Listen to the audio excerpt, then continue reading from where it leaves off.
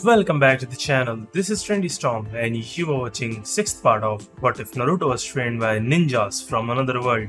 If you enjoyed this video, please like, share and subscribe to the channel. Now wasting no more time, let's start the story. Naruto smiled at the female ninja hiding in the bushes across from him.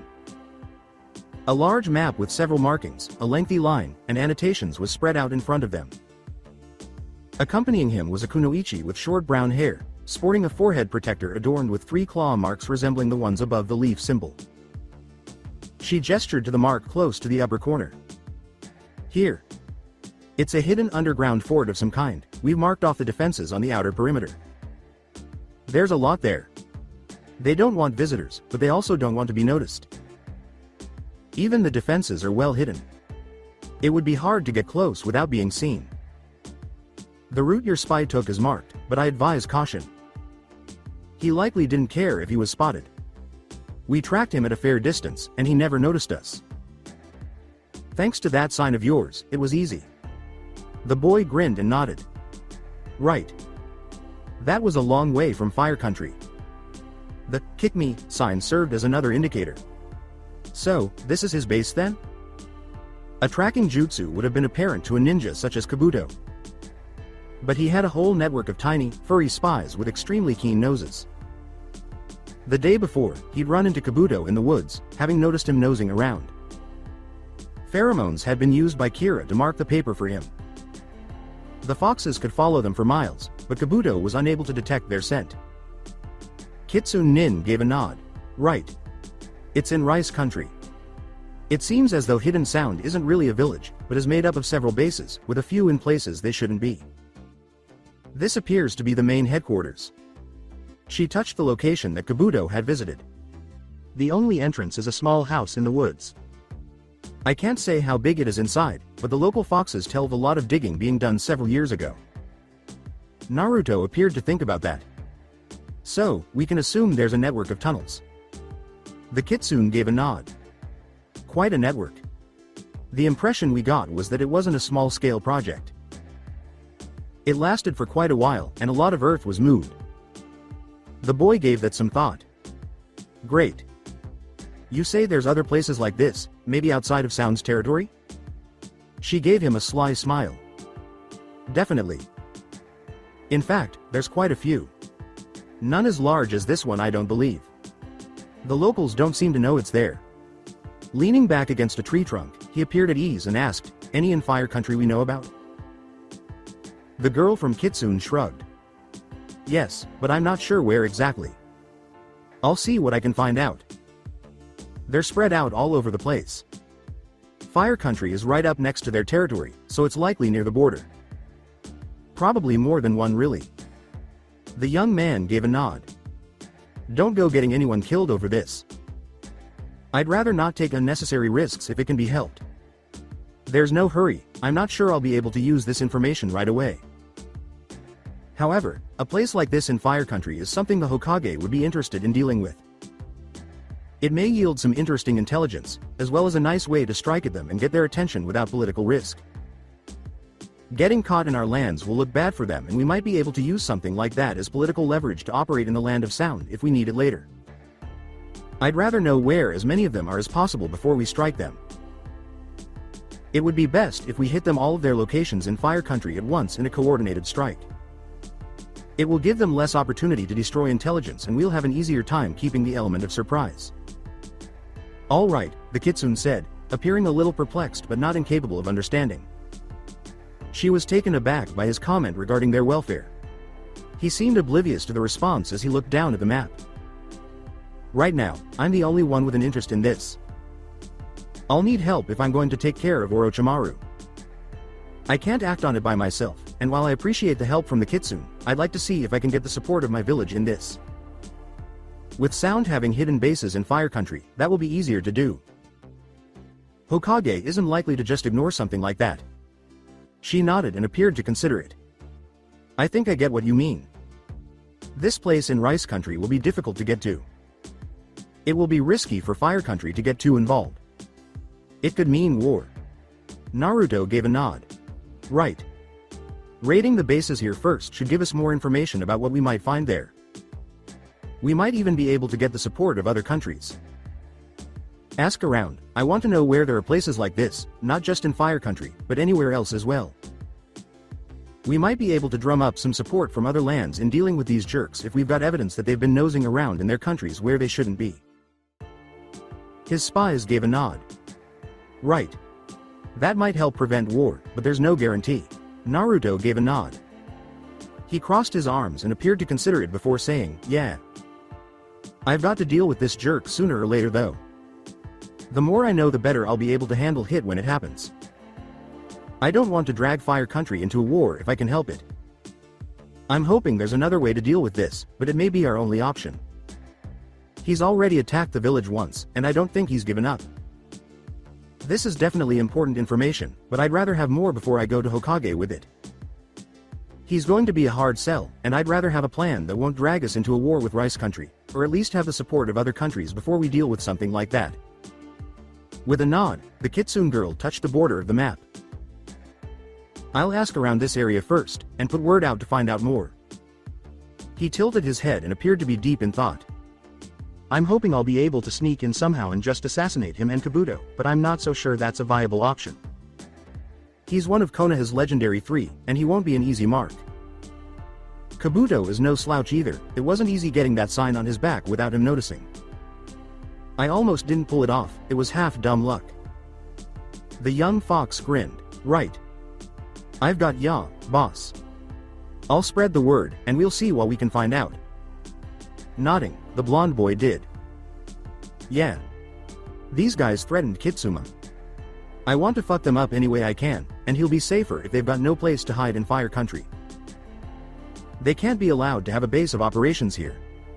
The fox girl looked down. Huh? The juvenile nin looked over at her. They threatened my son, and pissed me off. You be careful, I don't want you or any other foxes getting in over their heads and getting killed. You're no good to me dead. It may take some time before we can really do anything, so there's no rush here. We might need to take bigger risks later, but for now, we're better off being careful and not tipping them off. I'd rather they didn't find out we're nosing around just yet if we can help it. She appeared far more serious as she nodded.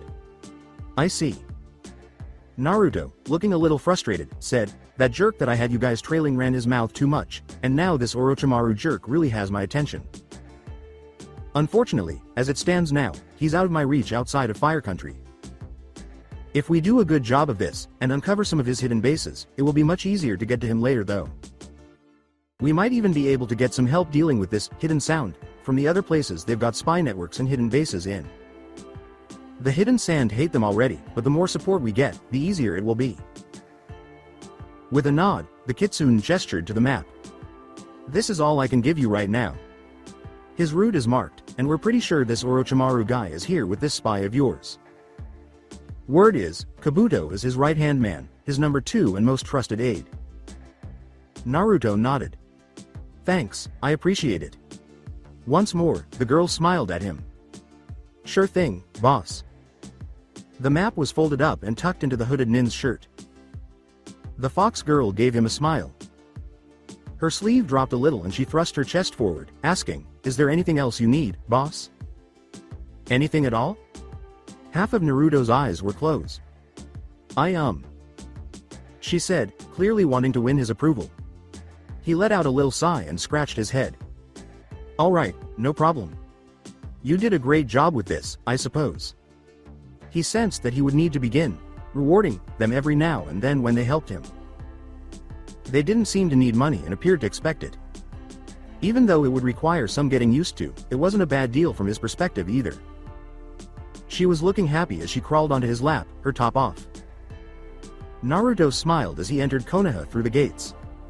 Kira was next to him and appeared happy as well, saying, "Ah, home." Sakura was standing next to him, appearing happy as well. It's good to be back. Behind them, Tsunade and Jiraiya were strolling side by side. Tsunade had Shizune right behind her as she peered around. The female Sannin spoke up. It's been a long time. Jiraiya appeared happy. Hasn't it though? Come on, we should speak with Sarutobi. Sensei. Naruto gave a nod. Yeah. Let's go. I want to pick up my son and get a bowl of ramen. I'm sick of campfire rice. When they arrived, the Hokage's office was empty. Naruto scowled. He leaned in Jiraiya's direction and spoke in a whisper. Hey. What's so funny anyway? The guy was giggling. Nothing, I had a feeling. Sakura appeared impatient rather than worried. About what? Where's the Hokage? Tsunade stood with his hat in her hand in front of his desk. She was swaying a little as she studied a note. Shizune was next to her, blushing and silent as she stepped back and inserted her fingers into her ears. Tsunade spun around, a look of rage in her eyes.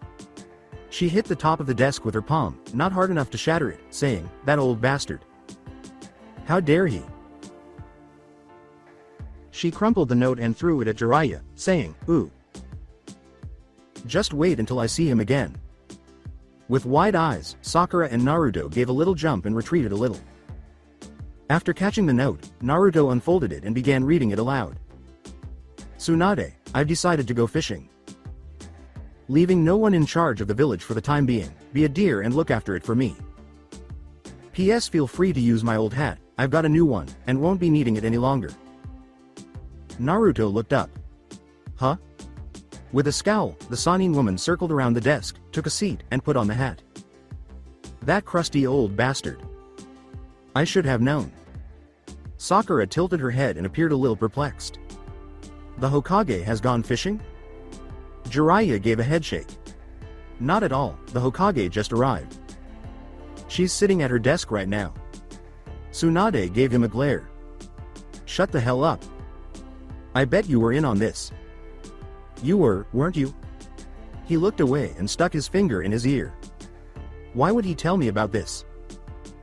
Naruto nodded, his expression slightly sinking. So, she's the 5th Hokage then?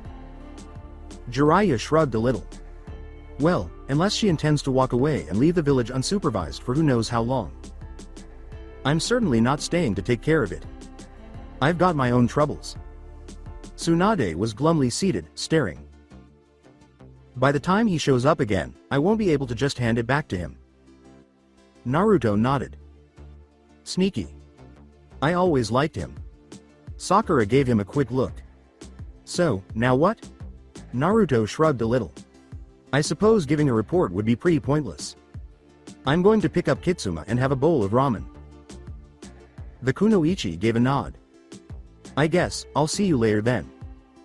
I should probably go home too. Tsunade gave her a quick glance, and her features softened. Not so fast, Haruno. I'm going to have to speak with the council, but we've got other business to attend. The girl gave her a raised gaze. Huh? She asked, surveying the room to discover that only Tsunade and Shizune remained. Business?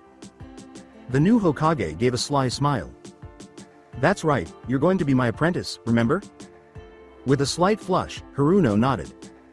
Yes. Tsunade got to her feet. Come on then. This can wait, Konoha can survive for a day without someone in this seat. Let's go have a look at this friend of yours. Sakura's eyes widened a little. Huh? Shizune silently followed the woman as she approached her side. The 5th hesitated, resting a hand on the young lady's shoulder. If you're going to be my student, you need to be at your best. Having that girl in your head might be problematic. Come along. The girl practically leapt out of her skin when she said, yes. Thank you. Jiraiya was walking beside Naruto as he left the administration building. As the two nin advanced, he grinned. Greeting him with a surprised expression, Shikamaru said, Hey, Naruto. What are you doing here? He was with his father. The man nodded and grinned at him. He appeared to be very respectful of both of them, but especially of the Sannin, saying, Jiraiya, Uzumaki. He waved to the two Nara men and said, Hey. Nothing much, we just got back. We found someone who might be able to help with Ino. Shikamaru became bright. Really? Naruto nodded. Yeah. Turns out the old man has retired too. The woman we brought back with us is the 5th Hokage as well. Her name is Tsunade. The older Nara gave a startled little jolt. Tsunade? He grinned as he turned to face Jiraiya. Ah, I see. The Yamanaka family will be pleased and relieved to hear that. The man gave a nod. Yes, I think she'll do well, he said, glancing at the younger Nara. Your friend should be all right. If Tsunade cannot help her, no one can. Tsunade? Shikamaru asked, looking perplexed. Naruto gave him a shoulder slap. Yeah. She's one of the legendary three. She's real strong. He leaned forward. She looks like she's young and hot, but in reality, she's 50. Shikamaru tilted his head, appearing perplexed. Huh? If you say so. Uzumaki walked by and waved. He glanced over his shoulder and said, well, I should head home. I've not seen my son yet and I've been gone a while. Hey, come by sometime and we'll have a match. Sakura sucks at shogi, and the pervy Sennin is even worse. Jiraiya scowled behind him. Brat. His expression softened as he stood and briefly observed the boy leave. Well, my work here is done. I feel the road calling me. Shikamaru gave a tongue. Click. He crossed his arms and scowled, saying, the new Hokage is a woman? Great. I hate women, they're selfish and annoying. With a sly smile, his father leaned in. Shikamaru, she's the world's strongest and most beautiful woman. The Kunoichi of the legendary three. The boy appeared unimpressed. Yeah. Whatever. She'll act cordial and friendly. I can never tell if they're really getting along or not. Nara the elder gave a headshake. Without women, there would be no men. Even the roughest woman is tender with the man she cares about. You'll understand when you're older. With a shove, his son reached into his pockets. Whatever. The man turned to leave. Well, I should go or your mother will scold me. Shikamaru cast a sidelong glance. I hope Ino will be all right. Even if she's bossy and stupid. I suppose I can forgive the new Hokage for being a woman if she can do something for her. Angry, Naruto picked at his son's scalp. The young fox jumping and licking his face while in his arms. He had gained a few inches in size during his absence and could no longer fit completely inside his hood. Hey, calm down. I'm glad to see you too. I missed you. Anko was seated at the adjacent table and asked, well, how are things, Uzumaki? The boy gave a startled blink. He was at Ken and Ryu's house, saying, oh. Hello. To his surprise, Ken was seated across from her. When he was there, he rarely saw them. Pretty good. I just got back with Tsunade, the new Hokage. The female nodded slightly. Huh? She stayed? Nodding, the young shinobi did. Yeah. The old man is pretty sneaky. She took a sip of her tea and clicked her tongue. Rats. I'm out 5 Ryo. Oh well. Is Ryu about? The boy asked, glancing at Ken. The man gave a headshake. Nah. He's working right now. I'm off today, just hanging around with Miss Anko. Naruto smiled. The way the woman was looking at Ken reminded me of how Kira occasionally looked at him. Right. Well, I hope Kitsuma wasn't too much fuss. Ken gave a headshake. No, not at all. Your two little Kitsune friends spend a lot of time over here helping out. It wasn't any problem at all. Anko gave a nod. Charming pair. The young man blinked. I hope they weren't much trouble. They're a bit. The woman sighed slightly. Perverted? Do tell. The boy's head was hung. He turned away and said, yeah. Well, I'll be seeing you. Nice seeing you again, Miss Anko. He started to head for the door, unsure of his reaction to her stare. The woman smiled and said, oh, I'll be seeing you real soon, Naruto. She seemed friendly. For some reason, it unnerved him, and he left a little earlier as a result. He shuddered as he walked out of the house and cast a sidelong glance. Looking down at his son, he grinned, saying, man. What's with her? I hope those perverts didn't piss her off or something. Come on, Dad is hungry, we're gonna stop for some ramen and head back home. With a satisfied sigh, Naruto unlocked his door, entered his home, and placed his son down. The kid yipped and scared off to spend some time bouncing off the walls. As he shut the door and removed his hood, he observed and grinned at the scene. While he was at the ramen booth, he had a conversation with Ryu. His food had materialized while he was preoccupiedly conversing with the proprietor, so he didn't really see him. The man spoke well of his two new hires and appeared to be quite happy with them. After eating, he had immediately gone back home. Around his table, 3 smiling faces gave him a sinister looking smile that nearly made him jump out of his skin. Oh. You 3. Kira was sipping her tea and grinning, while Masara and Kurama appeared contented and smug. Hi, boss. Masara added. Kurama laughed a little and asked, did you enjoy your trip? He let out a tiny sigh. You could say that. The kitsune with green hair gave Kira a shoulder slap. Good job finally defeating him. Naruto had an irritated expression. Hey. Don't put it like that. With a nod, the redhead disregarded him. Right. He was so stubborn. The kitsune with violet hair gave a nod. Yeah. He's doing much better than when I started. I'll be needing help with his training. He's advanced enough that it's time to start on remedial orgy training. The boy's head spun around, nearly in reverse. Huh? Hey. Wait a minute. Kira appeared very wise and sage-like, saying, well, the harvest festival is coming up. He's the king, and he's got to participate. Masara gave a nod. Yeah. You've got a title to defend, and he's got to help judge this year. Kurama nodded and crossed her arms. Right. It's his duty after all.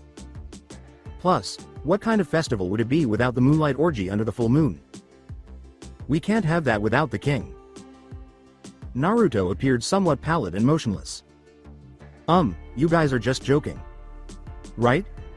Kira gave a serious look and shook her head. Of course not. You've only got 6 months to get ready. The 3 of us is enough for a start, I suppose. He appeared somewhat firm and crossed his arms, saying, hey.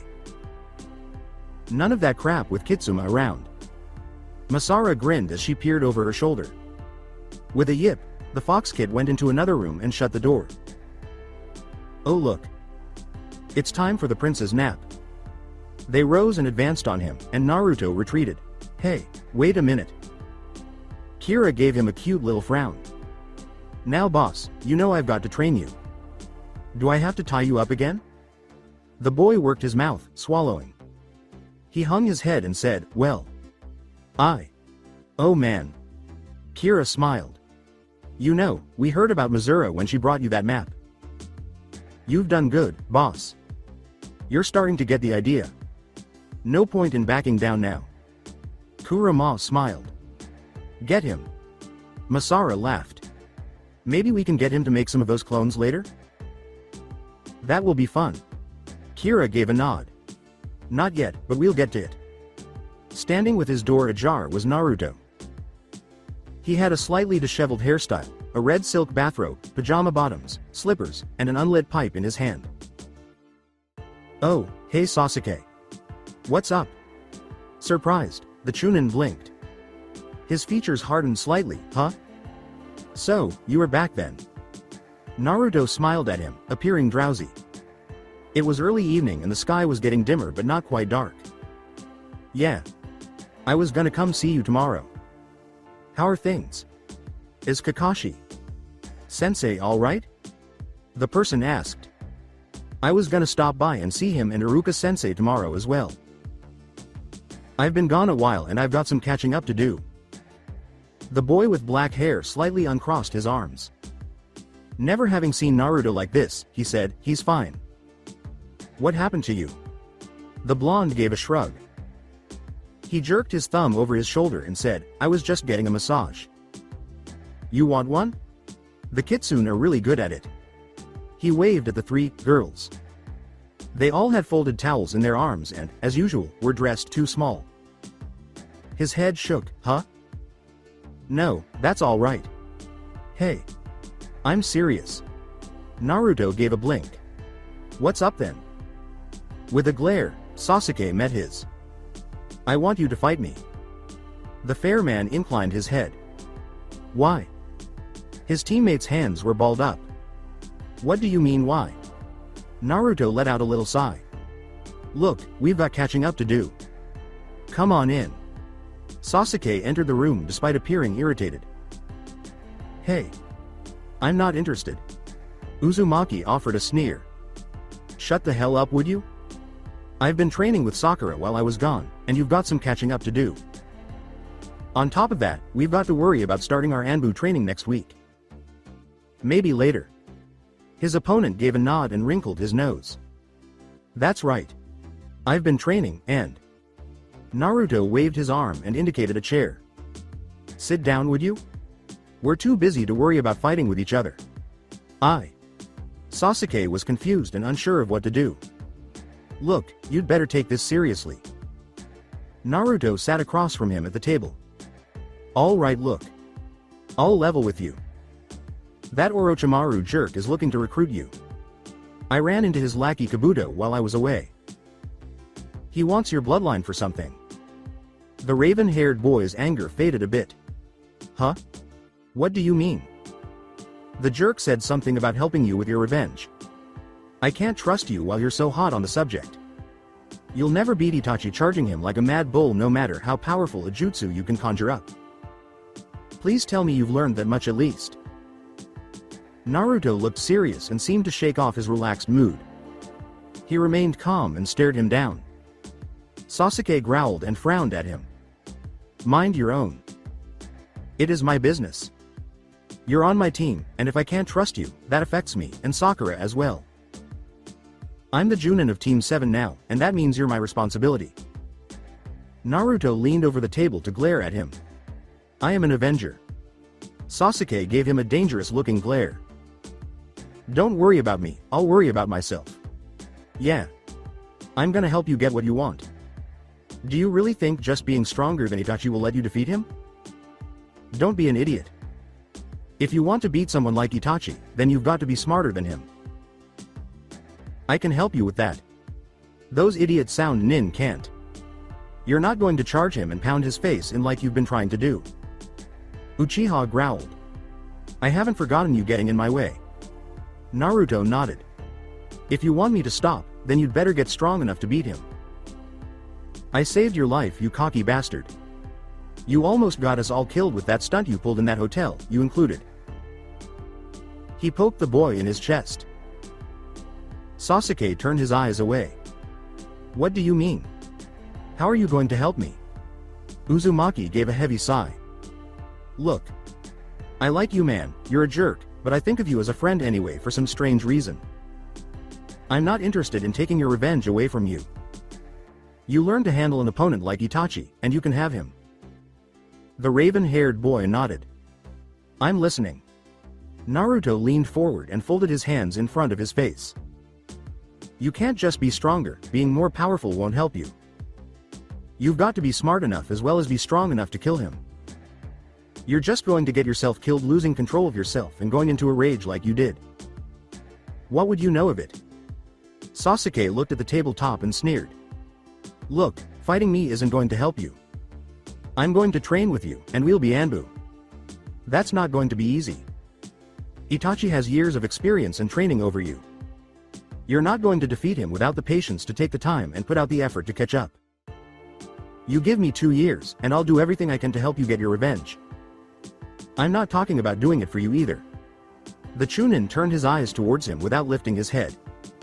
What do you mean then? Naruto chuckled. Still stubborn as ever. He sighed and sat back. Look. You go running off rogue, and you'll just become a missing nin. I'm a Junin, I have a bit more freedom in choosing my work and acting on my own. I still answer to the Hokage, but I should be able to help you go after him, without ruining what's left of your life after you get what you want. Should? Sasuke turned his face away and grabbed his knees. You can't go running off. We might run into Itachi before you're ready. It would be stupid to just find him and attack him anyway. We need to treat it like a real job, and learn as much as we can, and pick a battleground of our choosing. You've got to learn to let it go until the time is right. Then, you can strike, win, and be done with it. Having no patience will only get you killed against your brother. Sasuke glared at him. I'll think about it. Good. If you betray the leaf, I'll kill you. Orochimaru can't give you what you want. He's got no interest in your problems and has an agenda of his own. I'm your friend, I care about what happens to you, and I've got reason to help you. He doesn't. He only wants to use you, and doesn't care if you ever get what you want. Why would he? Remember that. Sasuke stood up. I'll think about it. Naruto smiled and nodded. How about that massage? The raven-haired boy looked over at the trio of silent kitsune. They all smiled pleasantly and waved at him. He turned away. No thanks. Naruto grabbed his shoulder. Oh, shut up and do it. You're just being stubborn. What good is acting cool if you never bother with cashing it in? Sasuke frowned and glanced at him. What are you talking about? I'm not acting. Naruto nodded. Yes, I know. That's why I'm forcing you. It'll help you relax, and you look like you need it. Geez, you're a butthole sometimes. Sasuke staggered out of Naruto's home about 2 hours later. His hair was mussed a little and his limbs were loose and limber. He shuffled into the street and glanced over his shoulder. He hated to admit it, but he did feel much better. He reached up and scratched the top of his shoulder as he moved off towards his home. It wasn't bad at all, and he felt relaxed and refreshed. The boy stumbled a little, but only a bit as he moved into the streets. They were empty for the most part and no one was around to see him stumbling a bit. He looked up at the sky and seemed to ponder. Maybe I shouldn't have asked what a happy ending was? Sasuke cocked his head and walked with a bit steadier. Who am I kidding? Nah. He was perfectly fine with finding out. It was kind of nice not having any strings attached or anything. He did feel like his chest was a bit lighter, as if some weight had been taken off of it for some reason. He wasn't sure why though. He had plenty of time to sleep on it anyway. Naruto stood with his arms crossed and glanced over as Sasuke walked up. Uchiha. Sasuke walked up to find Choji, Shikamaru, and Naruto standing around in a waiting area at the hospital. How are things? Shikamaru glanced over at the Yamanaka family. Not long now. It's been a few hours, they've been at it all night. The rotund boy looked half asleep and yawned. Asuma. Sensei is in with them. Something about helping with the seals with Ibiki. Shikamaru nodded. That guy who gave us the written exam.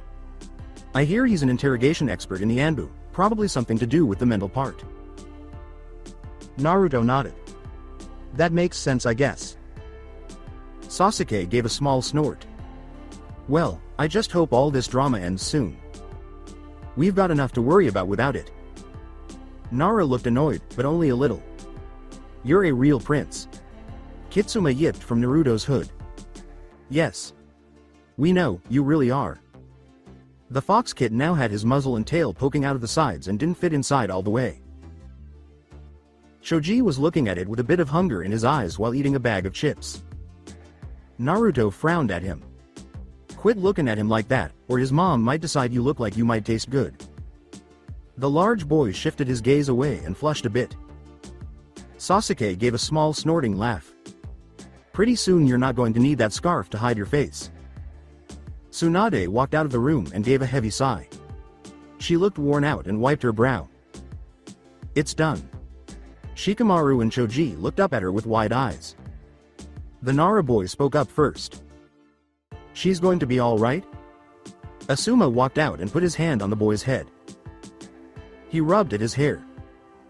She's fine, but she needs rest. Naruto gave a small nod as he leaned against the wall. Sasuke started to walk off, but the blonde grabbed his shirt. Stop and see her before you take off. It won't kill you. He glanced at him and snorted, shoving his hands into his pockets. Fine. Ibiki walked out of the room with a few other doctors, and a nurse moved in past them to start her work. Sakura was sitting with Ino. Both of them were on hospital beds next to each other and were recovering. Everyone had visited them, Ino's parents first, and Sakura's as well. Then their friends had shown up. Kakashi had stopped by for a few minutes, but not stayed long. Both girls were alert, but were spending the night in the hospital. The blonde girl was looking at her hand. "Geez, you bitch. You almost killed me." Sakura's head whipped over and she growled. "What? Do you have any idea what I went through too?" Her anger faded as the blonde girl looked over at her with a playful smile. They were both worn out and looked tired, but not so much that they were in danger of passing out. "Yeah. I do." Sakura worked her mouth. "Wait. How much do you remember about that?" Ino chuckled. "All of it." The pink-haired Kunoichi pulled her hands up in front of her chest. "WH. What?" Her cheeks were burning red. "I never figured Uzumaki for such a pervert. Not that I knew him that well." Ino fell back into her pillow and looked up at the ceiling. Sakura relaxed a bit. "Yeah. I kind of wish I didn't know now." Ino looked over at her. "I should be angry at you." Haruno flushed. "I'm sorry. I didn't know this would happen." The blonde girl shook her head. "I'm not. I won't give up on Sasuke." The pink-haired girl frowned at her. "Neither will I." Sakura's rival gave her a confident smirk. "Well, I can respect that. I was kind of hoping you'd get a crush on Naruto, but I know that's not going to happen." Haruno frowned. "No kidding. That pervert. I suppose there's no point in hiding." Both girls looked over at where Naruto was leaning against the wall. "What are you doing here?" Sakura didn't sound angry. Ino didn't look surprised to see him. "Just curious. I was wondering how much Ino remembered myself." He shrugged. "You remember everything that happened on that trip." The blonde girl frowned at him, but didn't seem angry. "Yup. You're a total perv. Just like that old guy, no wonder he liked you so much."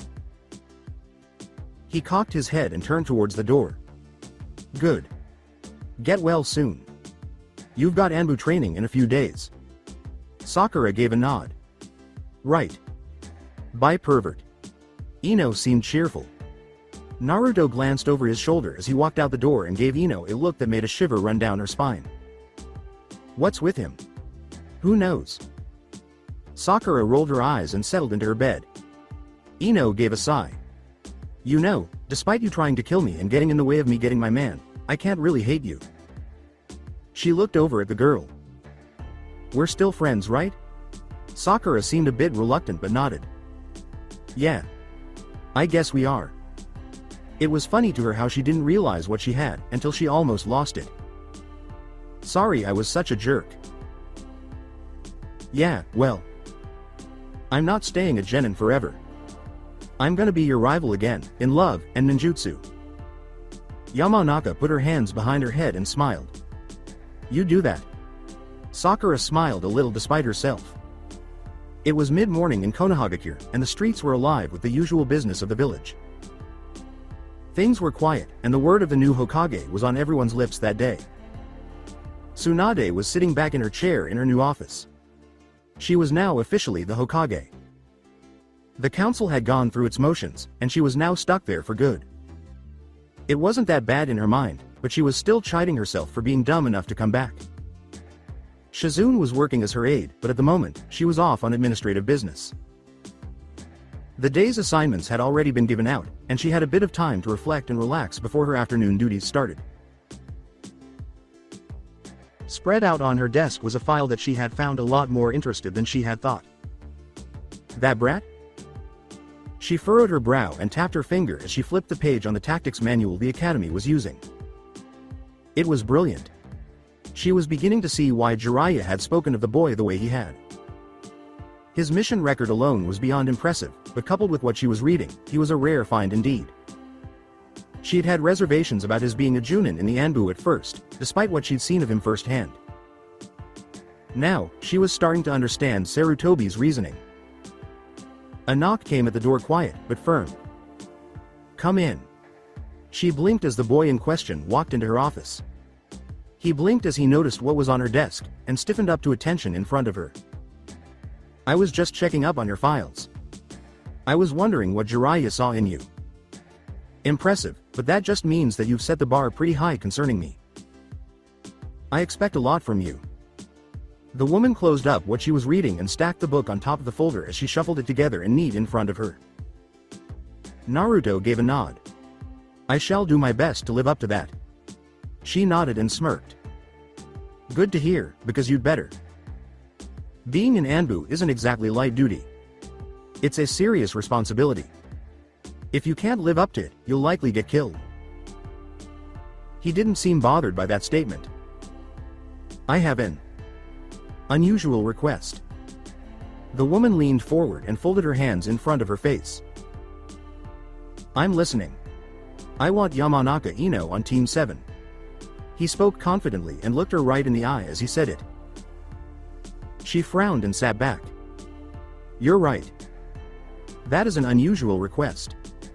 I'm aware that we'll be seeing a new member soon. Ninja teams are 4-man groups. I'd like to recommend her for the position." Naruto gave a nod. Tsunade leaned forward. "Why?" The boy cocked his head. "She's already been trained to work with my team. Everything Sakura learned since the exams, she knows. That includes Rasengan, and what I taught her." The woman cocked her head. "What did you teach her?" The boy arched his eyebrow. "How to move and fight without chakra. It is essential to our tactics. Team 7 is a specialist team. We can take any mission, but our primary tactics focus on stealth first and foremost. If you refuse my request, I will make do with whoever you assign. It would make things easier for me, as I would only need to teach Sasuke. It will be less difficult if I am able to focus on him alone in this regard. I'll also have to teach any new members how to create Kage Bunshin. Everyone on our team should be able to create at least one. Ino already knows how." The woman narrowed her eyes at him. "I see. Have you asked her about this?" He shook his head. "No. However, that girl will jump on a chance to work with Sasuke like a starving chipmunk on the last acorn on the planet." Tsunade nodded. "How does he feel about this?" "It will annoy him. All the better." Naruto didn't seem to think it was very funny and was quite serious. "Not to mention it will greatly irritate Sakura, especially if she's not around. I am very hopeful that you will approve." Tsunade's lips curled up. "You make a good case." The boy nodded. "Thank you. Might I ask about Sakura's replacement?" The woman arched her eyebrow. "Replacement? She is to be your apprentice. I take it to mean that she won't be training with us to enter the Anbu." He seemed very serious and formal. The woman shook her head. "No. Every ninja team has a medic. She will be Team 7's medic. I am capable of giving her the necessary training. She won't be going through formal Anbu training with you, but there is no need to replace her." He nodded. "I'm glad to hear that. She would have been hard to replace." Tsunade leaned back and seemed to think. "Yamanaka Ino is just a genin. You expect me to put her into Anbu training with you?" The boy nodded. "The chance to work with Uchiha will motivate her more than you think. Still, she's not qualified. Convince me." The woman gave him a cool gaze. Naruto didn't miss a beat. "When are the next exams?" "In 6 months. Hey, she'll be ready to pass them after only 3 months with me. More than enough time." He seemed very confident and had a somewhat unpleasant glint in his eye. "With that much time, I can guarantee she won't fail the exams." Tsunade almost felt sorry for Ino, almost. "She's yours. Good luck, Uzumaki, you'll need it." The boy nodded and turned towards the door. "In my experience, there's no such thing as luck." In his mind, the most difficult task he had to deal with was teaching the Yamanaka girl to shut up. That's not to say there wasn't a bit of fun to be had in such a challenge. Head hanging, Naruto was leaning against one of the home's walls. He had a smile on his face and was in a good mood that day. Although it was early morning, most people in the village had not yet begun their days. "Good morning, Kakashi. Sensei." He looked up as the man approached. The man turned and stopped as he passed, saying, "Uzumaki, how are things?" The youthful ninja waved. "Well enough. I'm here on business. You?" The man gave a nod. "I see. I hear you're starting Anbu training in a few days." Naruto disregarded his former teacher's lack of knowledge. He didn't even anticipate receiving a response. "Yes. We start in 2 days." The nin with gray hair appeared happy. "Good luck with that. It's difficult." The boy nodded. "Yes. I'd heard. I'm looking forward to it." Kakashi laughed. "Well, I hope you can keep up that attitude. I hear you'll be working with Mitarashi Anko.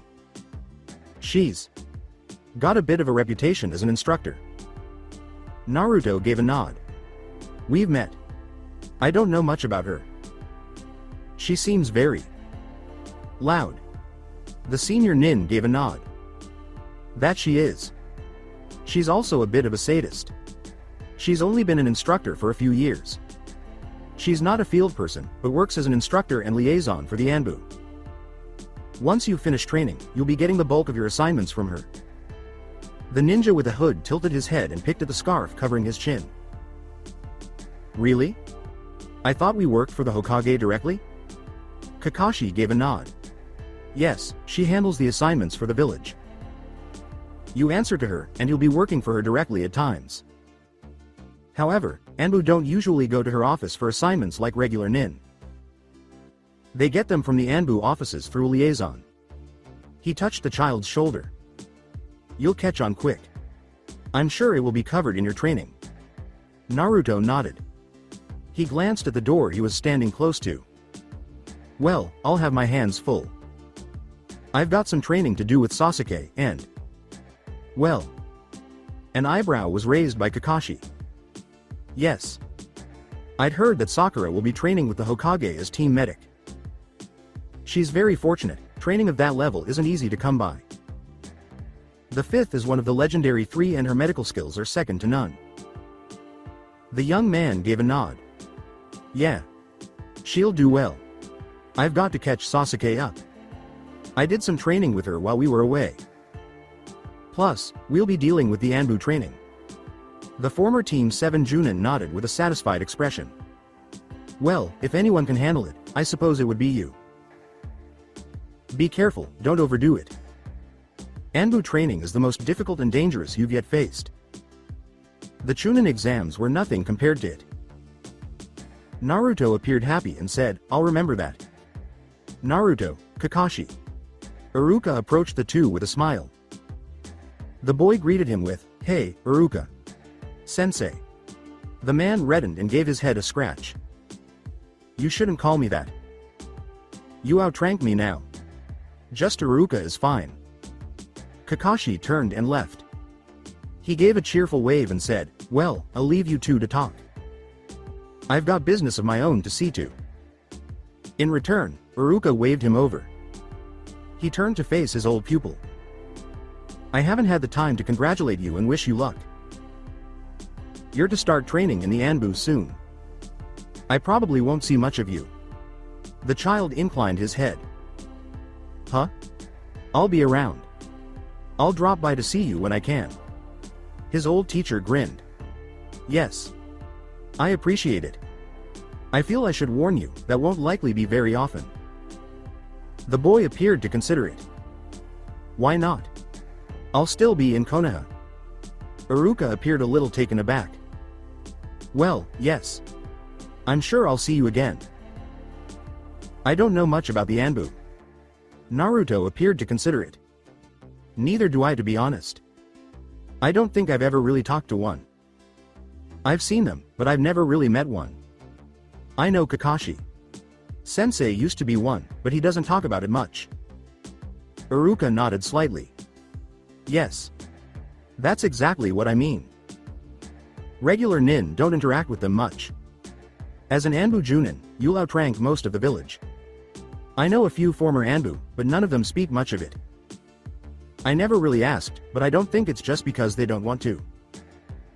Naruto appeared a little taken aback. His response was, huh. Never thought much about it. You're right though. He was aware that he would be handling sensitive missions and duties.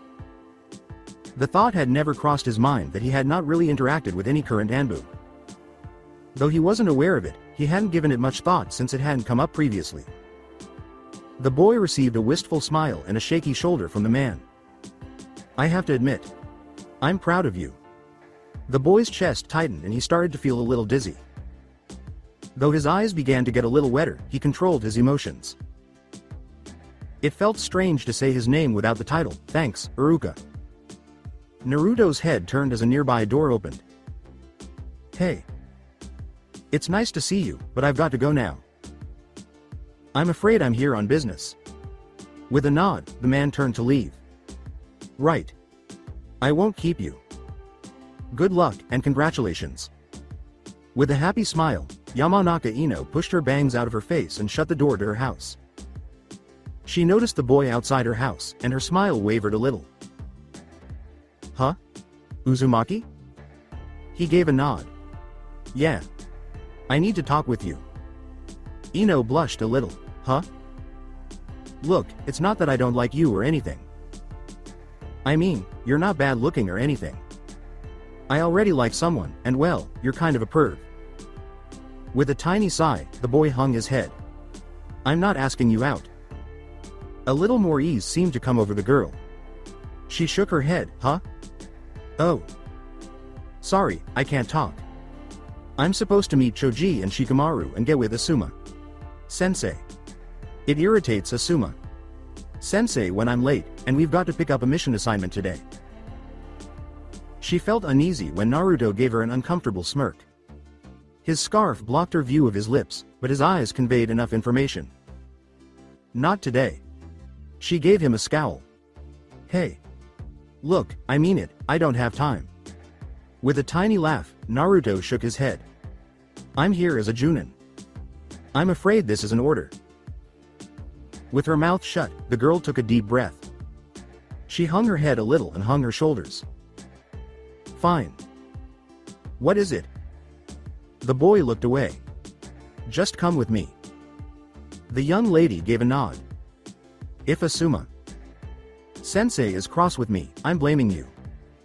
Glancing down at the hooded nin, the man approached the conversation. Don't worry. I won't be. Ino blinked, looking surprised. He seemed to be welcomed by Naruto. Oh. Hello. Although he scowled at the boy, he didn't appear angry. I just found out a short time ago. Ino took a small step back. What's going on? Asuma cast a disinterested glance in her direction. You're being transferred. She gulped and opened her eyes wide. Transferred? After glancing at her, Naruto nodded. That's right. Effective immediately, you're a member of Team 7. She scowled and glowered at him. What? No way. You can't. The boy crossed his arms and a rather arrogant expression appeared on her face. Yes, Kakashi. Sensei isn't the Junin of Team 7 anymore. It's me now. You'll be working with Sakura, myself, and Sasuke. Ino froze. She snapped out of it, her expression wide. Eyed but non. Displeased. Really? Asuma nodded, appearing very serious. He glanced at Naruto and said, that's correct. The Hokage informed me this morning. I'm not upset, but I am left wondering why you requested it. Naruto raised his gaze. I think I can make use of all the things she learned while she was stuck in Sakura's head. She was the best candidate, she knows our operations and has training and techniques that will make her useful. I've just got to teach her how to put what she's learned to practical use. The girl gave him a wide-eyed stare. Well, I guess. I'll be with Sasuke on your team? Asuma furrowed his brow. I see. Naruto nodded. Yes. She'll be easy to motivate.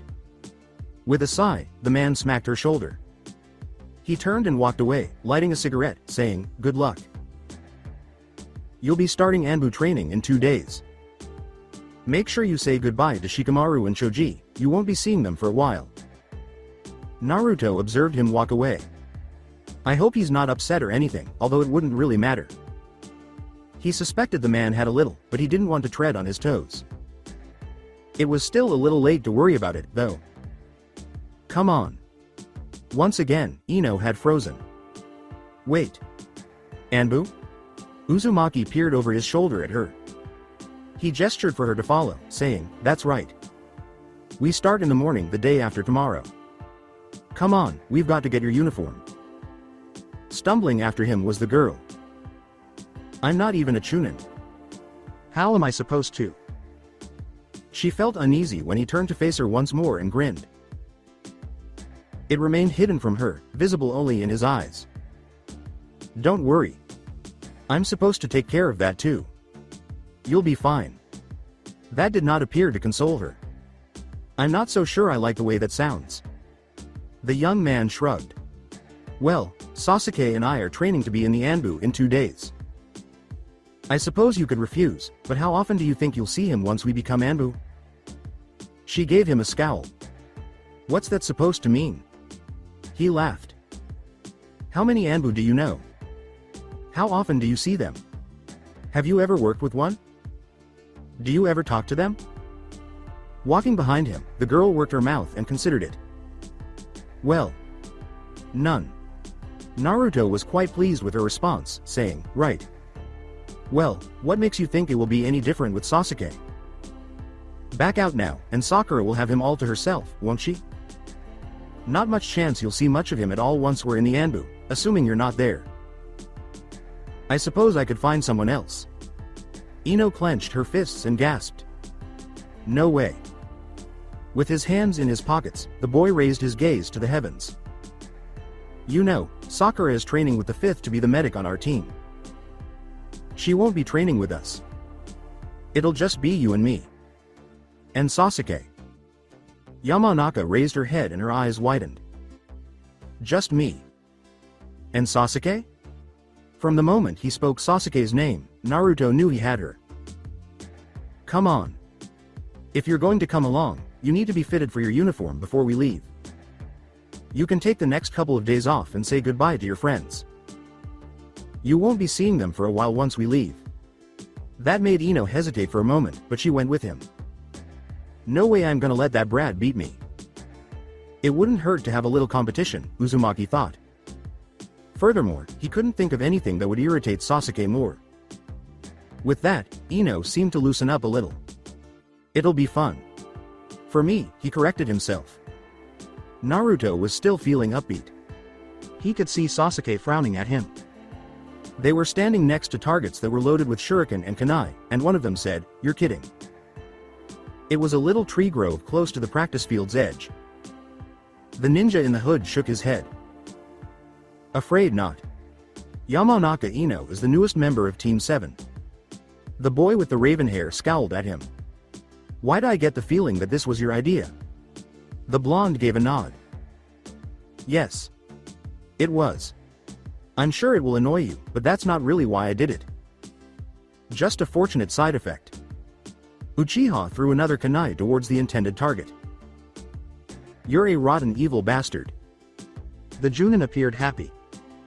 Thank you, but you forgot sneaky. I'm a sneaky rotten evil bastard. Releasing himself, Sasuke glared at his target. So, why her? Naruto gave a shrug. Well, she'll be easy to motivate, she's already partially trained thanks to that mess after the exams, and she's not bad on the eyes. You two should hook up or something. Uchiha gave him a quick glance before bending down and placing his hands on his knees. I hate you. At that, Naruto chuckled. Well, get some rest and don't wear yourself out kicking that tree. We need to be ready for Anbu training. I'm not sure what it will involve, and we should be prepared for anything. I've heard about Mitarashi, and she's got something of a reputation. Sasuke gave a nod. Yeah. Been talking to Kakashi. Sensei? Uzumaki gave a nod. Yeah. She's dating a friend of mine as well. He's had trouble sitting down lately. Chunin let out a grunt. More information than I needed. Naruto turned to leave. Well, I'll leave you to beat up trees. Have fun. Just thought I'd warn you. Sasuke snorted roughly. Yeah. Thanks. He said with a sarcastic tone. As he answered his door, Naruto was dressed in his robe, his pajama pants still on, and he was holding an unlit pipe. Oh. Hi. Choji and Shikamaru stood in his doorway. They both had frowns on their faces and their arms crossed. Nara raised her voice. Uzumaki. The blonde ninja had taken off his mask and hood. Come on in. Choji gave him a glare. What's this about Ino being on your team? After blinking, Naruto took a seat at the table. The two boys sat down opposite him. Neither appeared to be particularly happy. Yeah. She's on Team 7 now. We needed another team member, and she's got the job. Shikamaru reclined. He seemed more at ease than Choji. She said it was your idea. The blonde gave a nod while Masara served them tea. Yeah. It's got to do with some of the things she learned while we were away. It seems when I trained with Sakura, Ino was trained with her. That made her the best candidate for the job. Nara gave a tongue. Click. So you just stole her? Naruto gave a blink. Not really. She could have refused. I had to get the Hokage's approval also. It isn't like I forced her. Choji appeared to unwind. Great. First Shikamaru gets promoted, now this. The boy with black hair gave him a quick glance. Hey. Don't be like that. You'll be fine. You're not going to stay a genin forever, you know. Naruto let out a little sigh. Sorry. I didn't mean to upset you. There wasn't a better choice. Shikamaru gave a nod. You'd better take care of her. Choji forcefully hit the table with his hands. That's right. I'll make you regret it if you don't. Naruto gave a nod. Don't worry. She's in good hands. The big boy averted his gaze. She'll be fine then. Uzumaki gave a headshake. Well, I wouldn't say that. She's going to be an ANBU, and has to start training with us the day after tomorrow. I'm afraid I'm going to have to work her into the ground and force her to study. I'll also have to teach her how to shut up. I'm pretty sure she won't enjoy it, but she won't die or anything. Their eyes widened as they gazed at him. Choji clenched his fists, but Shikamaru laughed shortly after. His overweight companion gave him a rather stupid look. Hey. What's so funny? Nara wiped his eyes and slowed to a chuckle. Well, I see you know what you're getting into. Good luck with getting her to shut up. I never could. Naruto smiled at the two of them. Don't worry. I have ways of motivating her. She'll be a different ninja when you see her again. It was obvious that Choji didn't like the way that sounded. Hey. You'd better not hurt her. Shaking his head, Shikamaru placed his hand on his friend's shoulder. Don't worry. Just relax. The fair-haired boy reclined. Kitsuma hopped into his father's lap and settled to look at the pair opposite him. She'll alive. I'm not sure how much of her you'll be seeing in the future though. She's going to be an ANBU, and I've got to get her ready for the next Chunin exams. His posture was relaxed, his tongue hanging out of his mouth, and he appeared to be quite happy. Kurama approached Naruto and the kid, grinning. Boss, it's time for the prince to take his nap. With a small growl, the kid looked up at him. The blonde gave him a smile and gave him a head scratch. Go on. You need rest so you'll grow up big and strong. With slight hesitation, the kid licked at his chin and hopped down. With haste, he fled into the rear chamber and shut the door. Shikamaru appeared to be amused and to be enjoying the scene. He's getting bigger. Choji gave a nod. He was finding it difficult to take his eyes off the kitsune's chest, but he was mostly successful. Yeah. He is. Naruto grinned as he turned back to face the door. Kira was behind him, massaging his shoulders, asking, "Isn't he though?" Nara snapped his collar. "You want to have a match while we're here?" Uzumaki nodded. "Sure thing. I'll grab the board." Choji's eyes drooped half closed. "Great. Boring." Kurama had the board in her hands. Well, his hands, but Choji and Shikamaru didn't know that. She set it up over near the bed between the couch and a cot. Kira grinned at the two boys and pushed her chest on the back of the blonde's head. Naruto looked up at her for a moment and back towards the pair. "Hey. You two guys want a massage? The kitsune are really good at it. We can relax while we play." Shikamaru rubbed at his neck, and Choji turned red and got a bit wide-eyed. "I guess I'm a bit stiff," said Nara. The tubby boy almost choked as he looked back at his companion. I guess. If they don't mind." He poked his fingers together. Masara moved up to rub the back of his neck. "Oh. We don't mind at all." Kurama took Nara by the hand and the boy flushed a little. "It's no trouble, right?" The redhead sat him down on the couch and slid up beside him. "Any friend of the boss's is a friend of ours." Choji was wide-eyed and red as he found himself on the bed with the green-haired kitsune coaxing him to lie down. "It's no trouble at all." Choji was standing next to Shikamaru. They were in the road and looking down the path to their homes. Neither of them was moving and both looked rather vacant as they stared off into space. Choji spoke up first. I never thought that would happen to me." Shikamaru nodded. The large boy didn't move and cocked his head as he crossed his arms. His companion did the same. "You know. That wasn't bad." The tubby nin nodded. "It was awesome." Nara nodded. "You know, I never really got what Dad was talking about before."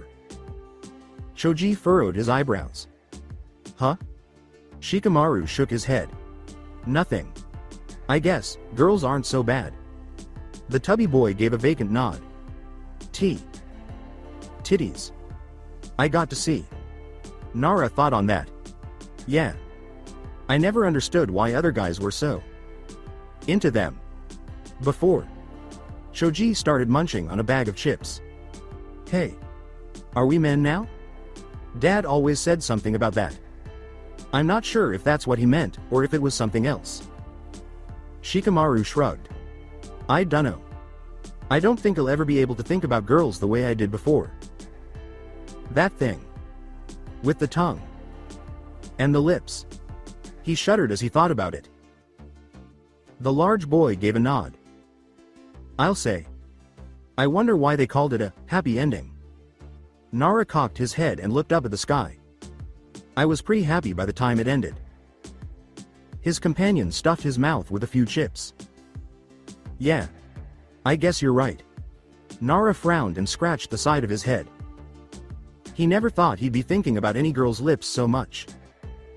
He never thought about something like that as something he'd consider hot. The young nin had always figured he'd probably end up liking breasts considering how other boys talked about them so much. Lips was something of a surprise to him. "Hey. What's with you guys?" The two boys turned and noticed Kiba standing behind them with his hands in his pockets. Akamaru was in his usual place on his head, and the dog was sniffing at the air. Shikamaru glanced back at him and frowned. "Nothing much, we just came from Uzumaki's place."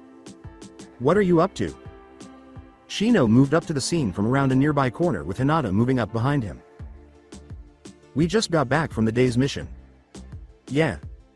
We had to travel with some merchant, and nothing happened at all. It was real boring."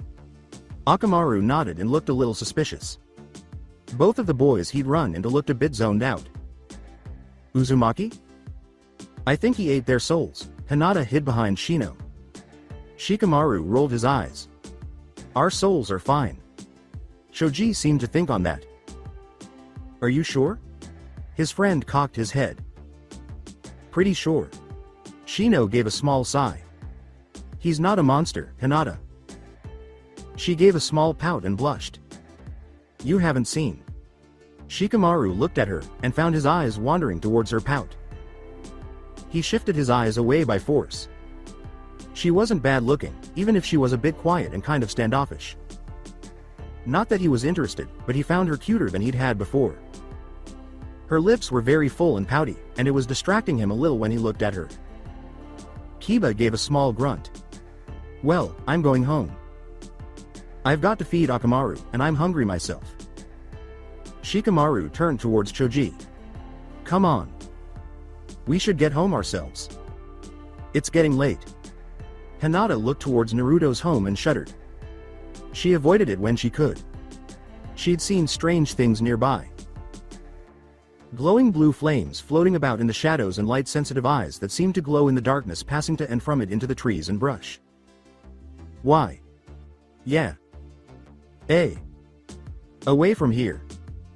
Naruto was definitely a dark spirit, and an evil dark air hung about his abode.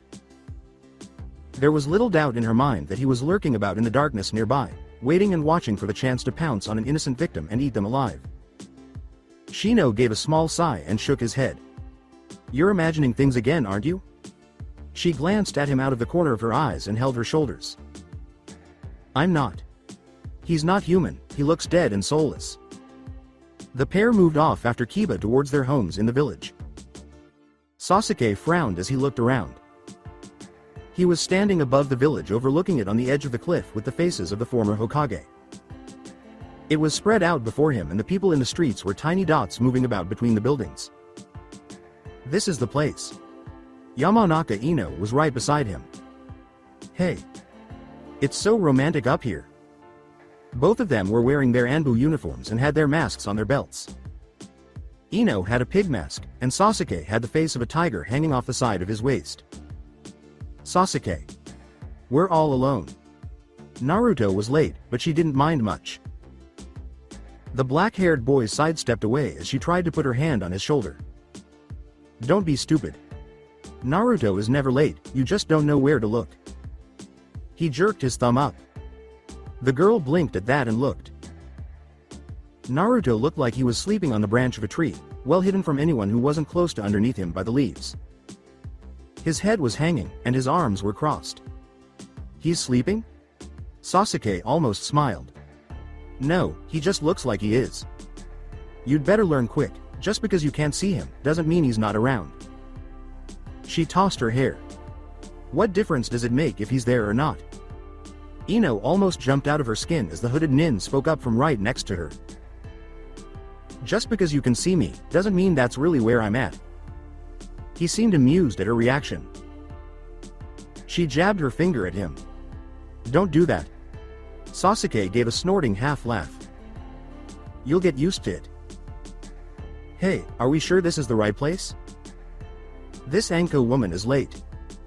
Naruto gave a nod. Yeah. We're supposed to meet her here. Almost in answer to that, a cloud of smoke appeared behind the trio. Hey. Pay attention. The group turned as Mitarashi stepped out of her smoke bomb with a grin on her face. Listen up.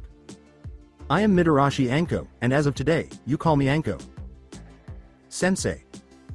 The trio just looked at her. She frowned and pointed at them. What was that? I didn't hear anything. Yes, Anko. Sensei. The group didn't look all that enthusiastic. Ino was bent over the woman's knee a moment later, and both boys stepped back. I still didn't hear anything. She glared at them all. Yes, Anko. Sensei. The group said quite a bit louder. Ino couldn't shout, but the strike hadn't been that hard. She'd felt it, but it wasn't powerful enough to knock the wind out of her. The girl rubbed at it and looked irate. You scrubs better listen up. You're not nin anymore. As of right now, you're nothing, your rank means nothing, your training means nothing. You're all less than genin, less than students at the academy. You can forget about all the training you've had before. She waved her arm and gave them a wild-looking grin.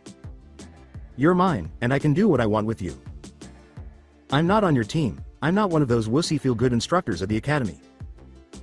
I can and will beat the living shit out of you whenever the hell I feel like you deserve it.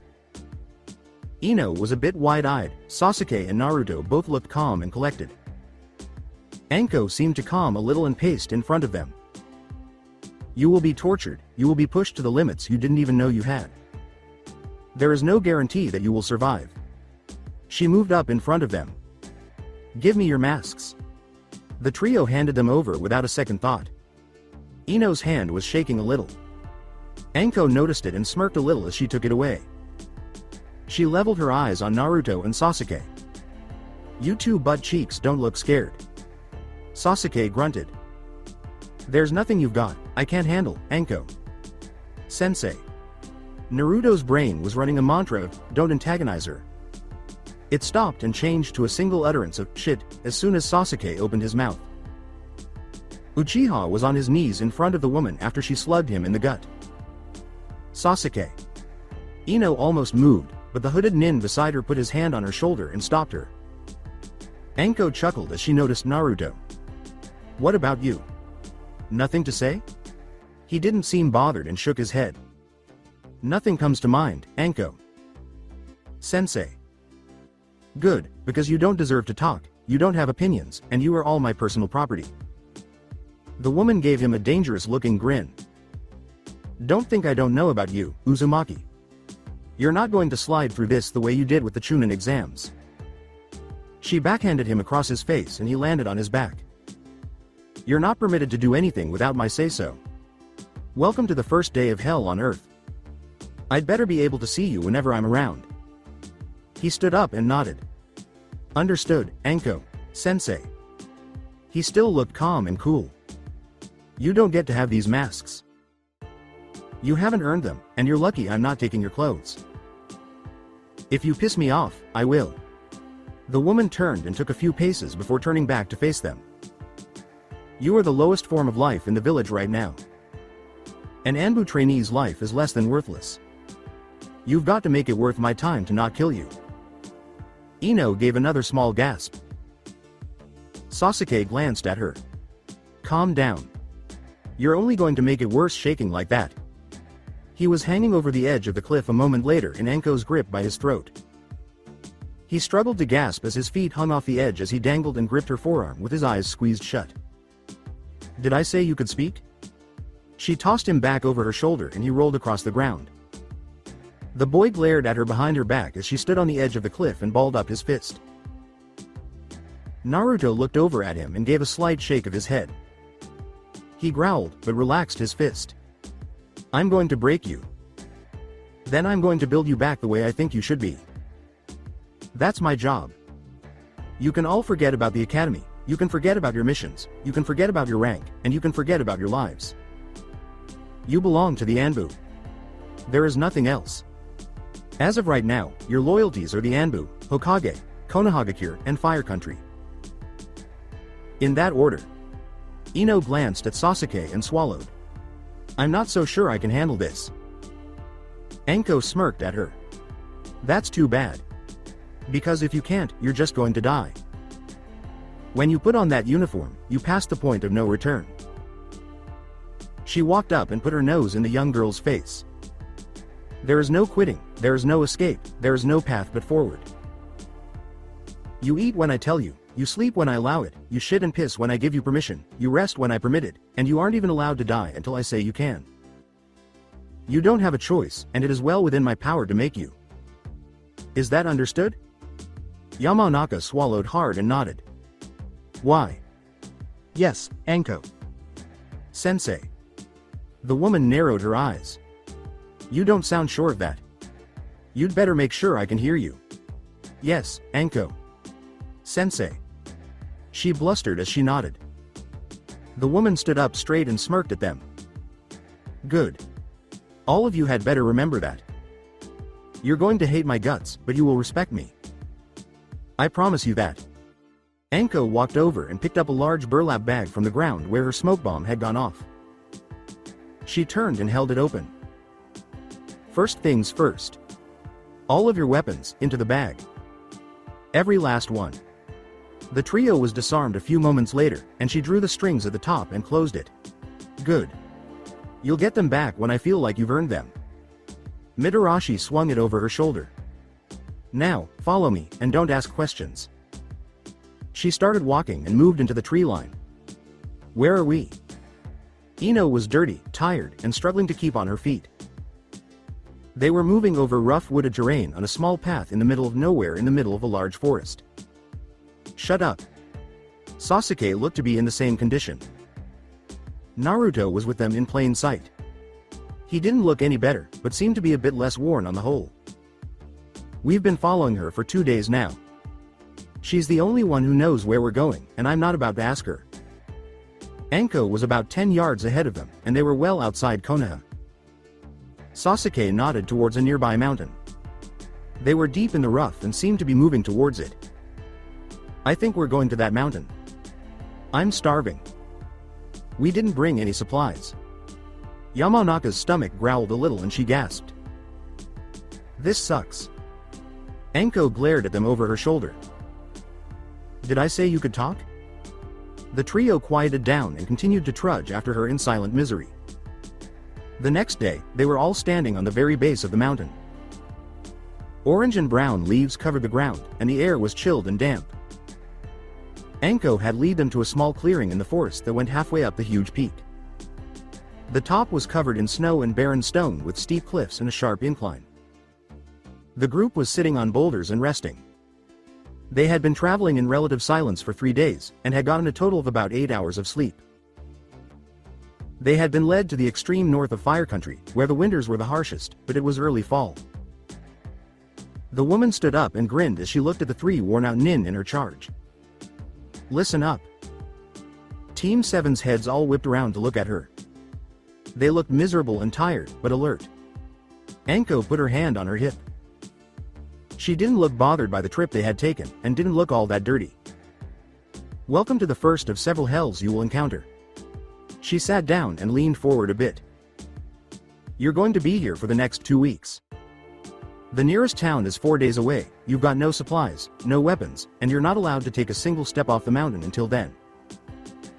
Ino looked wide-eyed, Sasuke growled, and Naruto just gave a nod. Pay attention. On the other side of this mountain is a rock like this one. She held up a small drawing of a pillar of stone with a hole in the top of it. In exactly 2 weeks from tomorrow morning, you need to be there. She folded it up and put it in her pocket. You start moving to it in the morning if you want. I don't care. You're still not permitted off the mountain until your time is up, so there's no hurry. Oh, and one more thing. She looked quite pleased. You need to get there by going over the peak of the mountain. The trio looked up towards the mountain top, and back towards her with varying expressions of irritation and alarm. Even Naruto looked less than pleased. Anko continued. In 1 week, there will be 3 kunai knives on the peak. Don't bother with trying to get them before then, they won't be there. You'll need to retrieve them as proof that you've made the climb. You're only permitted to take one for yourself. You can't retrieve them for anyone else. Naruto glanced at the pair with him and then back at their tormentor. Neither one of them noticed it, and they wouldn't have liked the look in his eyes if they had. It was almost too perfect.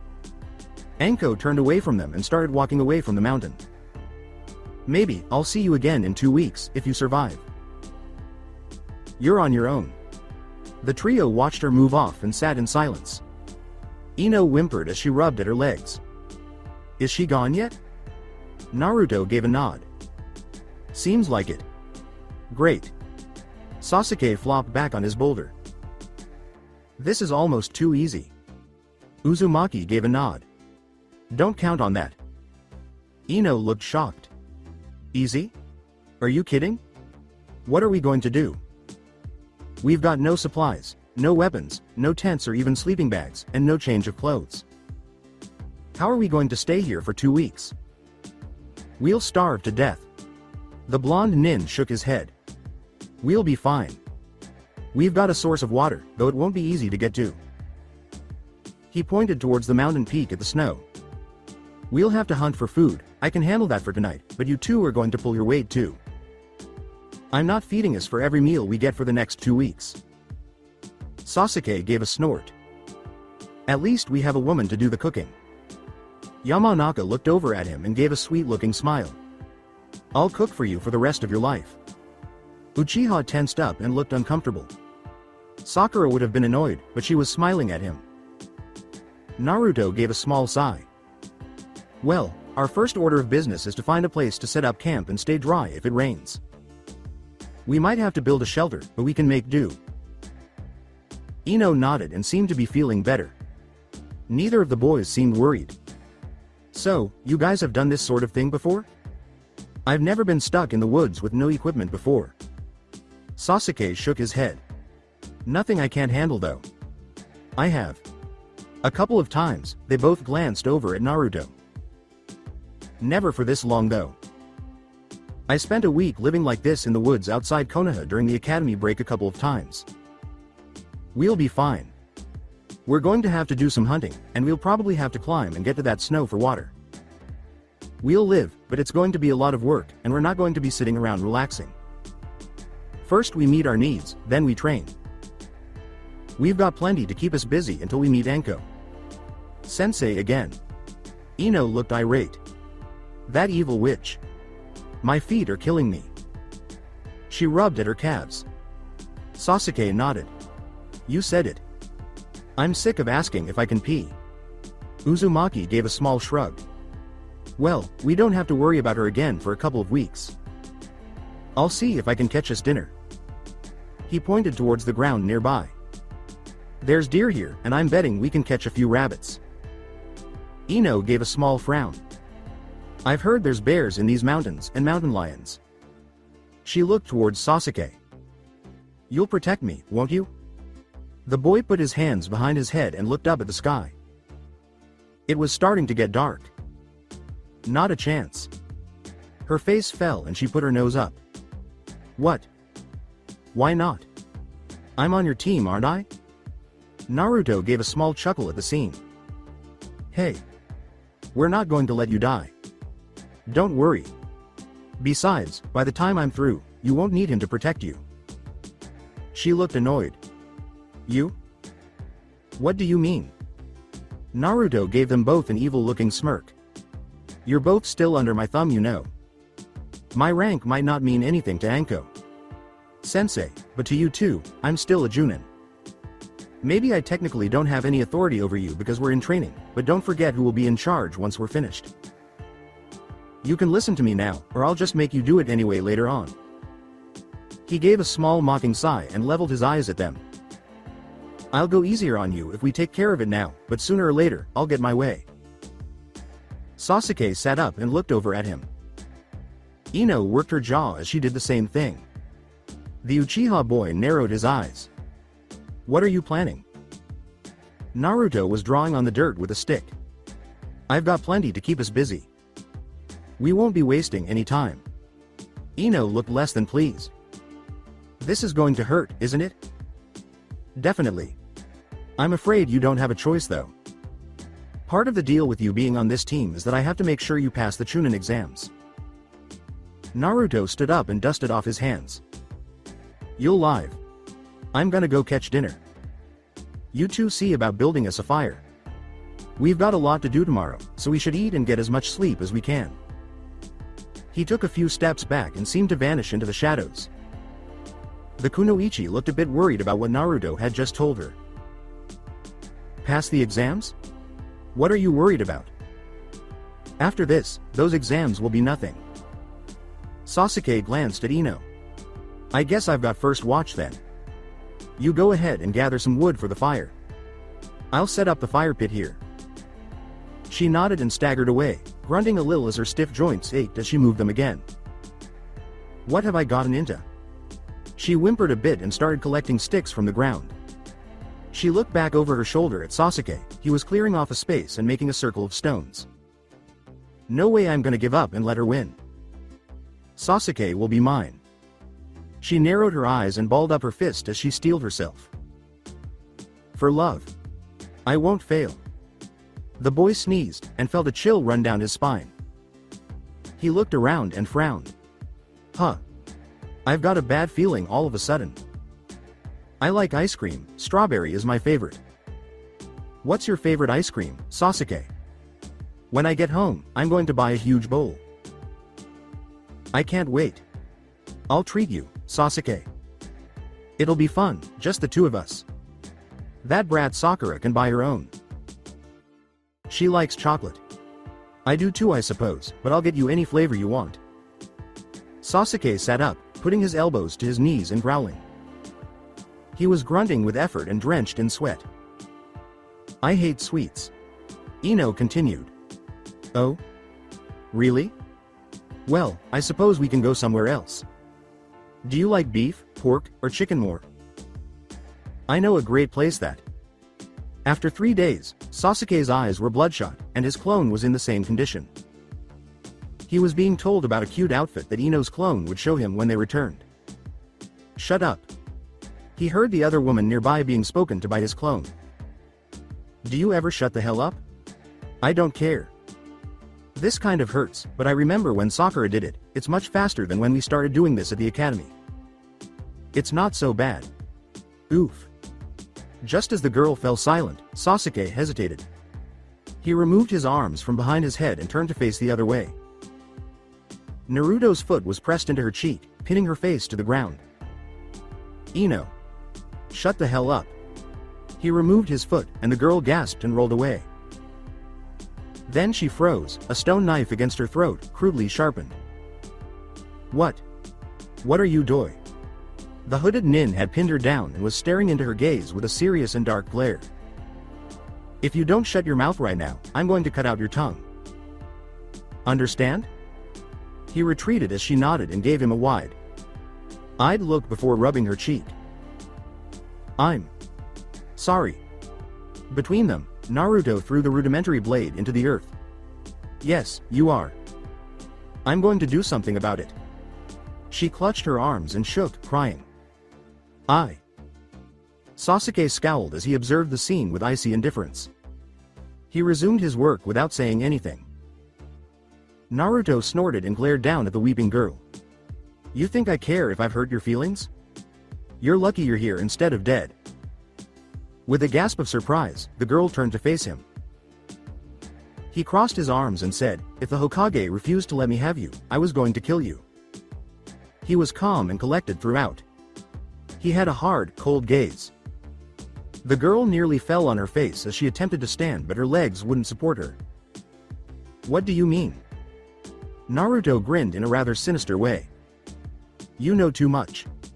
You know how we operate, you know our techniques, and you've got a big mouth. It would have been dangerous to let you live for my team. I had two options, bring you in, or kill you. You're lucky I chose to bring you in. She staggered in the dirt and took a small step back. You're not serious. The boy spoke in a calm, serious, and cold tone. Do I look like I'm joking? You need to understand something. You're not going to be able to tell anyone about what you do as an ANDU. You're not going to talk about our techniques and tactics. You're not going to be telling your friends about missions and jobs. I'm going to make sure you know better. You will learn to shut your mouth. He took his scarf off and settled on a boulder that was nearby. The girl's expression was a mix of shock and horror as she looked at him. I won't. I just. The boy gave a headshake. He didn't appear happy, but he also didn't appear furious. Just shut up and listen. I don't hate you, I didn't want to kill you. I wouldn't have brought you in if I did. You need to understand something though. We don't talk when we train, we don't talk on missions, we aren't friends. This is our job, and we're your fellow nin. We're more than just friends, your life depends on us, and ours will depend on you. The success or failure of our missions will depend on you being able to do your job. We specialize in stealth, and your mouth can give you away. She looked upset even though she appeared to be relaxing. Her face was streaming with tears. As he spoke, Naruto sighed slightly and used his fingers to tear apart a leaf. Look. Your feelings don't mean much to me. It means little if you're upset with me, but that doesn't mean I intend to provoke you on purpose either. Don't give me a reason to and we'll be fine. We are not to be noticed, not to be heard, not to be seen, and are not to leave any sign of our presence. We are shadows, and we do not exist. We are nothing but phantoms that wait unseen in the background. Until the moment we strike, no one must know that we even exist, no one must even consider that we might be there. Once our job is done, we must vanish as soon as it complete. Disappear completely, as if we were never there. The girl scowled at him with a look of anger. I don't exist? Uzumaki gave a headshake. There is no I in this. We do not exist. You are one of us now and this is a team. You must learn our ways. Back in the village, you can run your mouth as much as you want. When we are relaxed and at ease, away from our duties. So long as you do not speak about what we do, give away our team's secrets, or talk about how we do things, you can talk as much as you want. Your choice of topics is limited, but you can speak all you want once our training is finished. When we train, when we are on a mission, we speak only when we need to, and no more. You must learn this, or you're just a liability and a danger to us all. You're going to get us all killed. Do you understand? The girl bit her lip and lowered her gaze, but she still nodded. She cleared her eyes, sniffed a little, and calmed down even more. After dusting off his hands, the boy covered his face again with his scarf. Good. I'm not your friend Ino, I'm your boss. I'll look after you, and help take care of you. We're a team, we rely on each other, we need to be able to count on each other to survive. I don't care about your feelings, I care about making you stronger, making sure you can get through this. I'm not going to allow you to fail, whether you like it or not. You're one of us now, and we look after our own. Still feeling the sting from his blow to her face, the girl nodded and hugged her knees. Her gaze flicked between the dirt between her legs and the stone knife. She believed him when he said he would remove her tongue. She experienced weakness, embarrassment, and helplessness. She didn't want to lose or fail, and there was something more, something stronger, there too, a wounded pride and an angry surge of rage. Raising his head, Naruto peered between them. All right. Stand up. It's time we started working on those legs again. Ino, make another clone. His two students got to their feet and staggered. After Naruto kicked her, her clonisa two of Sasuke and one of Inoue vanished. Leaning on nearby trees for balance, they both stumbled. At this, the Junin gave a nod. They were moving forward quite well. They had only been going for 4 days, and although Ino had not stopped talking all that much in spite of many warnings, they were going more quickly than Sakura had. The clone of their future team medic was preoccupied with something else at the moment. By now Sasuke had caught up with Ino, and they were working together efficiently. They said to themselves, good, come on. We've got a long hike ahead of us, and it's uphill the whole way. After standing up, they were able to maintain their equilibrium.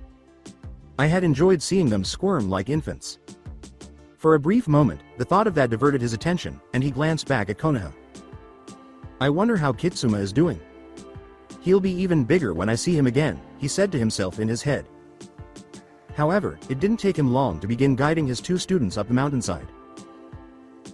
Yamanaka Ino cast his gaze upward. She'd caught dinner that day, so her chest was puffed out even more. She had exhausted herself while doing it, tripping over stones and stabbing herself. Ultimately, she succeeded in taking a deer by surprise from above and violently tackling it from a branch above, breaking its neck. Sasuke sat in front of a small fire and was wrapping his hand. The group was partially sheltered from the light rain falling from the night sky by an overhanging boulder formation on the mountainside, approximately halfway up. Naruto appeared to be sleeping against the wall at the back of the cave. She was aware that he was awake. Sasuke, you always talking about things you don't like. Tell me about your likes. She said, not looking at him but instead focusing on the moon that was shining through the clouds overhead. Sporadic rain that came and went without getting very heavy was falling. At the edge of the cover, the girl was lying on her back with her hands behind her head. The boy with black hair snorted. I don't like much of anything. I only have dislikes. Her nose wrinkled up. Everyone likes something. With a tiny sigh, Naruto moved. Here we go. He jabbed a stick at the fire and moved the embers, saying, I only care about one thing, revenge, to kill a certain man, and the resurrection of my clan. I am an avenger. Naruto nodded. Well, only patience and training will get you what you want. You've waited this long, There's no hurry. Uchiha answered, sounding unfazed. Yeah. I've realized that. I won't wait forever. Naruto took a seat once more. Forever is a long time. You've got a few years before you're ready for that. With a frown, Ino raised her head to give them both a look. What are you talking about? Sasuke kept his eyes fixed on the flames. None of your business. It's not important. Her tone suggested some frustration. I'm gonna get through that attitude of yours. Just wait. You're gonna need a woman if you want to resurrect your clan, and I'm going to be that woman. I doubt it. I hate talking, and listening to girls talk even less. Naruto snorted in amusement, then remained silent. She took a seat on the stone once more. Though she hadn't been comfortable in a long time, it wasn't too bad. There was nothing she could do about it, even though she knew she would wake up stiff the following morning. They each took a 2-hour watch each night, and they only slept for about 4 hours total. Well, our kids will be attractive. That will make continuing the line much easier. I'm a total babe, there's no way you're going to resist me forever. With his hands behind his head, the boy with black hair relaxed. I never thought I'd miss Sakura. At least she shuts up. The girl gave him a brief glare as her head snapped up. What? No way. Your kids will all have huge foreheads. They'll never be able to continue the line looking like cavemen. Naruto looked in her direction. Shut up and go to sleep, Ino.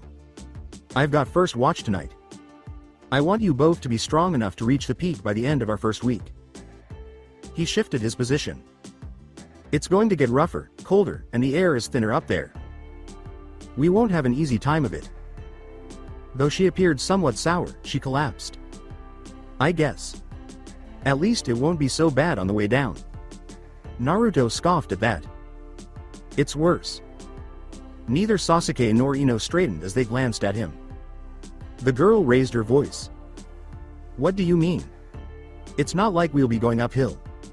Naruto smirked darkly and laughed at that. It's a straight drop. I had a look when I went for water. I didn't reach the top, but had a look around the other side. It's straight down most of the way. Get some rest, we've got a lot of work to do. Both of you are going to do it without chakra, to the top and the whole way down. We don't have ropes or safety lines, so you need to be ready for it. If you fall, we might not be able to catch you, and you will die if you do. This is your new permanent state, you don't need chakra. If you need to use it, you let it out and take what you need before putting it back.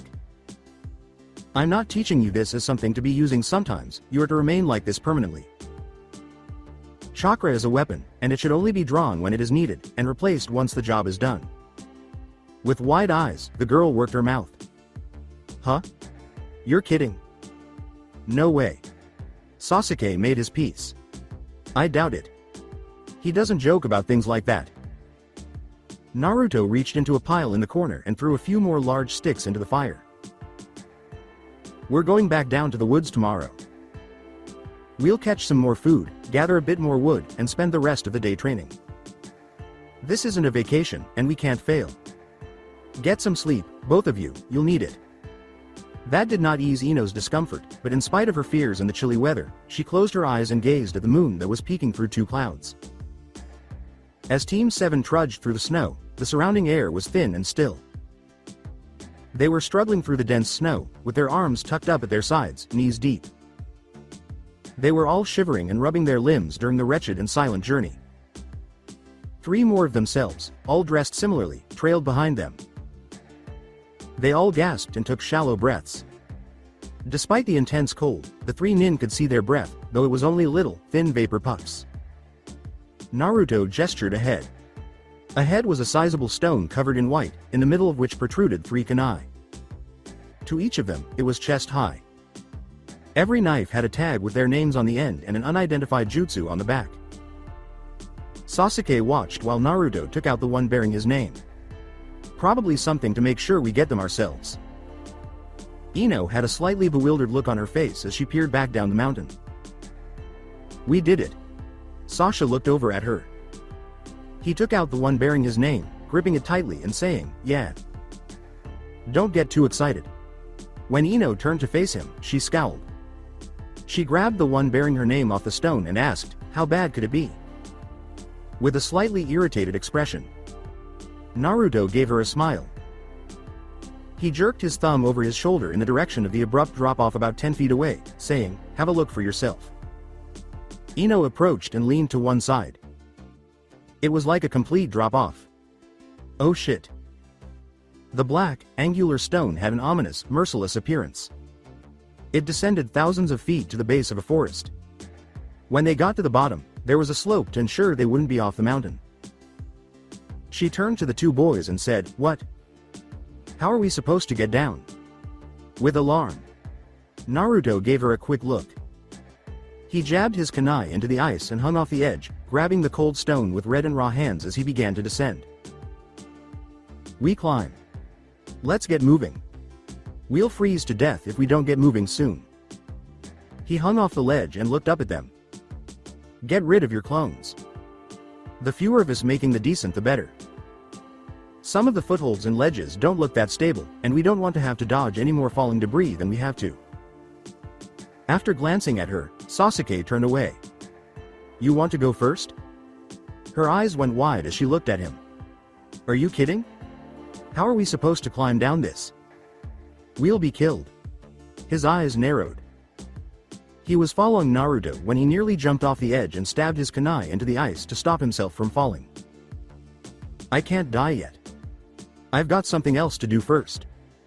Looking over her shoulder, Ino saw what now seemed to be nothing more than a gentle slope. She slashed her weapon and stumbled off the edge, barely catching herself on the frozen black stone as she followed them. "Shit. I hate this," she exclaimed. "This sucks." Sweat. Covered and panting, Yamanaka Ino lay on her back, staring up at the black wall above her. She asked, looking surprised, "We did it?" There were a few loose footholds, a few near death experiences, and numerous close calls. At one point, she'd almost fallen and used her hands and legs to catch herself between a crack. Nearby, perched atop rocks, Naruto and Sasuke gazed over the forest beneath the mountain. The worst of the descent was behind them, though there was still a good portion of mountain ahead. All that was left was a mildly inclined forest cover. Naruto raised his gaze. "Well, we're not getting any more water from the snow. I'm not going back up there to retrieve any more." With a nod, Sasuke took a bite out of his canteen, which was the only item Anko hadn't yet gathered from them. They also had a few water gourds that had been hollowed out and stolen from the trees on the opposite side of the mountain. "We need to ration while we have then. There might not be another source." Naruto cast his gaze upward. He gestured over the forest at a mass of gray that was forming in the sky, saying, "We'll have to gather a few more gourds and see about catching some rain then. It looks like we might have some more later." It appeared to be approaching them. Ino sat up and scowled. "Great. Rain." Sasuke gave a nod and appeared to somewhat concur. Covering up cuts from some of the sharper edges on the descent, he was wrapping his hand in a filthy cloth. "We might need it. I'd rather be miserable and wet tonight than die of thirst later." Naruto was examining a scar on his lower leg. Though it wasn't severe or deep, it had torn the leg of his uniform. "We've got enough now, I think. Still, more won't hurt us. We might need it." Ino let out a tiny sigh. "At least the worst is over, I hope." Carrying a deer gutted over her shoulders, Ino emerged from the woods. She approached silently and threw it on the ground in between the two boys. They were neither shocked nor taken aback. After giving Sasuke a wink, she accepted Naruto's canteen and said, "Dinner should be soon." The blonde shook her head, took a few swigs, then returned it. Sasuke peered over the clouds and prodded at the fire, saying, "A last meal." A few yards from their camp, through the opening in the stone pillar, the moon was beaming down on them. "We leave here tomorrow." Naruto nodded. "So we do." While Ino was skinning the animal, a cooking setup with 2 sticks and a skewer over the fire was ready. Her eyes slid to Naruto, and she scowled. "I never thought I'd miss Anko Sensei, but after 2 weeks alone with you, I don't see how she's going to be any worse." Her remark appeared to amuse the boy. Flattery will get you nowhere. Ino let out a tiny sigh. That mountain really sucked, but I guess it's not so bad now. I might miss it a little, not that I want to stay or anything. I need a bath. Something sailed out of the shadows and landed in the fire between the three of them as they watched. Naruto tensed up and stood up, saying, "Shit." He was immobilized by a blow between his shoulder blades. A sharp hissing pop followed by a cloud of stinging gas engulfing the group. As Ino collapsed to her knees, she managed to say, "What's going?" Before everything went dark, she saw the hazy shape of a fist approaching her. Gazing down at her, Mitarashi Anko laughed. "A bath? Be careful what you wish for, kid. Boy, are you ever gonna get it?" Sasuke was still awake despite being on the ground. He was having difficulty keeping his eyes open when he said, "Weren't expecting you till tomorrow, Anko." "Sensei." The woman frowned and squinted her eyes as she peered over her shoulder at him. "Shit. Take them." The boy saw the bottom of a shoe as his last sight. Ibiki kicked the boy in the face and then onto his back, frowning. "Huh. Unusual. I'm almost impressed." Anko gave a nod. Her expression darkened as she looked down at Ino and Naruto. "Yes. Look at them." Out of the shadows emerged several masked Anbu who were picking up the three and carrying them off. Ibiki smiled. "I've never seen recruits this healthy after 2 weeks on this mountain." Anko gave a nod. She was holding the kunai they had gathered when she said, "Neither have I, but you've been doing this a lot longer." The man scowled as he gave them a, "What? They made it to the pinnacle, and they still look amazing?" "Yes," the woman said, raising an eyebrow. "They could only have obtained these from there. They all managed to retrieve the seals, which are still whole." "Outstanding. I've never seen anything like this," Ibiki said with a sinister smile on his face. "There have previously been recruits who were unable to complete the climb. When we got them back, they didn't even appear this healthy. Outstanding." The kunoichi put the kunai into her pocket and nodded. "Usually they are malnourished, dehydrated, beaten up, and injured. I've never seen a group where at least one of them wasn't near dead, and the rest weren't that far off." The male nin chuckled. "What do you think?" Mitarashi glanced at him. "I'm not that surprised. Naruto has had survival training before. I've heard a little about some of his training. A bit of it was very similar to how we train Anbu already." Ibiki gave a serious nod. "Training?" The woman grinned. "Yeah. One of his former instructors is a friend of mine. Getting him to talk about it is like pulling teeth, but I've learned a bit. He told me a little about it, said it was so I could handle him, make sure it wasn't too easy for him. Nice guy, good in bed." The man turned away. "I'll thank you not to provide details. I get enough of that sort of thing in my work. I'm betting he's never encountered what comes next." The kunoichi seemed amused. "No. This is completely new to him. Go especially hard on him." A request from his former master. Ibiki glanced at her. "That's an unusual request." The woman shrugged. "Yes. He warrants it though. He's to be an Anbu captain, he's very well trained as it is, and a team like this one would be wasted on normal assignments. They'll have to deal with them, of course, they are recruits after all. I don't expect they'll be posted as guards and security for the village very often once their training is complete. This is a specialized field team, and I want every one of them to get the full treatment. Prepare all of them for the worst, Uzumaki in particular. Find out what it takes to break him, it's important that we know." The man kicked dirt onto the still burning embers. "I see." The woods went dark, and when Anko's eyes adjusted back to the shadows, he was gone. She smirked and turned away. It would be a while before she saw them again. Ino's head hurt as her eyes opened. Her eyes were watering and her throat was sore and dry. "What? Where?" She struggled for a moment, trying to put her hand up to her hand to rub at her temples. Her arms wouldn't move. She gasped and looked around.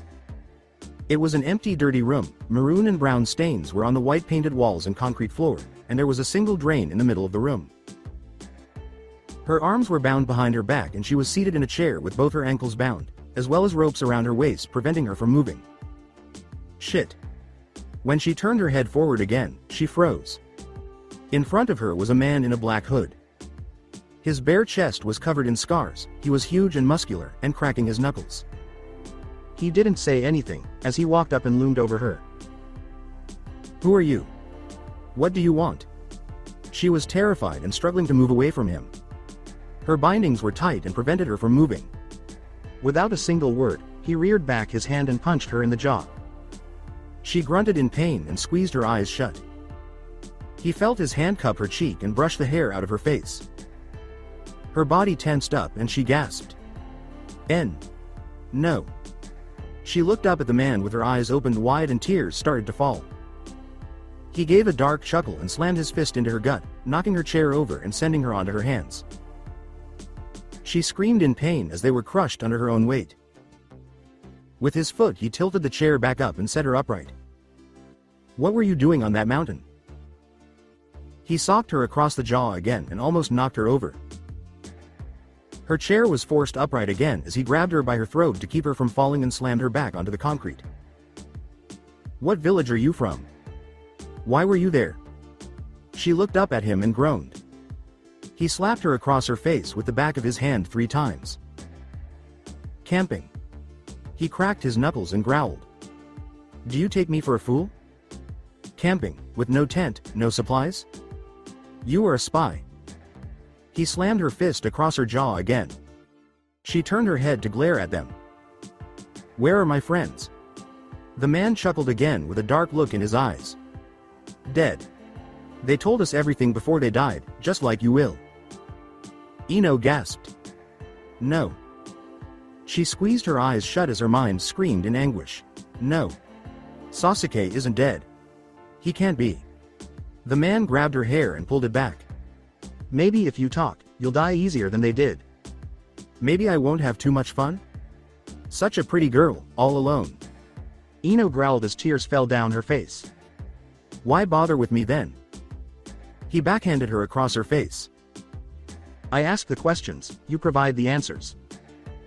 The kunoichi growled at him. "No way a creep like you killed them. They didn't tell you anything." "Neither will I." "You couldn't kill them if you wanted." The man leaned in. "Yes you will. Everyone talks. Even your friends did. I just want to find out if you know something they didn't." She spit into his mask. "We were having a nice time camping, until your friends showed up to ruin our vacation." The man ignored it and slapped her 3 times with the back of his hand again. "Do you have any idea where you are?" Ino sobbed and glared at him at the same time. "Untie me, and I'll kill you and see for myself." He grabbed her by her throat. "The only one who will die is you. The only question is, how long I get to take to kill you. The longer this takes, the less pleasant that will be for you, and the more I'll enjoy it."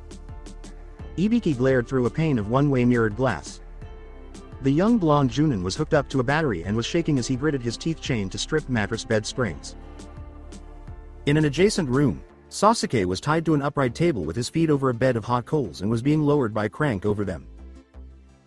He smirked as he sipped at a cup of tea and watched as Yamanaka Ino had her head shoved into a large tub of water. "Thanks, I needed a bath," she quipped as she was lifted out after a fit of coughing and gasping. The man turned his head and looked over his shoulder.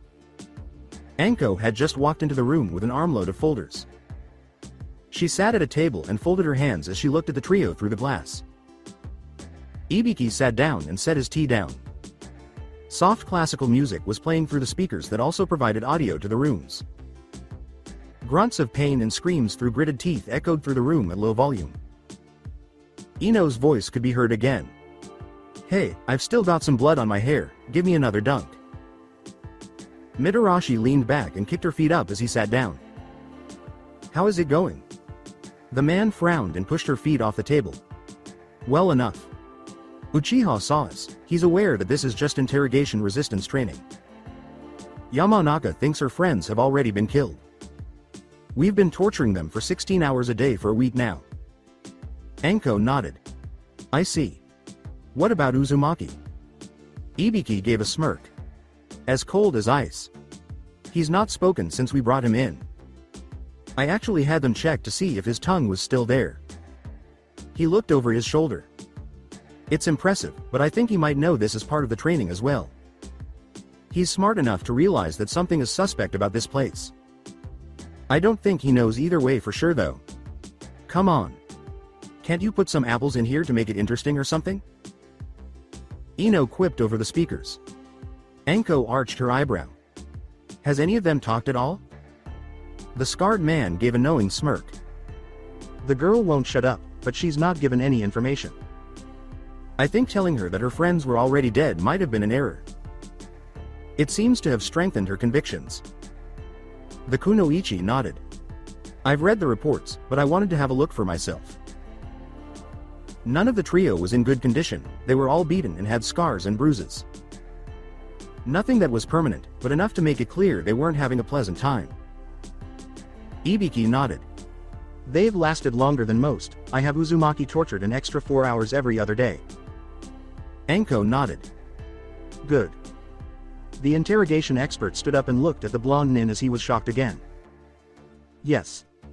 The next day, he looks as if it never happened. It's quite impressive. The woman flipped through the folders and nodded. Have they tried to escape at all? Ino spends her nights crying in the corner. The Uchiha boy has had a rough time of it as well. He's broken down a few times when he was alone. He looked on through the glass with a dark smile on his face. Uzumaki? Anko didn't look up from the reports. I have to be careful with him. He tried to pickpocket the interrogators, almost managed to get a set of keys away, and nearly cut through his ropes with a scalpel. It's why we're using chains with him now. He managed to grab a needle and had to be knocked out after he managed to pick the locks and got one of his hands free. He puffed out his chest and glanced back at her with a pleasant-looking smile. I can't send anyone into that room with anything he might be able to use to escape. We've been using water torture, fire, and electric interrogation on him since. He takes a good beating as well. No one goes into that cell with a set of keys. Hey, why did you bring me back up? I'm still thirsty. Ino found herself cut off by the chilled water again. It was iced heavily and she was turning a bit blue. She nodded. You sound impressed. Few last this long. We don't usually use all of these methods on recruits. I'm not going to permanently damage them, but you did request the full treatment. He put his hands behind his back. Anko nodded. Every means is at your disposal. Don't be nervous. He glanced back at her. The Hokage wouldn't be pleased if they came out looking like me. I've gone as far as I can, but even I have my limits. You don't have the authority to let me cross certain lines with recruits. Even as impressive as they are. She shrugged and peered down at the reports. You know your limits better than I do. I'm just saying I don't care how far you go. I'm not involved on anything more than an administrative level on this one. Hey, can I borrow this tub the next time I go to the beach? This would be great for sodas. Ibiki looked at the trio. I'm pulling the plug on this. They're back in your hands tomorrow. She looked up at him and narrowed her eyes. It hasn't been 2 weeks. He nodded and didn't look back. I know. I've come close to breaking the rules with this batch. I've been 3 times harder on them than any recruits I've gotten before because you asked it. I'm still within the rules, but if I take this too far, they won't be useful as Anbu. They'll just be broken and psychotic. They have strong wills, but I can only take things so far. They may be able to handle another week, but I have to be careful of psychological effects. There will be enough of that as it is, and I can't risk damaging them that way. Anko stood up and closed the folders. We need to be sure. He nodded. I am sure. It's part of my job to assess the limit between training and pointless torture that might do more harm than good. He turned and gave her a smile. You've always trusted me about this sort of thing before. Listen to me now. I know my job, and if they haven't talked by now, they aren't going to. You know I'm not squeamish or sympathetic. I understand better than most what being captured can mean. I am as certain as I can be that these 3 will take anything of importance to their graves. He looked back at her again with a warm grin on his face. There can never be certainty, but understand that this has gone as far as it can in that regard. I will not be any more certain after 2 weeks of this than I am now. The woman stood up and collected her folders. Well, as long as it's your word and not mine. That's exactly what I've put into the report. He tossed 3 sheets onto the table. You can take it to the Hokage today. They'll be in recovery starting tomorrow. This is the last day, and I'm stopping it as soon as you leave. They will be gassed and taken to the infirmary as soon as this session ends. What? Done already? Get back here. I still haven't figured out what the bottom of the tub says. I want to know what band it is. I'm thinking of buying one. You asshole. Get back here. Ino started sobbing as she screamed at the door as it closed after the empty tub was dragged out by her tormentor. She was soaked and the contents had been dumped onto her face while she was held down. Anko gave a nod. All right. If you're sure, I can accept that. Ibiki nodded once as clouds of vapors started forming in the rooms. The trio was coughing and starting to relax a few moments after the vials had been tossed in with them. Ino opened her eyes. She gasped as she sat upright and tugged on her wrists. She was tied down still, but she blinked and stopped tugging. What? Where? The infirmary. Her head whipped around and her jaw dropped. Naruto was on the bed next to her with his wrists bound to the railings as well. Naruto? The boy nodded. You're fine. Relax. She started to cry. They said you were dead. She got a bit wide-eyed. Sasuke. Is. Naruto looked to his right. He's fine. Damn it. Muttered his voice. Just shut up. It was nice to have some peace and quiet. She could have thought I was dead a little longer. Ino flopped down onto the mattress under her. It was soft and warm, something she'd not felt in 3 weeks. Where are we? Sasuke's voice spoke up. Are you dense? This is the hospital in Konoha. She cocked her head. What? We were rescued? Naruto gave a sigh. No. That was training. The girl's jaw dropped and she looked at him with wide eyes. WH. What? Interrogation resistance training. Every Anbu has to do it. Sasuke spoke up from his bed and still didn't sit up so she could see him. Naruto narrowed his eyes. Who told you? I suspected, but I wasn't sure. The raven-haired boy rolled onto his side. If I told you, I'd have to kill you. The Junin nodded. Oh. Kakashi. Sensei. Ino was sitting up and glaring at Naruto. Wait a minute. You mean that our own village did that to us? The boy looked at her and nodded. Pretty much. You volunteered for this, you know. Don't look so upset. She balled up her fists and leaned towards him. You would have killed me if I didn't. Once again, Naruto nodded. Well, that's true, but you didn't know it until I told you. Don't go blaming me for this. Every Anbu has to deal with it. Ino hung her head and tears fell down her cheeks. Well, it can't get any worse than that. Famous last words. The 3 nin all turned to see Anko looking at them from the door to the room. You witch. You had us tortured. Ino snarled and tugged at her bonds. She shrugged at her. No, I didn't. I only read the reports and helped capture you. It was out of my hands after that. Sasuke sat up to look over at Ino. Just shut up, would you? It's too late to do anything about it now. Naruto nodded and looked calm. I'm not pleased about it either, you know. He's right though. Now that we've gone and gotten it over with, we might as well see the rest of it through. He turned and narrowed his eyes at Anko. I'm going to get Ken for this once our training is over. I know it wasn't you who knocked me out. She leaned over his bed. Well, bold words. I'm sure he's looking forward to it. He mentioned something about suspecting you would know it was him. You won't have time to worry about it for a while. Your training isn't finished yet, you've got a ways to go. Ino frowned at her. It can't be any worse than that. You had us tortured for. Wait. How long? She seemed to think about it. Anko glanced over at her out of the corner of her eyes. A week. You got off light. I've got to make up for that with the rest of your training. Ibiki went a little soft because you're just kids, I guess. Normally, you'd have been there for 2 weeks. The girl sucked in a breath and looked at her. No way. Naruto relaxed. Well, I'm not about to complain if he did. She turned and started walking away. I'll pick you up tomorrow afternoon. You're spending the night here to recover. Someone will be by to take those restraints off shortly. Sorry about that, not every recruit is in the best state after interrogation resistance training. It's for your own safety. It wouldn't do if I had to kill you because you were a little upset and didn't think things through yet. She stopped in the doorway. You're not allowed to leave the room. You're not allowed to speak with anyone. She glanced over her shoulder and gave them a serious frown. You're not Anbu yet, but you need to understand. You never talk about your training, you never talk about your missions or duties, you never talk to anyone about anything you do as an Anbu.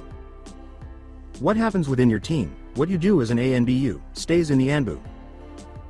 Don't expect visitors, and if someone you know stumbles across you, keep your mouths shut and tell them to fuck off. I'd better not hear about you talking to anyone, not the hospital staff, not your friends, not your family, and not anyone else, even someone you know as a former Anbu.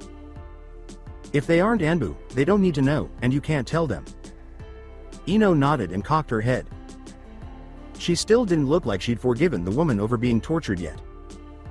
What happens if we do? Anko gave her a wicked smirk. Look at your arms, the boys on the right, and Ino, your left. Each of them had a tattoo on their shoulder. It was the same for all of them. Sasuke arched his eyebrow. Hey. When did? Anko leaned against the doorway. I lied when I said you couldn't back out before now. If you failed on the mountain or in interrogation resistance, you would have been thrown out. However, now you've reached the point of no return. The only way out is to retire or die. You've got several years before retirement is an option. The only way you leave the Anbu until then is death after this point. You're more than nothing now, you're not trainees, you're recruits. Slightly above worthless shit stains, but still below scum. She chuckled as she gave them a somewhat warm grin. That tattoo doesn't just identify you as an Anbu, it's also a seal. Ino looked annoyed. What was that torture for then? If we can't talk anyway, why the hell did you do that to us? The woman cocked her head. The seal is easily defeated. It's more to prevent you from accidentally slipping up than a real preventative measure. You can overpower it yourself, but it won't feel very good if you do. You could talk, but you'd have to intentionally break the rules to do it. There are more potent versions of that kind of seal, they usually go on your tongue. If you're about to say something you shouldn't, you'll know it. Ino relaxed a little more. Oh. I see. She rubbed at her arm, it was sensitive, but it didn't hurt. Sasuke frowned at Anko. Wait. Can I get another room? I'll pay for it myself. I don't want to be stuck in here with Ino's mouth for the rest of the night. At least on the mountain I could get away for a bit. Naruto's eyes drooped. You'll be fine. Anko shook her head and walked out, closing the door behind her. Sorry. The girl looked over at him. You'll come around. If Naruto wasn't here, I'd show you what was under this hospital gown. The blonde boy shrugged. There's nothing under it. We'd be naked without them. The girl nodded and looked annoyed with him. I know. Maybe we can convince the staff to give Naruto his own room? He's a Junin after all. I'm sure Sasuke and I could spend some time getting to know each other. We could find something to keep us busy for the rest of the night. Sasuke leaned towards Naruto. Do you think we can convince them to leave her strapped in at least? Anko walked out of the hospital with the 3 recruits behind her. Well, you're all recovered now. I'll have to do something about that. I don't like having recovered recruits for too long. Naruto nodded. Well, I'd ask where we were going, but my tattoo says I shouldn't. She turned and smiled at him. You're catching on. Sasuke popped his shoulder. It was kind of nice having a bed for the night. Ino leaned against his back. If you wanted, we could have shared. Anko glanced over at her. Why were you still strapped in anyway? The staff was supposed to take off the restraints. Both boys looked away and grew a bit uncomfortable. Anko turned towards them and tapped her foot. Well? Out with it. Ino glared at Naruto. It was him. The blonde boy blushed a bit. I might have said that she wasn't deemed stable enough to release yet, and that she was on overnight watch to make sure. Or something along those lines. You jerk. I can't believe you. Ino snarled as she shook her fist. I had to stay strapped to that bed all night. They made me pee in a bottle because of you. He looked over at her and shrugged. Sorry. I know you were planning something, and I wanted to make sure you and Sasuke were well rested. We'll probably need it. The black-haired boy nodded and looked quite serious. Yes, thank you. Naruto looked away from him. Well, if we weren't doing who knows what today, I would have let her go. It would have been fun to watch her annoy you. Ino growled. I am not annoying, am I, Sasuke? He nodded. Yes, very much so. She tossed her hair. You don't mean that, you're just shy. You don't have to be. I mean, how often does a hot, active, fashion-savvy girl with a normal-sized forehead come into your life? You'd better not miss this opportunity. Sasuke frowned at her. I love opportunities like that, I like to wave at them as they pass by. He mocked waving and acted as if something was moving by him. She put her nose up and shifted her hips as she tossed her hair again and walked ahead of him. Humph. I'm going to get what I want sooner or later. Anko looked at Naruto. Well, I suppose I can't fault you then, Uzumaki. Ino growled. I'm going to break down that wall you've got sooner or later, Sasuke. Not even a hot guy like you can resist me forever. I'm too sexy. Anko chuckled. All right, that's enough. Just come on, I've got to work off all this energy you seem to have. You've still got lots of training left before your Anbu, and it's too late to stop now. Let's go. She started towards the gates of Konoha with the trio in tow. Ino started to ask just how long the training would last, but a tingling on her upper left shoulder stopped her from opening her mouth. She looked at it and sighed. How annoying. With that, they all continued on their way out of the village and into the wilds of Fire Country once again. Deep in the Fire Country woods, Naruto and Ino sat against a large tree trunk while Sasuke chewed on a mouthful of rice. Given that the sun was shining through the branches all around them while they were eating lunch together in the shade, it was a quiet and serene afternoon. They were all eating bento boxes, and the mood was laid back, not something it had been for a few weeks. Naruto and Sasuke appeared at ease and at ease. They had all been training in the woods, so they were all filthy and had patches of mud and stains on their clothes. Compared to both of them, Ino appeared slightly more worn out due to her disheveled hair. How long have we been out here? She gave them both a quick glance and appeared slightly irritated, though not with either of them specifically. With a slight grunt, Naruto appeared to consider it. 2 weeks, more or less. Sasuke nodded. Kind of relaxing, considering. With a tiny sigh, the girl complained. Comfortable? Are you serious? It feels worse than being back at the academy. They had been studying, exercising physically, and reviewing work for the most part. Naruto had made her memorize that damn book even though she detested reading. She could still not understand it, but she could still recite it. She was compelled to use a clone in order to help her memorize the 2 copies he had given her. She let out another deep breath at the condition of her hair and shook her ponytail. It's like having an exam for 2 weeks straight. Naruto nodded. That's a good way to look at it, I suppose. Naruto and Sasuke both did well in that kind of environment, which was what Anko had been pushing them all to. Even though Ino was having trouble, she was still keeping up. He was growled at by the blonde Kunoichi. That's not a good thing. Sasuke snorted roughly. You seem more agitated and talk more than normal. What's up, do you get paid monthly or something? Naruto raised an eyebrow as the girl gave him a scowl. Oh. You never give him that kind of look. He must be well versed in it. She averted her gaze from the pair. In the wilderness, there were no tampons available. Luckily, it wasn't one of her more intense cycles. Yes, whatever. I'm hoping for a quick return to civilization. I feel like a boy or something, and I need a bath.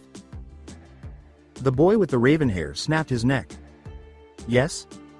You don't have a native voice. Give up complaining. Be a man and handle it. She raised her nose. I'm not a man. Naruto gave a headshake. Enough from you too. Considering, we have it quite easy. Most likely, it won't last very long. When he had finished the last bite, he put his box down and reclined. Anko was perched atop one of the roots, watching the three of them. Hey. You're correct on that. Hurry up, you worthless lumps. The break is now complete. In an instant, Sasuke stood up, while Ino hesitated and hung her head while muttering to herself. Awful. I will never be clean once more. After giving her a quick glance and crossing his arms, Naruto turned to face their teacher. She lowered herself to a squat and grinned cockily at them. Not going to ask what's next? Thrush squats? Our abs are already dead from you today. Ino gave a shoulder shrug. I knew something was up when you brought us lunch instead of just having us catch it ourselves. Would you tell us if we asked? Sasuke slightly closed his eyes. It's faster if we just let you tell us. Naruto gave a nod. She gave him a smile. Yes. That concludes this portion of the training. Something fresh tonight. Sasuke's eyes hardened, revealing a sly smile. Good. I guess we're leaving then? Ino appeared to brighten up even more. Anything would be preferable to torturing oneself and spending another week reading in the woods. They could find a place to take a bath and she might benefit from a change of scenery.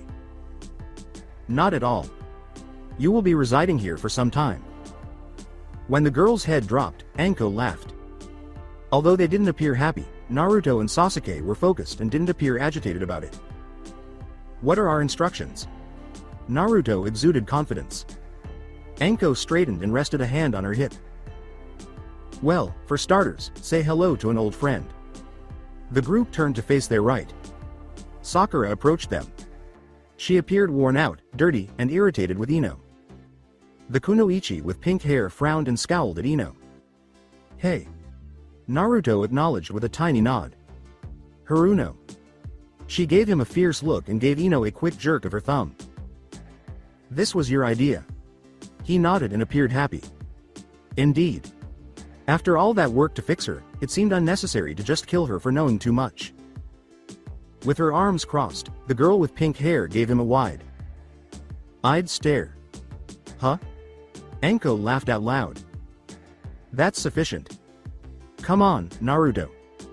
The boy approached her from in front. Disregarding him, the woman turned to face the three. This is where you three are staying. You have 2 weeks to stay in these woods before you can leave. She gave them a grin that looked like a feral grin while crossing her arms. I'm not going to be around for exactly 2 weeks. Not as horrible as the mountain. There are open fields on all sides of the 10 miles of woods. About 5 miles north of here are a few streams and a lake, but no big predators are present. Food ought to be simple to obtain, and by now you ought to be aware of which plants are suitable for eating.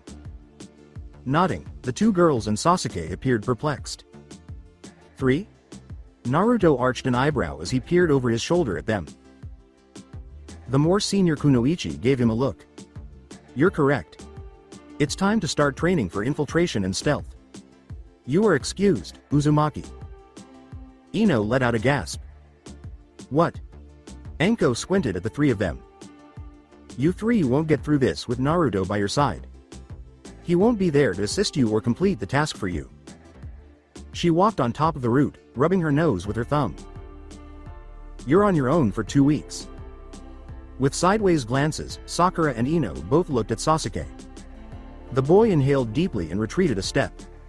Hold on. With these two, you can't leave me here by myself. Between the two girls, Anko threw an envelope to the ground. They'll be too busy to play with you. You know this isn't going to be easy. You will find instructions to your next target in that envelope. The instructions will direct you to your next assignment. They're all going to be guarded, and none of them will get you out of these woods. Furthermore, she seemed to enjoy their looks as she paused. You're going to be hunted down by a team of 10 Anbu. With a growl, Ino balled up her fist. What? Sakura turned to face Naruto, who appeared to be a little more at ease following the explanation, and nodded. Sasuke scratched at his ear after realizing it too. No issue. They won't know what hit them, those jerks. Anko gave a headshake. You are not allowed to harm them.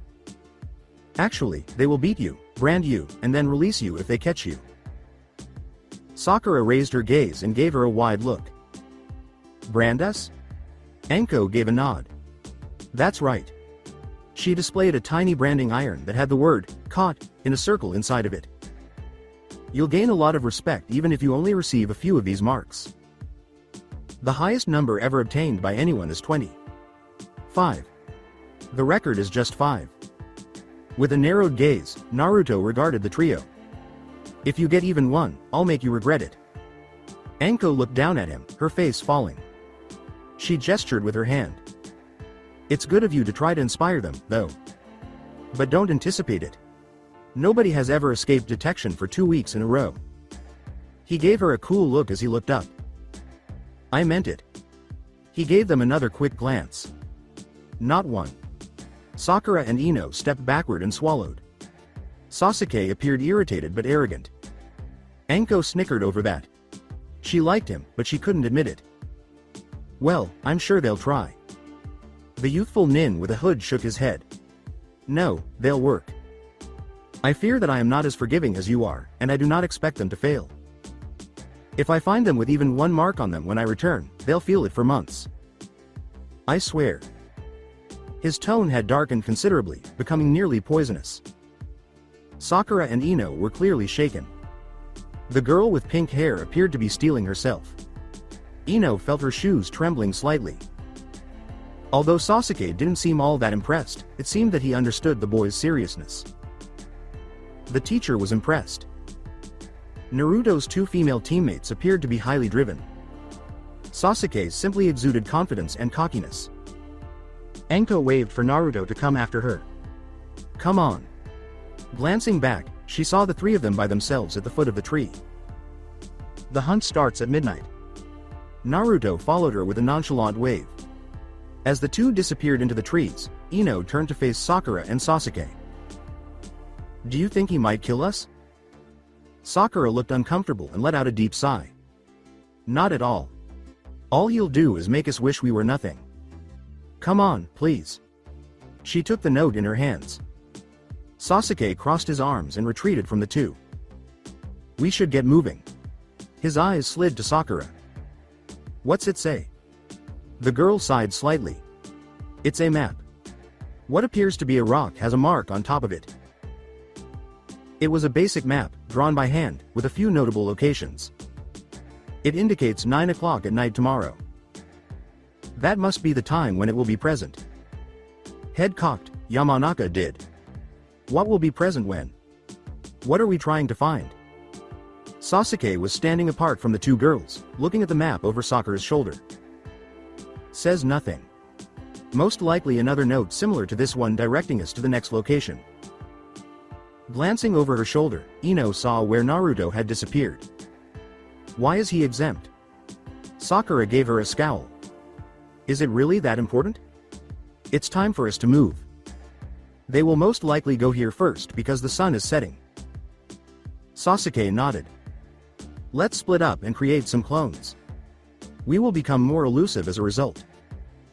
Blinking, Ino turned to face him. Split up? With a groan, Haruno stuffed the note into her pocket. Not just yet. We need to arrange a meeting location first. We'll clone them and send them in a different direction so they have multiple paths to pursue. Sasuke nodded. I know this area, as does Ino. It's been 2 weeks since we arrived here. We both know there's a fallen tree about a mile from here. She can direct you to its location. Tomorrow night at 7, that's where we'll meet. As he broke in 2 and ran into the shadows, Ino balled up her fist. Hold on. Where are you heading? Sakura arched an eyebrow. Away from you, I guess. The blonde scowled in her direction. He didn't leave until you arrived. We've been incredibly harmonious. The kunoichi with pink hair clenched her fist and a vein emerged from her forehead. Have you now? Ino threw back her hair. You're correct. Now that he has a better option and has completely forgotten about you, I'm winning him over. Since I arrived, he has made no mention of you at all. Sakura whirled to look at her, furious. Where is the stupid tree? The blonde held her hands together. We had a tender moment together there, you know. It's been a month since we were left alone together. While sitting together in silence, we were gazing up at the moonlight. Snorting, Haruno said. You're lying. To save your life, you were unable to remain silent. Ino stuck up her nose and appeared arrogant. What are your knowledge of it? No, you haven't visited us. I have an unbreakable bond with Sasuke. Sakura scowled at her as she jerked in discomfort. You know, I've been on this team a lot longer than you. The fair-haired kunoichi laughed. I know, and I'm already much closer to him than you'll ever be. Her adversary snarled. Would you please stop talking? Just point me the location of that stupid tree. Ino gestured for her to follow as he began to move. Go on, please. I'll demonstrate. Don't fall behind, though. We've been working out very hard. She launched herself into the branches and began to fly. Sakura moved up just behind her opponent, keeping up easily. What do you think I've been doing? Yamanaka gave her a quick peek over her shoulder. Not one of us is aware. In any case, what have you been up to? Haruno kept up with ease and had no trouble carrying on a conversation. Exactly the same as you. You know, I'm training to be an Anbu as well. In addition, Tsunade has trained me in medicine. Ino nodded. Yes? Did they abandon you to spend 2 weeks by yourself on a mountain? Not at all. There is no survival training for medics. We give the other players on the team too much ease. With a quick glance at her, Ino hid behind a branch. Are you serious? Similar to how Naruto escaped this situation. Sakura nodded. Yes. I suppose. Most likely, he's crazy. Something like this would please him. The blonde kicked off another branch and nodded. You're accurate. He is a sick person. This would be enjoyable for him. She swung to the next foothold, catching a branch with her hands. Did they torture you? Sakura landed just after her. For 2 weeks. All Anbu have to do that. Ino nodded. They only tortured us for a week. The pink-haired girl almost fell off her branch. What? No fair. The blonde girl gave a small sigh.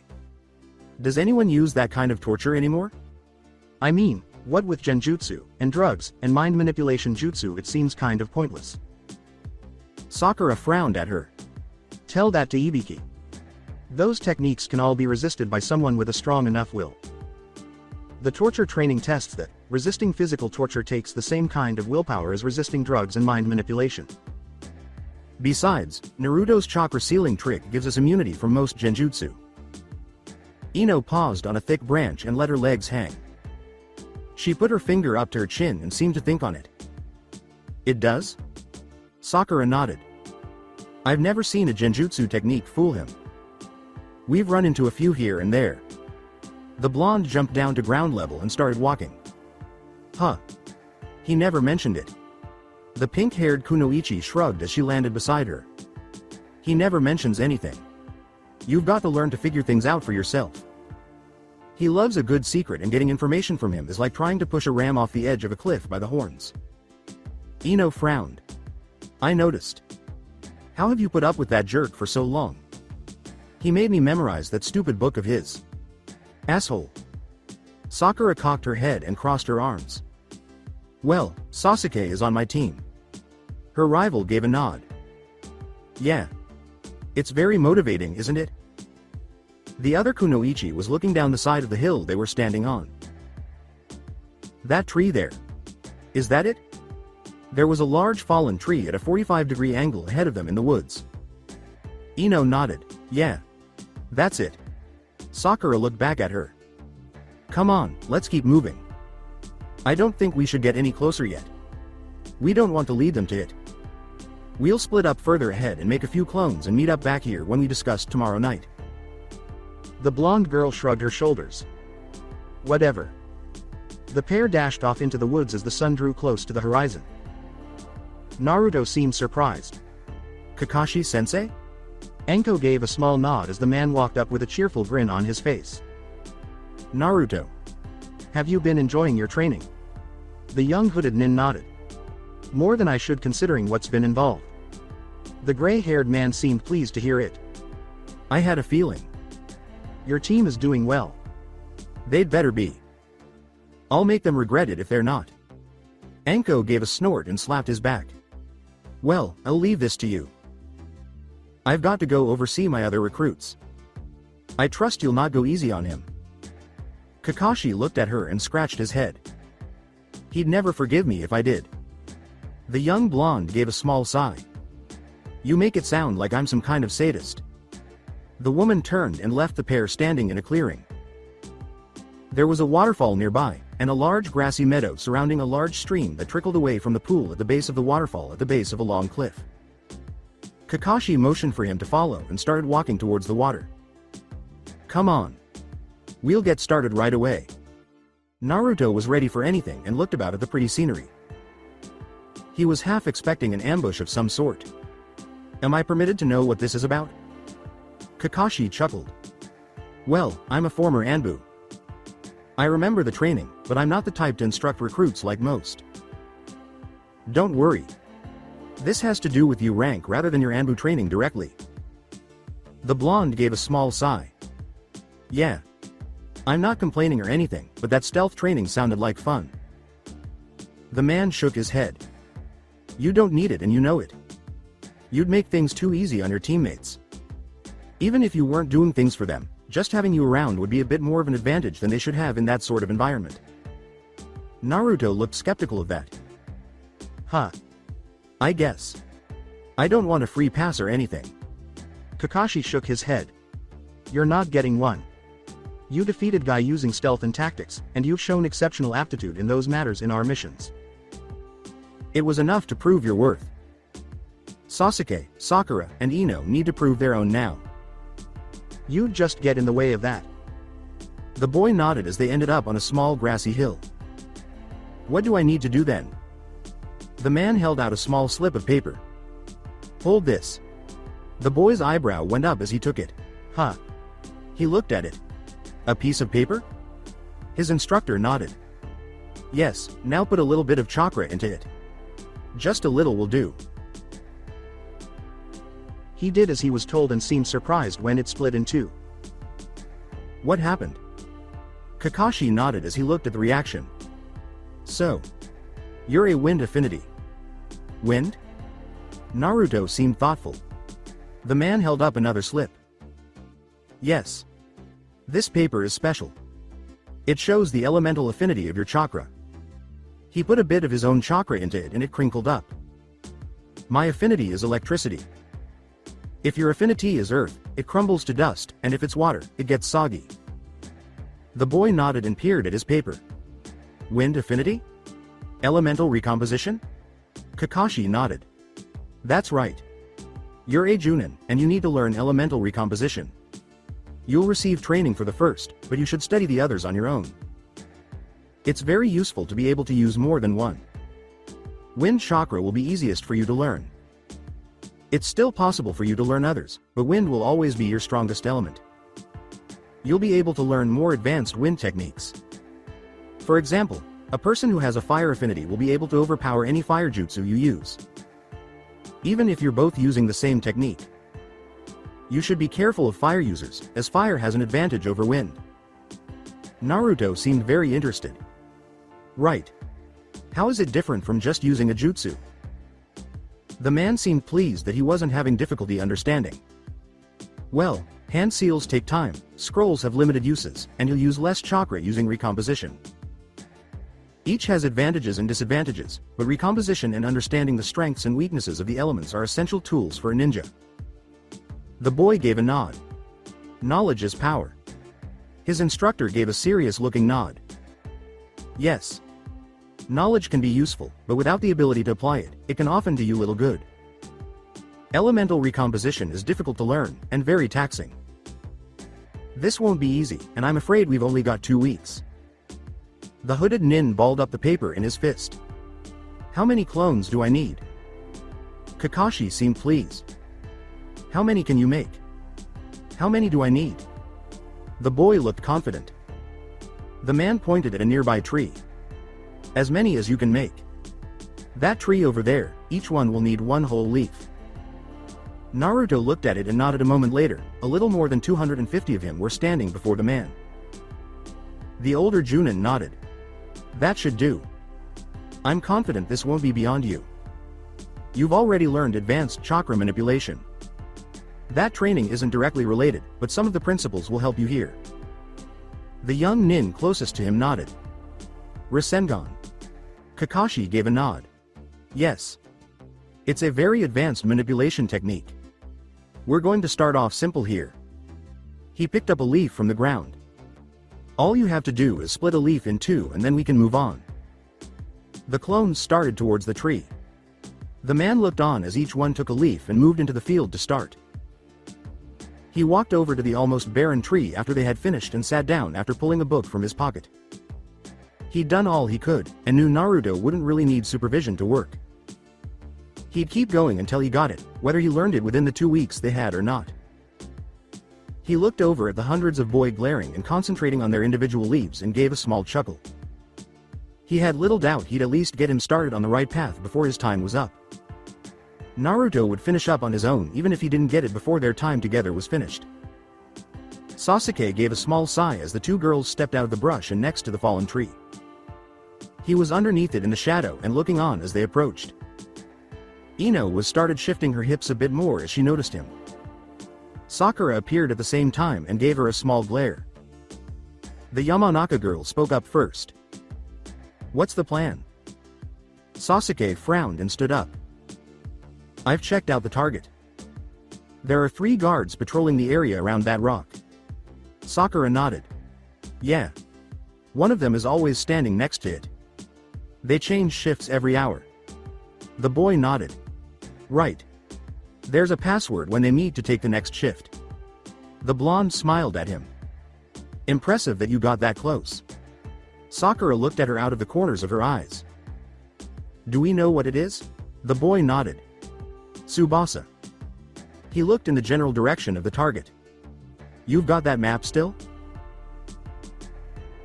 The pink-haired girl pulled it out and handed it over. He took it out and pointed at the area around the rock. They patrol around it in a circle. He drew a circle about a quarter mile around the area that moved right over the rock at its northernmost point. So how do we get to it? The blonde leaned over the map and pushed her chest out. Sakura pulled her back by her shoulder and tapped her finger. Here. There's a lot of cover in this area. She drew another circle. That's nowhere near the target. Sasuke glanced at her and tapped at the rock.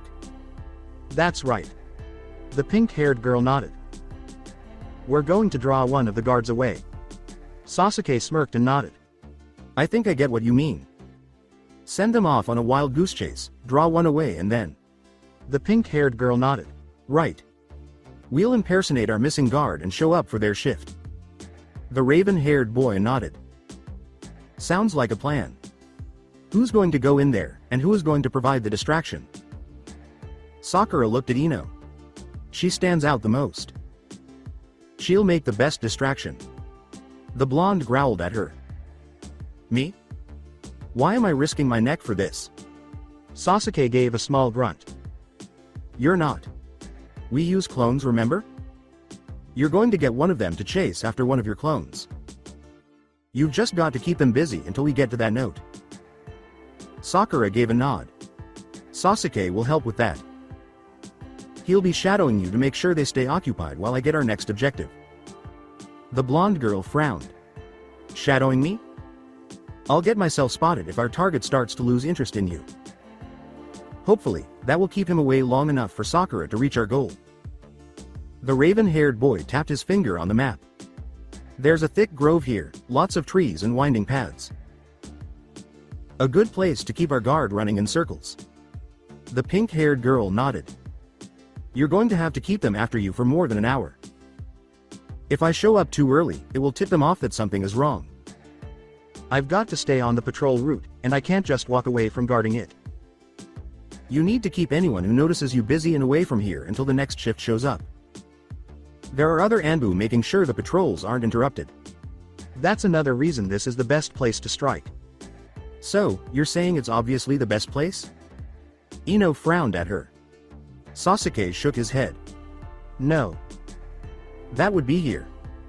He tapped at a small canyon that cut through the forest near to one of the streams. I've only spotted 8 out of our 10 hunters so far. The other 2 will be waiting here, expecting us to take the bait. We're not the only ones setting traps, you know. The blonde girl nodded. Oh. Right. Sounds like a plan. Sakura glanced at Ino. You get to be loud and get noticed. You're perfect for the job. The blonde kunoichi stuck up her nose. What do you mean? We'll just wipe the dirt off that forehead and they use the moonlight shining off it to blind them. Her rival looked out of the corner of her eyes. Maybe you can write them a poem and make them a flower arrangement to convince them to hand it over? Ino gave a small sigh. I'm charming enough I might pull that off. Right, Sasuke? Both girls looked up to find the space he'd been in vacant. Huh? Sakura rolled her eyes and didn't seem that surprised. Ino hung her head. Great. You chased him off again. When she turned to look, Sakura was gone as well. She narrowed her eyes and whipped her head around. What is it with this team? All right, fine. I guess I'll go and distract that guard. Shouldn't be too hard. Sasuke looked on from a tree branch hanging overhead. He was frowning in annoyance. 2 weeks of this? Are you kidding me? Dodging the Anbu wasn't so bad, they hadn't noticed him yet. Dealing with his 2 kunoichi teammates without killing them? That would be a challenge.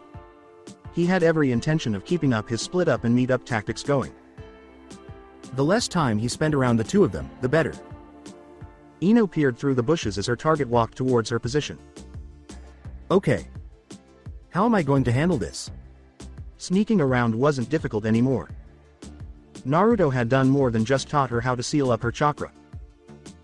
When she'd learned to walk again, he'd taught her how to walk, and run, and jump, and land without sound. He'd taught her about controlling her breathing, staying in the shadows, using cover. When she'd trained her body to move without chakra, Naruto hadn't just let them stumble and find their own feet. He'd completely retaught them how to move. She squeezed her eyes shut and held her breath. Shit, to hell with it. As the target approached 30 yards, she stumbled out of the bushes looking disoriented and stumbling onto the path. The kunoichi forced a surprised expression on her face as she looked at the approaching Anbu. It was a man in a mask and cloak who seemed almost as surprised as she did. Oh shit. She started to run away. The patrolling guard gave a small chuckle and started after her into the woods. He never noticed himself step out of the woods behind him and continue on his patrol. Ino darted into the trees and glanced over her shoulder. She'd already had another pursuer on her tail. She darted around a tree and into the shadows. Where is she? Hiding? One of them was female. Well, she can't stay hidden long. The girl was moving ahead of them and peered through the brush at the pair as they searched the area around where she'd vanished. She was already far to their right. I should get back. You can handle this? The male looked at his companion. Shouldn't be any trouble. The woman seemed amused. Ino frowned and dashed out of her cover. She intentionally stepped on a stick as she rushed away. Both heads snapped towards her and started moving. There she is. Let's go. She didn't look back again and smirked to herself as they continued to chase her. Sakura continued on her path towards the goal. Her pace was lazy and calm as she strolled along towards the objective. She knew that impatience would work against her and kept the lazy stroll of the one she had replaced. One of the Anbu was watching her move by from above on a tree branch. She didn't bother to look up at them as she continued on her way. She held her breath and kept moving along the patrol route. After a few moments, she had gone by and was out of sight of the hidden ninja. There was still 10 minutes to go, and one more guard post to get by. The female kunoichi snarled, running around a few trees before skidding to a stop and glancing left and right. Slippery little bitch. The man clenched his fist and snarled. Kanzaki should be looking for me by now. The female gave a nod. He'll catch up. The man cast a sidelong glance over his shoulder.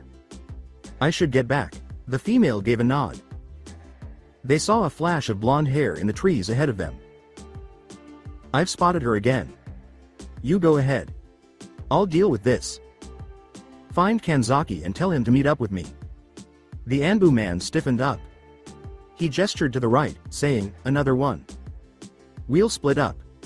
I think it's the boy. The female laughed. She darted off after the blonde, while the man moved off to his right. Uchiha? Interesting. It seems they've split up. Smart for recruits. Usually they stick together for the first few days. Sakura nodded to the guard standing by as she walked up to a bonfire. It was a long-haired violet woman. She stood up, placing her hand on the sword resting on her back. Huh? She asked, letting go and glancing at a tiny hourglass perched atop the rock. Oh. Must have lost track of time. It's not like you to sneak up on me. Sakura said in the man's voice, adding a hint of humor, you seem distracted. She shrugged and said, they're just recruits. Password. I need to stretch my legs and sitting on this rock is incredibly dull. The young kunoichi felt her chest tighten and said, Tsubasa. The female nodded slightly. She turned the hourglass over and said, see you in 2 hours. As she turned to leave, Sakura approached the rock without glancing at the note that was perched atop it. She crossed her arms in front of it and watched the woman walk away. 5 minutes or so later, she looked back and removed another envelope from the rock. When she opened it, she discovered another mappa, the same one they had previously used, but with a mark under it and another mark in a different location. She arched an eyebrow, closed the envelope, and returned the ancient map to its spot on the rock. After that, she reclined and bided her time. Ino found herself standing in front of a cliff, and she skidded to a stop. She faced the woods and turned, backing towards the edge. Sasuke was beside her, gasping for air, and he said, shit. From the shadows, a woman's voice rose. A white mask emerged in the shadows, moving toward her location. Well, nowhere to run? A shame, you've given us quite a chase. It's over now though. A shame. I was starting to have fun. I guess pleasure is mine, Ino said, casting a sidelong glance at her. Sasuke glared at the mask, balling his fists and remaining silent. Behind her, another had materialized. You call that fun? I'm going to enjoy beating the shit out of them both and giving them a mark. We've been running around these woods for more than an hour now. The woman laughed and stepped in toward the two. Now, don't be like that. I'm almost sorry I've got to do this. Almost. She raised her hand, flashing a pair of brass knuckles. Sasuke looked over his shoulder and gave Ino a quick glance. She looked at him, following suit. The man seemed irritated. Hey. Don't be stupid. That's a long drop. The woman also raised her voice. He's right. Every recruit has to go through this, no one has ever gotten through it without a few marks and a couple of good beatings. It's not worth your life to avoid it. Sasuke grinned at the two of them. That's debatable. Ino gave a nod. Let's go. Both of them tumbled backward over the edge. They both broke the jutsu on their clones in midfall as soon as they were out of the other ANBU's line of sight. The male exclaimed, "Are they crazy?" and hurried forward. She followed him exactly as they came to a stop at the edge, staring down. The two had disappeared, leaving nothing behind. What the hell? Murmured the man. They couldn't have possibly fallen all the way to the bottom before they got to the edge. The woman bent over the edge and asked, "Who the hell are these kids?" What happened? The man turned to face her. We should report in. Something isn't sitting right about this with me. His partner gave a nod. She sounded a little upset, no kidding. We just saw 2 recruits jump off a cliff rather than get caught. The man gave a nod. Come on. We need to head back and send someone down there. Sakura watched as the hourglass emptied and an Anbu approached the rock. Right on time. The other nin nodded. It was a man wearing a wolf mask. I'm never late. You know that. She said in an even, neutral voice, what's the password? My legs are getting stiff from standing here. He stepped up to guard the note, saying, Tsubasa. Enjoy your walk. See you in a couple of hours.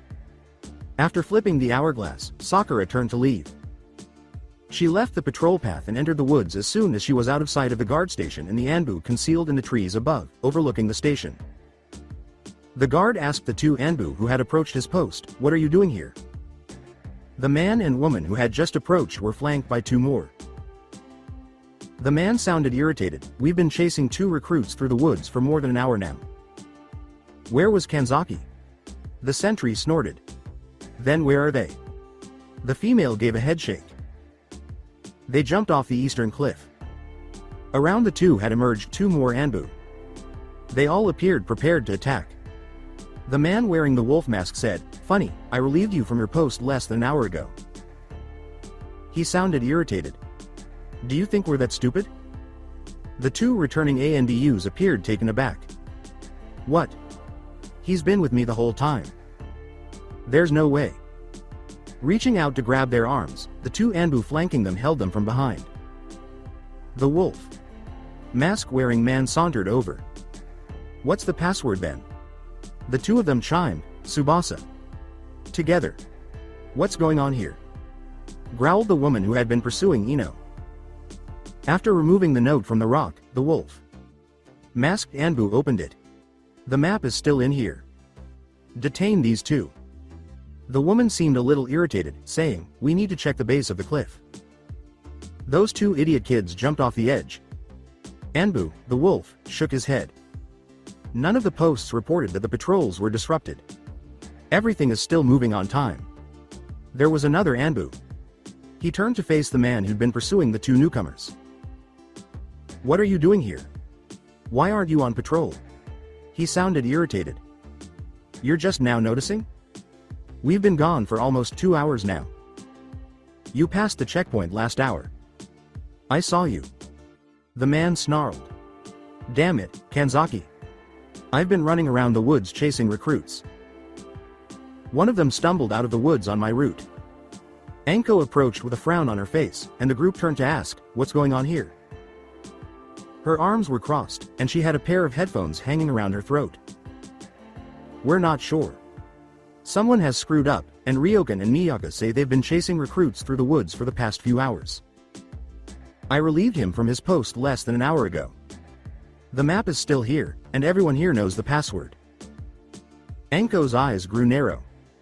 Let me see the map. It was picked up off the rock by the wolf mask. What's the password? The woman sighed slightly and rolled her eyes. She took the note and opened it as she said, Tsubasa. If they've managed to cause this much of a mess, I'll certainly be. Well, that is impressive. All of the Anbu turned to face her. The rock guard raised his voice. What? Anko slapped the map on top of the rocks and said, this is the map I gave them yesterday. Miyaka watched, her eyes wide. No way. Ryokan cast a glance at it. He balled up his fists and said, you've got to be kidding me. I knew something was up. What the hell is going on here? Anko gave a headshake. Good luck catching this bunch. You're going to have your hands full. Angry at her, Miyaka glared. They jumped off the eastern cliffs. The Yamanaka girl and the Uchiha boy. They're probably dead, but we need to check the area. The coach of the team laughed. Look if you want. I guarantee you won't find anything down there. The mask of the wolf spoke. Who the hell are these brats? Kakashi's former students, Team 7, they're stealth specialists. You're going to have your hands full with this group. I expect each of them to have a mark by the end of the week. I don't want any records broken on my watch. I don't want to be accused of taking it easy on them just because they're kids. I look bad enough because Ibiki went soft on me, don't you go and screw this up too. Don't forget, you get paid for this job by how many marks they get. As she left, everyone in the group hung their heads.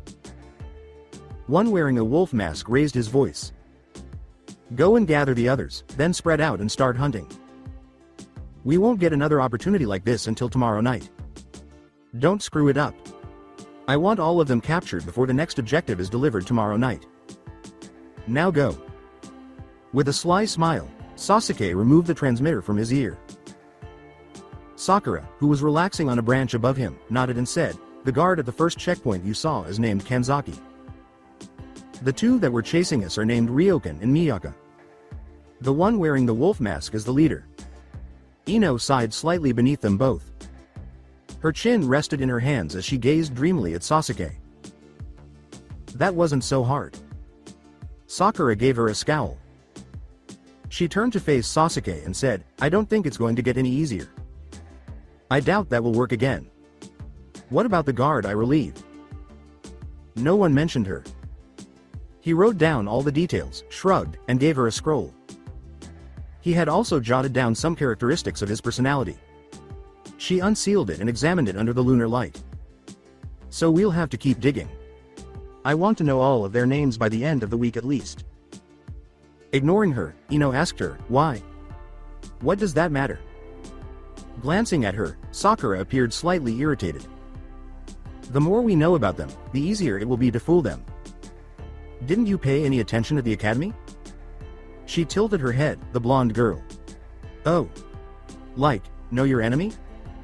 Hey, seeing it like this makes it make more sense. Sasuke scoffed at that. Don't tell him that. It will only make him worse. The kunoichi with pink hair nodded. That book of his is useful. Don't you dare ever tell him I said that. Ino wrinkled her nose tightly. No way. I don't ever want to read that stupid thing ever again. Raising his head, Sasuke peered down at them. He bounded off into the night, leaving them alone. There's a waterfall to the north. We'll meet there tomorrow night at 8:30. It's not on the map, so get Ino to give you directions if you need them. After appearing to consider it for a while, Sakura said, yeah. Using the landmarks marked on the map isn't a good idea, I guess. They'll be on the lookout in those places. It's best to avoid them. Her rival hung her head, saying, there he goes again. Whenever you show up he takes off. The girl with the pink hair didn't seem all that interested. It seems more like he takes off whenever you open your mouth to me. The blonde sighed deeply.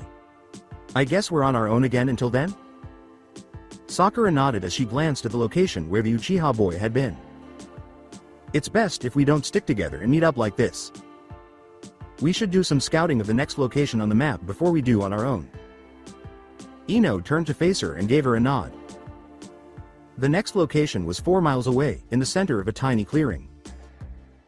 When Naruto approached Kakashi, the man gave him a raised eyebrow. What is it? There were still hundreds of him working, the boy said as he wiped his forehead. I was just wondering if there was anyone else in Konoha who has a wind affinity. The man gave a nod. Yes. Asuma is also a wind affinity. Hoping to get a few tips? The youthful ninja gave a nod. Yeah. Kakashi gave it some thought. Well. I can't leave you alone, and you're still under Anbu rules.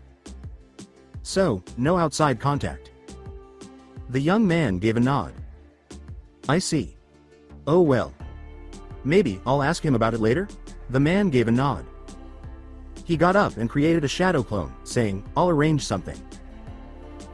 This is difficult training, and I think it's a good idea to ask someone.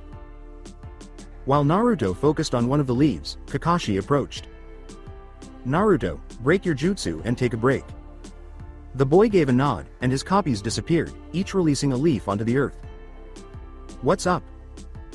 I had a little talk with Asuma, and I'm afraid you're going to have to pay for him, Shikamaru, and Shoji to eat yakitori once your training is complete. He'd like you to bring Ino along, they're friends of hers and they'll want to see how she's doing. The boy's gaze lowered slightly. Shoji? He sighed slightly and nodded. I suppose I can afford it. Even his stomach has limits, and I'm not exactly poor or anything.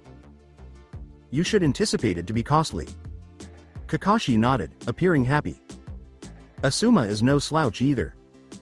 Though, Choji is the one you need to worry about. The boy didn't seem to mind much and seemed interested in anything that might be able to help him more. Great. What did he say? The man gave a nod. He said that you should imagine grinding your chakra together in opposite directions so that it forms a blade. The sharper, the better. The boy appeared to consider that. Huh. I think I get it. Anything else? He asked that I tell you to wish Ino luck when you see her again. Shikamaru sends his regards, and asked that you pass them along to her as well. While lying on his back, Naruto was gazing up at the stars. He had finished his training for the evening and was on the verge of unconsciousness. I wonder how they're doing so far. They'd better not have any stupid marks when I meet them again. He was getting tired from his training, and he had only made a partial gash in any of the leaves so far. It was as challenging as he had said, but he had to focus on other things. Too much time spent thinking about his training when he wasn't actually doing it was mentally taxing. He yawned heavily and his eyes began to drop. I wonder how Kitsuma is doing. Geez, it's been a month since I've seen him already. He gave in to sleep without resisting and let his guard down. Kakashi stood looking down at Naruto with his arms crossed. In just a day and a half, the boy had achieved success and had just woken up from his workaholism. Beside him, an Anbu was standing without a mask, and the stranger had a happy looking smile on his face. The boy sat up and peered between them, saying, Huh? Oh. Hello. The nin with gray hair gave his pupil a nod. Good. You're up. The boy got to his feet, stumbled for a while, then steadied himself. Boy, that took a lot out of me. The unfamiliar person appeared happy. So, this is Uzumaki? It's nice to meet you. The blonde nin smiled and made a courteous bow. Hi. Who are you? The man received a backslap from his teacher. This is Tenzo. He's an old friend of mine and an Anbu captain. The man nodded, his forehead and sides of his face protected by a helmet that left his hair uncovered. Hello. You're still a recruit, so I was assigned to help oversee your training. Kakashi gave a nod. Yes. I requested that he help out. As a former Anbu, I have a certain level of trust, but since you're still a recruit this requires a level of supervision from an Anbu member. This isn't directly related to your Anbu training, but you're still under training rules. Tenzo gave a nod. Technically, you shouldn't have been here alone with him at all. Kakashi is well known though, so we let it slide this time. I wasn't available yesterday and he requested me specifically. Naruto gave a nod, skipping any further inquiries. Great. So, now what? I've finished the first part of the training. Thumb jerking over his shoulder, Kakashi did so. A log was hanging right in front of the cascade. It was long enough to accommodate roughly 50 of him on one side. Now, your task is to cut a waterfall in half. The boy appeared slightly taken aback as he blinked. A waterfall? His instructor gave him a nod. Yes. If you can manage that, you'll be able to use it in combat, and you'll have your first elemental recomposition technique. The boy nodded and scowled as he examined the training apparatus. Right. Tenzo observed with a smile. You should continue to develop it. It qualifies, but it will be a very basic technique.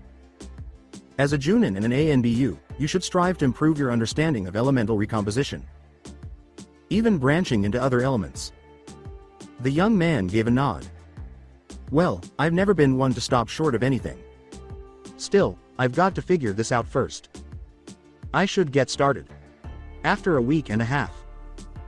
Sasuke had his arms folded and was sitting beneath a hanging boulder. His Sharingan was staring down Sakura and Ino as they both advanced. Hey. They had been pretty scared after a near miss a few days prior. Under the guise of Sakura and Ino, Anbu had ambushed their meeting spot. Sakura avoided capture despite the fact that he and Ino were nearly captured during the incident. Now that he was ahead of schedule, he used his Sharingan to ensure that the two girls' chakras were suppressed before they got too close.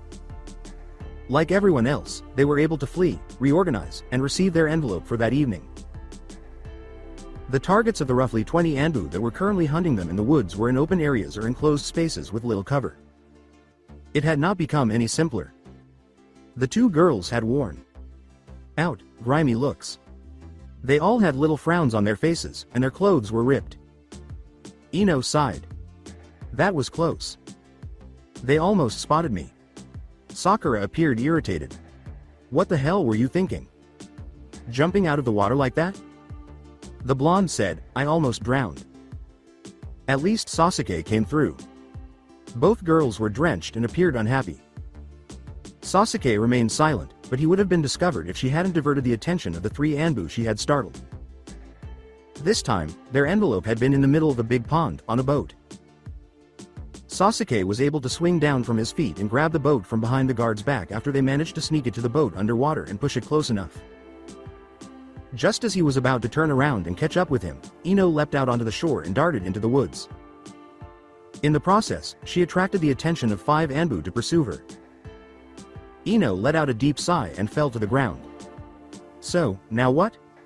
They had experienced multiple near misses while in the forest. The Anbu were proficient practitioners of genjutsu, taijutsu, and ninjutsu. For them, ninjutsu posed the greatest threat. Against the 3 of them, genjutsu was pretty much useless, but their pursuers still hadn't realized that. At one point, they'd attempted to pass for Anko in an attempt to get them to come closer, but only one of them came close. Sasuke had brought up the woman's assurance that they wouldn't see each other for 2 weeks just as Ino was about to leave. She had not lied yet, and they had ultimately been able to take advantage of the ANBU's distraction. Sasuke gave a smirk. He'd only seen the girls for a few hours every night, and spent most of his days hiding out in the treetops. They had all been living on edible plants and bugs.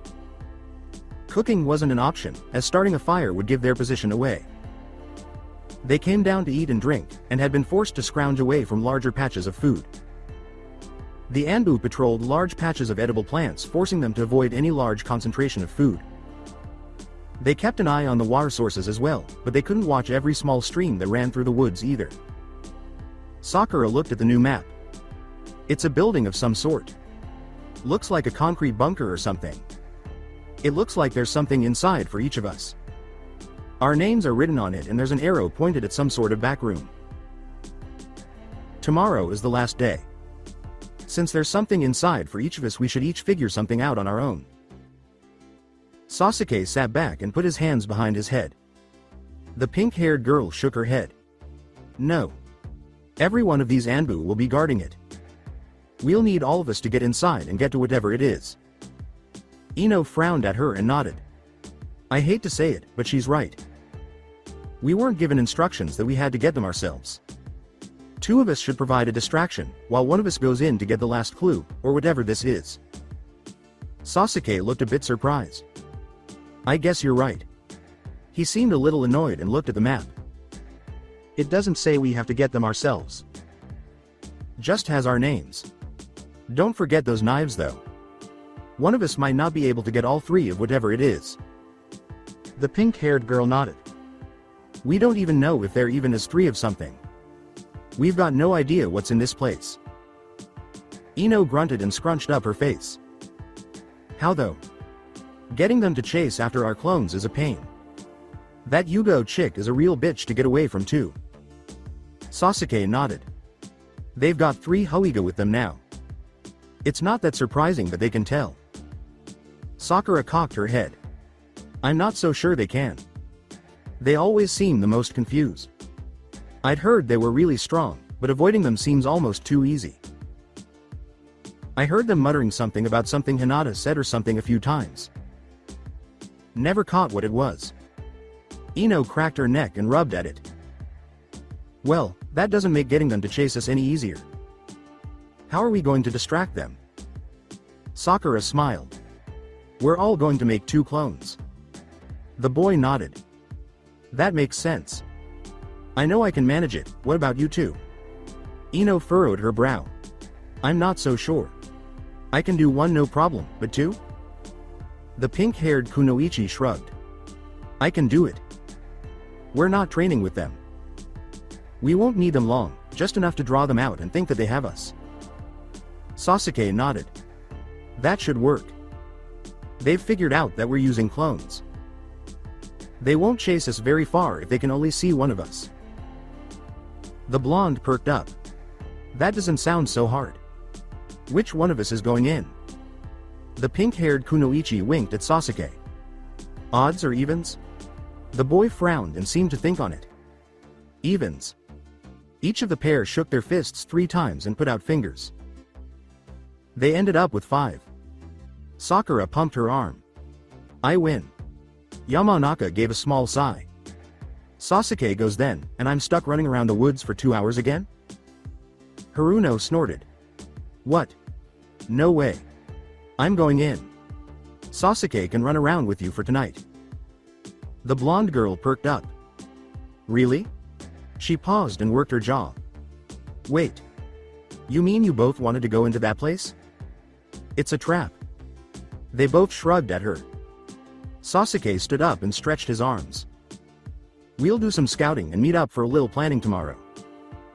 Ino, try to keep your head down, would you? He's worried about me? The girl lit up. Sakura gave a snort. He's worried about Naruto. We've almost gotten out of this without getting caught, and you're the most likely candidate. Every time we let you try and take point, you've screwed up and almost gotten caught. Ino glowered at her and put up her middle finger. Hey. I've been saving your butts from getting caught. Sasuke's butt is very dear to me, and I don't want to piss that sadistic jerk off either, so I've been looking out for you too. The pink-haired girl gave her a grin over her shoulder. Yeah. Keep it up, would you? We're almost through this. The blonde blinked in surprise and let her jaw hang a little. Hey. Hey. No fair. You brat. No complimenting when we're fighting. When she whipped around to scowl at her, the girl was already gone. Her head hung and she gave a small sigh. Why am I always the last one to leave? She shook her head and moved off into the shadows. Oh well. At least I always get the last word in. Ooh. That night the woods were silent and peaceful. The full moon was out, and shining on a concrete bunker beside a small pond surrounded by giant trees. There was a single door and small slotted windows on the front of the structure. It was small, and a gathering of 20 masked figures with ninjutsu and cloaks stood around the opening. Ishimura, what do you make of this? One of them with the mask of a mouse spoke to the man next to him. The man was wearing a panther mask and growled. These kids? I'm beginning to wonder if they're even human. Another in a demon mask nodded. I've heard my niece speak of the one who was excused, Uzumaki. She says he's some sort of soulless demon. A vampire or something. Yugo, a woman with long violet hair and a cat mask, snorted. That's foolish. Ishimura shook his head. They have no chakra. My eyes don't lie. Something is unnatural about this group. I don't like it. The demon masked man nodded.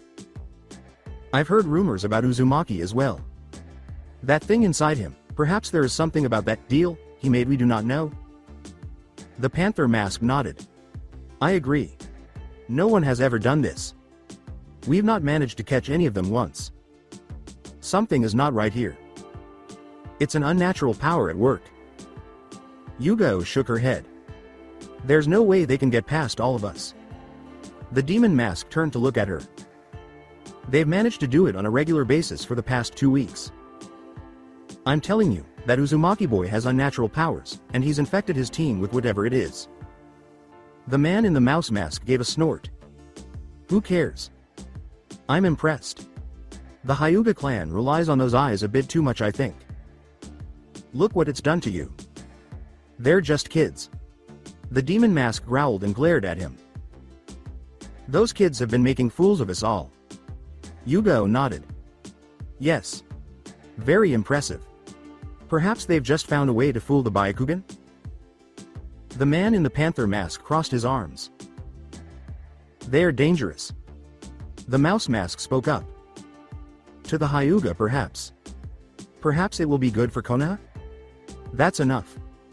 The leader, the Anbu with a wolf mask, spoke up to the group and they all stood at attention in neat rows. This is the most pathetic hunting party I've ever seen. You've all failed miserably for 2 weeks. This is your last chance to redeem yourselves. They were facing the woods away from the bunker in front of him. No one spoke up as he paced in front of them. Need I remind you that none of us gets paid until we catch one of them? I've personally offered a 10,000 Ryo bonus to the first one who catches one of them. He growled and shook his fist. That ends tonight. 10,000 for each of them. I want them caught. No one gets through this training without a mark. No one. Not on my watch. We will not fail. You will succeed, and I will not endure this humiliation any longer. Sir! Cried the group as one. Of course, none of them noticed the pink-haired girl slip into the building behind the assembly from around the side of the wall behind them. Sasuke looked on from the bushes with Ino crouching beside him. Hey! We might not even need our distraction. The man continued to rant as he paced back and forth to steal the spirit of his men. He shook his fist and laid out punishment for failure and promised reward for success for almost 10 minutes. Halfway through his speech, Sakura slipped out the door and into the brush. Sasuke chuckled and shook his head. Come on. We should get to the meeting place. Ino blinked and worked her mouth. What? You mean that was it? The boy nodded and slipped away. Yeah. That was it. I made 2 clones and everything. She sounded a little annoyed. Sasuke looked over his shoulder. If you want, you can run out there and let them chase you around for a while. No one is going to stop you. She furrowed her brow and looked confused as she moved after him. No way. Still, it wasn't easy to make 2 of them, and now it was just a waste. I'm kind of mad now, but not that mad. Boo. About an hour later, the group was sitting around in the place where they'd started from 2 weeks before. Sakura smiled as she handed 2 masks to Ino and Sasuke. Here. This was it. The blonde girl looked at the pig mask. Our masks? Sasuke grunted and wiped a smudge off the tiger's face. Huh. All that for this? Well, I guess we wait on Enko-sensei to show back up. Well, it's been 2 weeks. The pink-haired Kunoichi nodded and smiled at him. She should be here any time now. Ino nodded. Yeah. She's right behind you.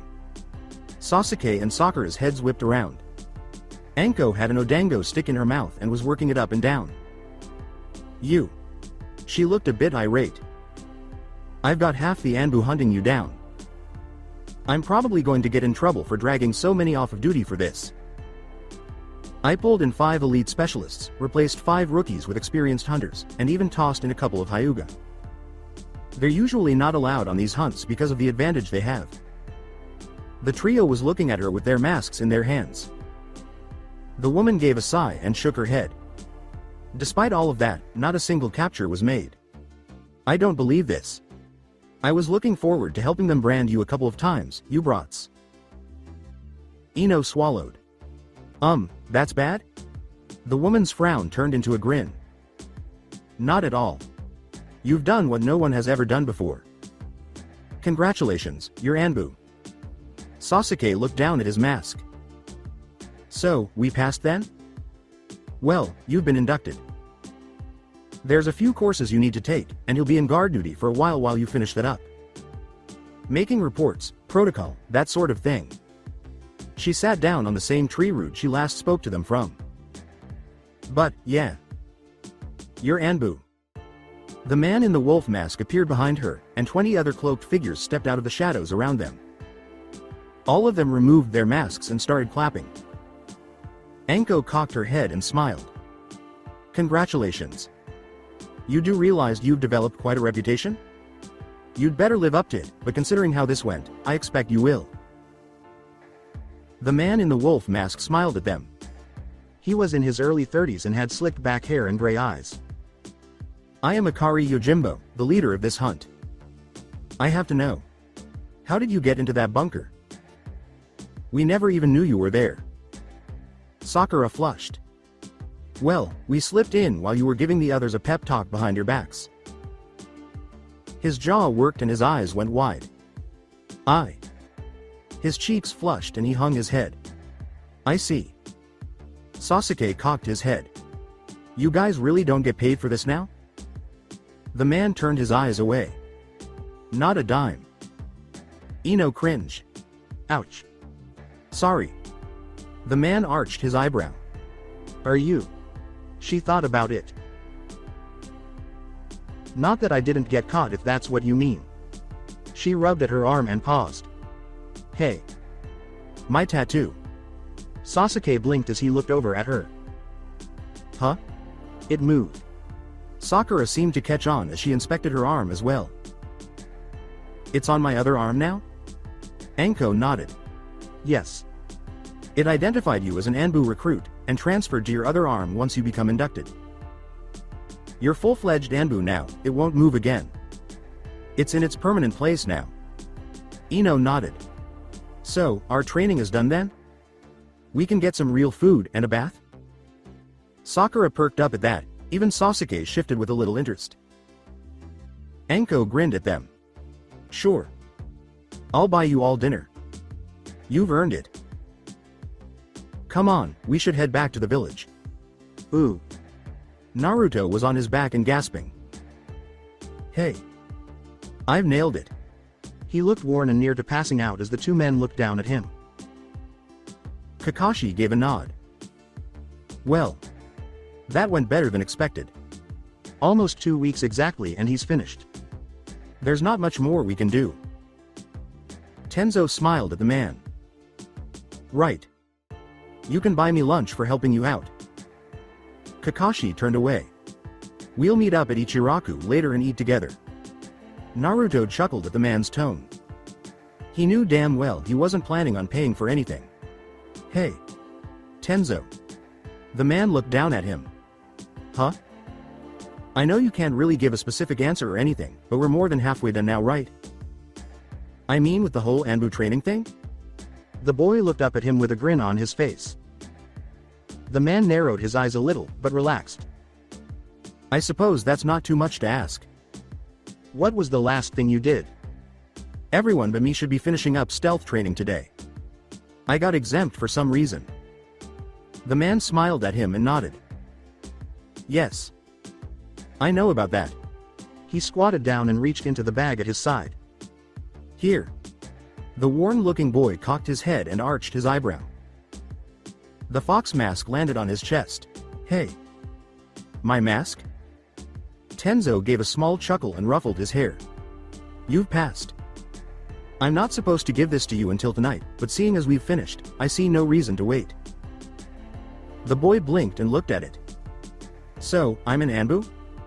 Tenzo nodded. Congratulations. You'll be on guard duty for a while, I'm afraid. The first few months are pretty boring, and you've got to take a few classes about paperwork and protocol, doing reports and such, but you've finished your induction training. Naruto's head flopped down. Man, I'm pretty awesome. Kakashi just nodded and turned away. I shouldn't encourage him, but it's hard to argue. Over Konohagakure, the sky was overcast, with clouds moving in over the mountains, heralding impending rain. 4 young teens, dressed in black and gray, strolled into the village. The ground was dry and the air was warm and humid. Their uniforms had seen a month of use and were tattered and filthy.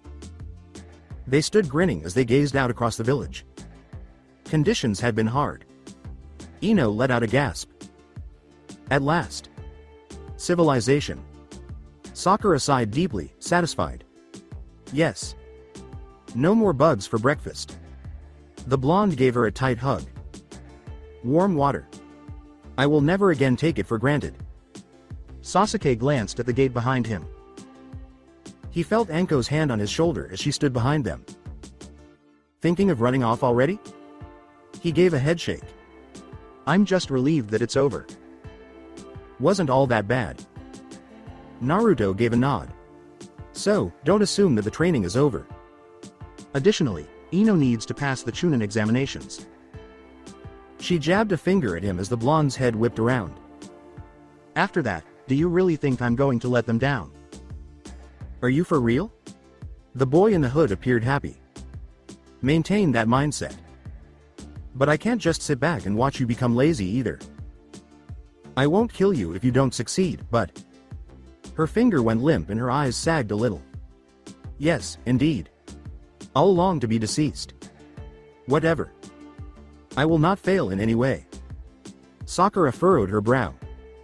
What are you going to do now that we're back, Sasuke?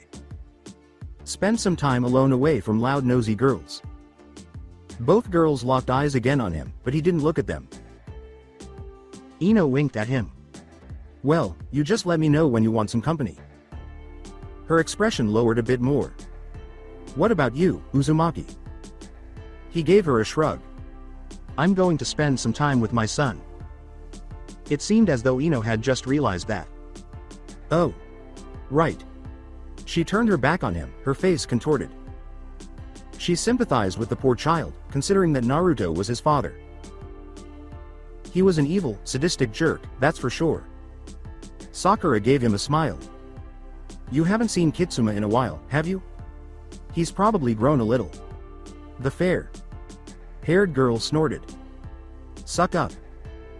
Anko gave a headshake. You all have the weekend to yourselves, then. You are aware of the Monday opening time for the office. Make sure you arrive on time. Enjoy your weekend, everyone. You're all fired. Suddenly, all four of them appeared to disappear from her surroundings, going in separate directions. With a sly smile, Anko put her hands behind her head and carried on. I could go for some dumplings right about now. Boss. Kurama smiled at Naruto as he entered his house. Around the table sat Kira and Masara. They both smiled at him, and Masara approached carrying something strange in her arms. Hey. Daddy's house. A blonde baby boy was hefted into Naruto's arms as he watched with wide eyes. The kid waved his arms and cooed. With a broad, toothless grin on his face, he appeared to be 8 months old and was waving his arms and grabbing at his shirt. Huh? He met the boy's smiling face and blue-gray eyes. K. Kitsuma? Kira laughed. Yes. Hasn't he grown, has he? The boy's jaw was hanging open as he stared at him. Expanded? He appears to be. Kurama's expression was a wry smile. Much like his dad. Doesn't he look so cute? The boy sat next to the table with the baby on his lap after Masara motioned for him to do so. He has made a great effort. He did a great job. As his father lifted him to take a look at him, the child let out a happy squeal. Naruto smiled, appearing slightly confused. Yes, indeed. Does he? Does he not? He resembles me in appearance. Some of the pigment had disappeared from his face. With a laugh, the infant boy kicked his feet. The child grabbed at his neck, holding his head up and scanning his surroundings when Naruto pressed him up against his shoulder. His father had a rather expressionless look on his face. Hello. Son, how are you doing? Shaking him, he fixed his gaze on his face. Playing with the rim of a cup of tea, Kira grinned. He behaved well while his father was away. Has he not? Kurama appeared happy. Indeed. Not a single issue. Masara laughed at what she saw. Well, maybe a little. Nothing unusual at all. The boys exchanged glances with one another. The infant appeared happy as he gripped and patted his father's face. Naruto was grinning strangely. He's gotten bigger.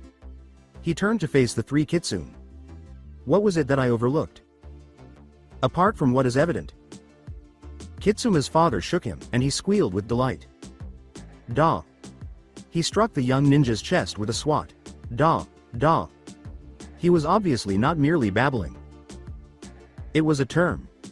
Kurama laughed at that look. Well, there's that. Yes. I would have loved for you to be present. Kira laughed. He started saying that about a week ago. Naruto nodded. Yes. Also me.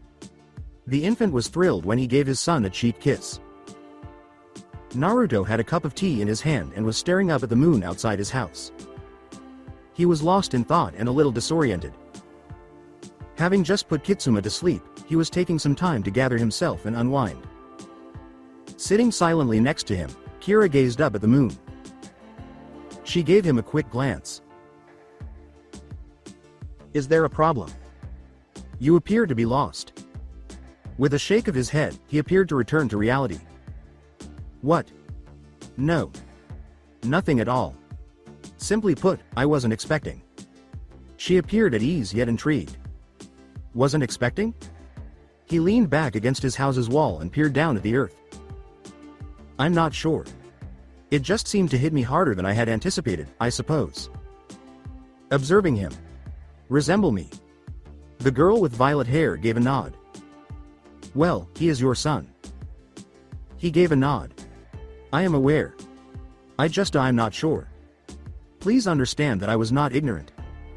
Taking care of him has always been similar to having a pet, not that I didn't think of him like that before." Head tilted to one side. "A pet?" The boy flushed and scratched his head. "I never considered him to be that way. All I'm trying to say is, well, I'm not certain. It just kind of hit me in a way that it hadn't before when I saw him that way. It really eludes me to explain. I realized he was a member of my family and my duty." Shaking his head, he pushed off against the wall. "I'm not sure. I mean, I'm just a kid. In some way, upon seeing him, I came to the realization that I can no longer be one. I don't know, it seems like it suddenly dawned on me how much I have to." The young lady nodded. "I believe I understand. He never really had your appearance before. He never had a human appearance." She appeared to consider it. Eyes closed, the blonde boy did. "That's not the case. I guess I've just never really understood the need to. Not because I was ignorant, but rather because I had never given it much thought." He tried to find a way to express how he felt, looking down at her. "Before, all I did was change his litter and provide food and water for him. After a month away, I return home, and he greets me as, Da. It's the first time I've had to change his diaper, give him a spoon feed, or clean away his drool. It really was." She touched his shoulder with her hands. "Eye-opening?" The youthful ninja gave a nod. "Yeah." The kitsune gave him a shoulder squeeze. "You'll be all right, then. We'll be available to assist you." He appeared to unwind a bit more. "Yes, I'm grateful. Thank you very much. I'm not sure if I could handle this by myself." She gave him a wink. "You would be shocked. Come on. It appears that you need to get some rest." "Hey. What's going on?" When her mother turned away from the door to meet the young Junin who had come to see her, Ino looked a little taken aback as she approached. "Are you busy?" His hands were in his pockets and he was dressed in a neat uniform. Her eyes narrowed and her head cocked. "Not at all." "Why not?" Her arms were crossed. "Hey, starting on Monday, you can train me as much as you like. I require a few days off." He laughed a little. "Oh. Yes, I will. It's nothing to worry about. It's not relevant to this. I have to repay Asuma for a favor that I did for him." The blonde gave a quick blink and smiled. "Asuma? Sensei?" Naruto gave a nod. "Yes. He gave me some advice on a certain matter. I therefore owe him." Ino laughed. "You've got to buy yakitori, don't you?" The Junin sighed slightly. "Yes. It's part of the deal to bring you." The girl sighed slightly and shook her head. "Are you aware that it will cost a lot?" Shoji is a chubby fool. She appeared surprised and slightly amused. Naruto merely nodded once. "Yes. I was made aware of that." Her hair was tossed about. "Fantastic. What time should I arrive there?" As Naruto moved to place a baby in a baby chair at the short table surrounding the yakitori grill, Ino blinked in surprise. "Hey. Who is that?" Out of the corner of his eye, the blonde gave her a quick glance. "My son." The girl knitted her brow. "I thought he was. Furrier." The Junin sighed slightly. "When we left, he was." The infant was slapping his hands on the plastic tray in front of him with a happy, gurgling sound. The infant was grinned at by the kunoichi. "Ah. He's adorable. He appears typical. When did that occur?" Naruto slightly squinted his eyes. He remained silent and unhurried as Ino began to play with the infant. Kitsuma cooed and tickled at him, waving his hands and grabbing her fingers in enjoyment. "Maybe Auntie Ino can prevent you from being as uninspired as your father? Wouldn't that be nice to have?" The fair-haired boy sighed slightly. "You know I'm sitting right here. Remember that come Monday, your ass is mine." He did appear to find the scene funny. The girl fell silent and appeared to be having fun with the youngster. "Ino." Shoji waved his arm as he entered and was the first to welcome her. He had Shikamaru and Asuma behind him. The boy from Nara nodded to her, his arms crossed. "Hey. It has been some time." The man led them all to sit around the table, looking pleased with himself. The baby seemed to catch their attention all at once. Shoji was the first to speak. "Hey. Are you guys on a mission to watch babies, or what?" Raising an eyebrow, Shikamaru did so. "Who's the kid?" In his hand was a tiny plastic spoon and a jar filled with pureed carrots, held by the blonde boy. "This is Kitsuma." Ino blurted out. "Isn't he cute though?" Asuma grinned. "Well, he's grown, hasn't he?" Shoji had a perplexed expression. "That fox thing?" Naruto gave him a quick glance. "He doesn't seem quite as appetizing as he once did. You know, he's half human. All he had to do was learn how to look like this." Shikamaru snorted a little. "I can't believe Asuma-sensei managed to sucker you into this." The fair-haired boy shrugged. "To be honest, I could have received a better deal from him for what I received. That was a good bargain." He turned to face the man. "Thanks by the way." With a smile, Asuma nodded. "No issue. Just remember to look after Ino well." Shoji gave Ino a smile. "Hey. How are you doing? Has he treated you well?" The fair woman wrinkled her nose. "Don't phrase it that way. You give off the impression that we are dating or something." Asuma looked chuckled. "You're getting along well with your new team?" Ino gave him a quick glance and grinned. "Sasuke is great." Shikamaru furrowed his brow. "Well, she's not changed." Shoji's eyes went narrower. "How about Naruto? If he's been disrespectful to you, I'll kick his butt." He turned to face the infant. "Later, not in front of the kid or anything." The girl with blonde hair squinted. "He'd slough you off in 2 minutes." "But I'm all right." The big boy appeared irritated. "No way." Shikamaru reclined. "So, what have you been up to?" With a quick glance at him, Ino covered her tattoo with her hand. Her mouth parted, then opened again. "Training." With a wry smile on his face, Asuma glanced at her out of the corner of his eye and noticed where her hand was. Head cocked, Shoji did. "Huh?"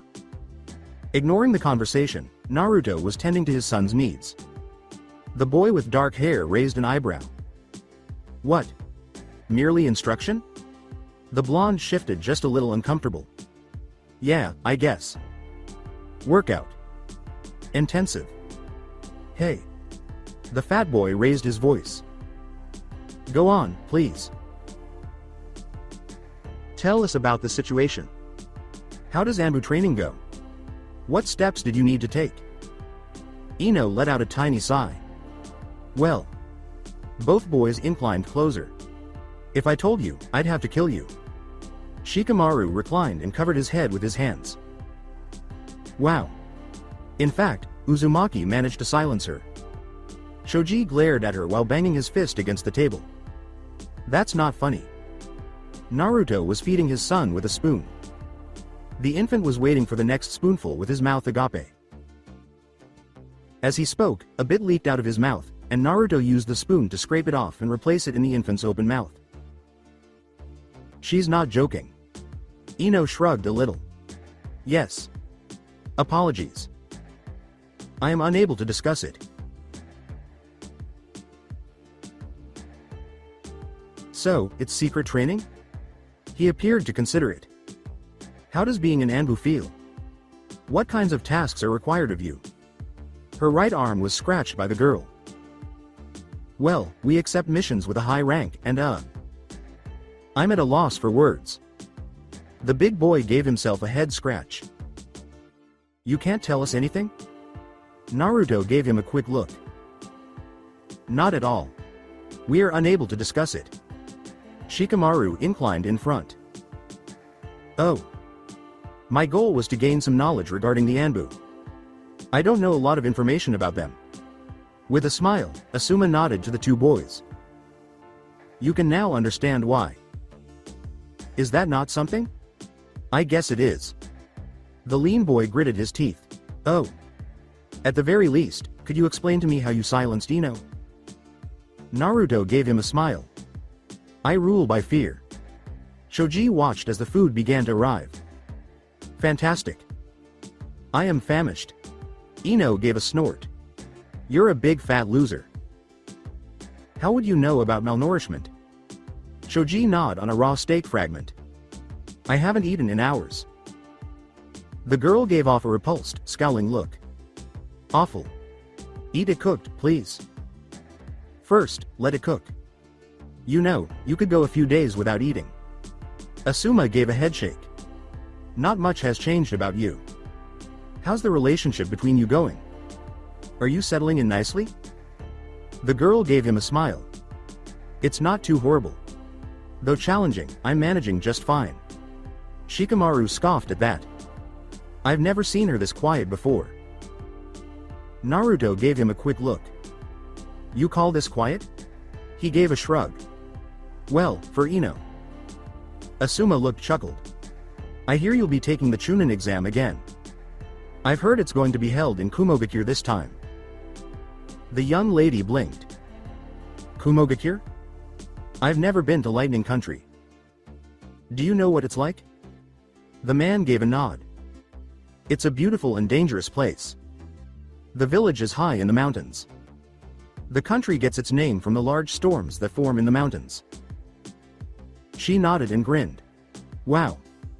I'm looking forward to it then. Sounds like it will be something to see. Her old teacher raised an eyebrow. Yes. It is quite a sight. Just be careful. We're at peace, but relations with Kumogakure have been strained with Kohagakure in the past. Don't expect too warm a welcome. There are many who will not look kindly on someone from our village there. Yeah. I remember learning about that in the academy. Still, I don't think it will be too difficult considering. It can't be any worse than what I've been doing. Naruto nodded briefly. She'll be all right. She knows that she's got no choice but to pass. With another quiet moment, Ino looked up at him. Shikamaru let out a grunt. Still wish I knew how you did that. Normally no one can get a word in. With a growl, the blonde girl narrowed her eyes at him. Well, someone had to do the talking. You two idiots would just sit there and grunt otherwise. Naruto and Sasuke are even worse. They barely talk at all. The boy with blonde hair smiled a little. You make it sound like that's a bad thing. At last, Ino found a topic that didn't make her arm hurt. Sasuke is great, but he's quiet and shy. It's been great being with him. He's really strong and awesome. I've gotten really close with him. It's been wonderful that we've formed such a strong bond. I'm looking forward to working with him. As she continued, the men seated at the table appeared to become comfortable. It was a familiar experience for everyone. They ate as she spoke, occasionally taking a bite for herself, and allowing her voice to fade into the background. It was a familiar topic, and her chatter actually seemed to calm Choji and Shikamaru a little. Not that any of it was registering with them. While continuing to feed his son, Naruto occasionally sneaked a mouthful for himself. With a frown on his face, Hihashi Hyuga was seated in his house. A man and two men were standing behind a kneeling member of his household. The two behind the main branch Anbu appeared uneasy as they clutched at their arms, and all three of them were dressed in Anbu uniforms. The head of the Hyuga clan nodded and said, "I see." He asked, glancing at the person in front, "You are certain of this?" The man's eyes went narrow. "It could be a great problem for our house." Heihachi sighed deeply. "So be it. As of this moment, I forbid any member of the Hyuga clan to speak of this matter." ANBU's main branch nodded. "Sir, what of your daughter?" Hinata speaks often of this technique. The older man paused, tilting his head.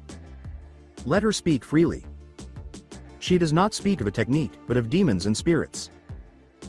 That could benefit us, especially if she manages to convince others of it." "Doubtful, but Uzumaki has developed a reputation. Rumors like that may benefit us later. For now he is also not so easily removed or destroyed." The three men gave him a raised gaze. "What are we to do?" The elder took a seat and closed his eyes. "Uchiha is also a difficult problem, but Haruno and Yamanaka. This must be brought under our control. We cannot allow this knowledge to spread, or our weakness to be discovered. This team must be taken care of, but his son cannot be harmed. This technique must be destroyed, and all record of it must be eliminated. It cannot be allowed to spread further. However, we cannot be tied to it." Each of the ninja in front of him gave a nod. The main branch member raised his voice. "Then we must take care of it quietly. I shall organize a team, and we shall strike." Speaking up, one of the two ninja in the back gripped his shoulder. "They'll be taking guard duty soon. A perfect opportunity." Heihachi gave a headshake. "No. I'll allow nothing of the kind." The three men appeared taken aback. "We cannot risk our involvement in this being discovered. We'll be hiring outside help. A price of 50,000 ryo for each of their heads. Uchiha Sasuke, Haruno Sakura, Yamanaka Ino, and Uzumaki Naruto." He got up and turned away from them. "We'll of course do what we can, but I permit no Hyuga to attack them. That contract with the demon makes it too dangerous, and a great political risk as well. There can be no connection of the bounty to the Hyuga clan, and we will do what we can to make them uncomfortable. Politics and discrediting them should be our focus for now. A direct strike would be very dangerous." Hyuga's main branch bowed and nodded his head. "There is an opportunity that we might take. With minimal risk." With a quick look over his shoulder, Heihachi interrupted. "Go on, Iori." Head bowed, the man said. "The Chunin exam. Yamanaka Ino will be attending. If she is killed during the exam, even by a Hyuga, no one would think anything of it. There is little doubt she will pass the first part of the exam. Once the second part begins, she would be fair game, as well as in the finals, should it come to it." The clan leader averted his gaze. "Neji will be attending, as well as Koga, Hinata, Nishi, and Ayume." Iori gave a nod. "Yes. It wouldn't be difficult to ensure that an opportunity presents itself. If she survives to the finals, it wouldn't take much to ensure that the final exam is stacked in our favor." The man gave a nod. "Very well. See to it. Do not fail me." The man bowed, narrowing his eyes. "Of course not. Ino will die." With a nod, Heihachi left the three of them in the room. Cradling their arms, the two ninja positioned behind Iori collapsed onto their sides. Before it subsided, it would hurt for a minimum of 2 more days and up to 2 weeks. He went to assist them, turning them onto their backs. "You've both done well. I am sorry that it came to this." After a few weeks. In Konohagakure, the evening was clear. The sounds of a dying summer filled the night, and the full moon shone down between the clouds. The air was getting cooler, and the sounds of insects were dwindling and frogs chirping less loudly. With fall quickly approaching, Team 7 was going about their business and spending the evenings in class. They still hadn't accepted any missions, and it would take some time for that to change. They still had 2 months or more to continue doing what they were doing. Naruto was familiar with the room. It was the same one where he had found the scroll that had given him his Taiju Kage Bunshin. The hallway was quiet and empty, the door closed. A murmur emanated from a distance along the corridor. A 40-something man passed by and hesitated as he passed the location. With a frown on his face, he looked from the door and hesitated. What? He growled a little and began to stomp toward the hit. With his eyes the familiar white of the Hyuga bloodline, he appeared increasingly agitated as he made his way to the door. He growled and cast a glance around the hallway, his eye veins bulging as the jutsu took effect. What is the meaning of this? What's going on here? He asked. Placing his hand on the doorknob, he froze, saying, there should be a guard here. Ever since that traitor. He couldn't open the door because a hand was gripping his wrist. Going somewhere? With a gasp, the man leapt back, gripping his chest tightly. His eyes went wide, and he fell flat on the hallway floor. Two Anbu, one with an open mouth in a roaring pose and the other wearing a tiger mask, were staring down at him. He stood in front of the closest window, watching with his arms crossed. The other person, the one who had intervened, had her arms crossed over her chest and was donning a boar mask. The woman raised her voice. Only the Hokage is allowed in here. The tiger mask was observing him and appeared at ease. The man on the floor gave a stutter. What? Where did you come from? Do you have any idea who I am? The male tiger mask speaker emerged. Are you the Hokage? The man gave him a scowl. Do I look like her? The mask of a boar shrugged. Then you're not getting into that room. You'd best learn your place. I will have you strapped to the walls and begging for mercy. I am Hyuga Aikido, the archives master and head dean of the Konohagakure Academy. The man sighed. The man shoved away from the wall. We don't answer to you. The young lady gave a nod. Right. If you're not the Hokage, we don't care. Sorry, Aikido. Sensei. You're not getting through. The man got up, brushed himself off, and scowled. I recognize that voice. Yamanaka. He gave her a thorough examination. What are you doing? Posing as an Anbu is a serious. Remaining slightly apart, the tiger mask Anbu approached the man and said, we're not academy students. I'm afraid your authority as dean doesn't matter. We've got orders, and you're not getting past us without the Hokage's word. A dawning crossed the man's face as he turned to face him. Uchiha? What are you two brats doing here? Where are the guards that are supposed to be here? You two are in serious trouble. Where is Kakashi? When he finds out about this, the two of you will be changing diapers and digging up potatoes for the rest of your careers. The two stood there and made no move to get away. Sasuke shrugged a little. We don't answer to Kakashi. The man's hands balled into fists. He couldn't see their chakra. Wait, something is off here. What's wrong with you? He asked. Head tilted, Ino did. Wrong? With a growl, the man took a step backward, raising his hands in preparation to defeat them both. I'm afraid you're both coming with me. You've got a lot of explaining to do. Sasuke let out a little sigh. Great. The young lady hung her head slightly. Well, we can't just leave. We're going to have to stop him. A smirk appeared on Aikido's face. You stop me? You don't seem to be getting this. You're not going to escape. Tsunade paused, frowning, as she proceeded down a now familiar hallway. Seated in the middle of the hallway, Aikido had his hands and feet tied together and duct tape covering his mouth. Everything else was quiet and deserted. What on earth? Under the tape, the man appeared distressed and was muttering. Though he appeared to be very angry, he was unharmed. He began to yell as she tore the tape out of his mouth. Those brats. Unbelievable. I demand that they be brought to justice at once. Posing as Anbu. The woman sighed deeply. Calm down. What happened? The man was furious. Calm down? I'll tell you what happened.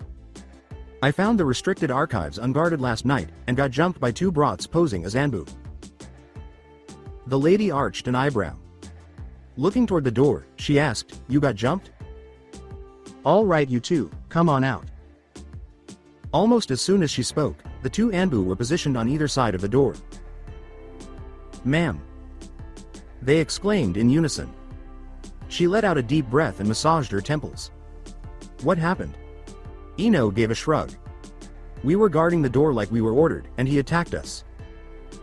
Sasuke gave a nod. He tried to deaden us, so we were forced to subdue him. The woman didn't appear to be very upset, so he trailed off. They aren't supposed to be. Wait. What? The female gave him a sly smile.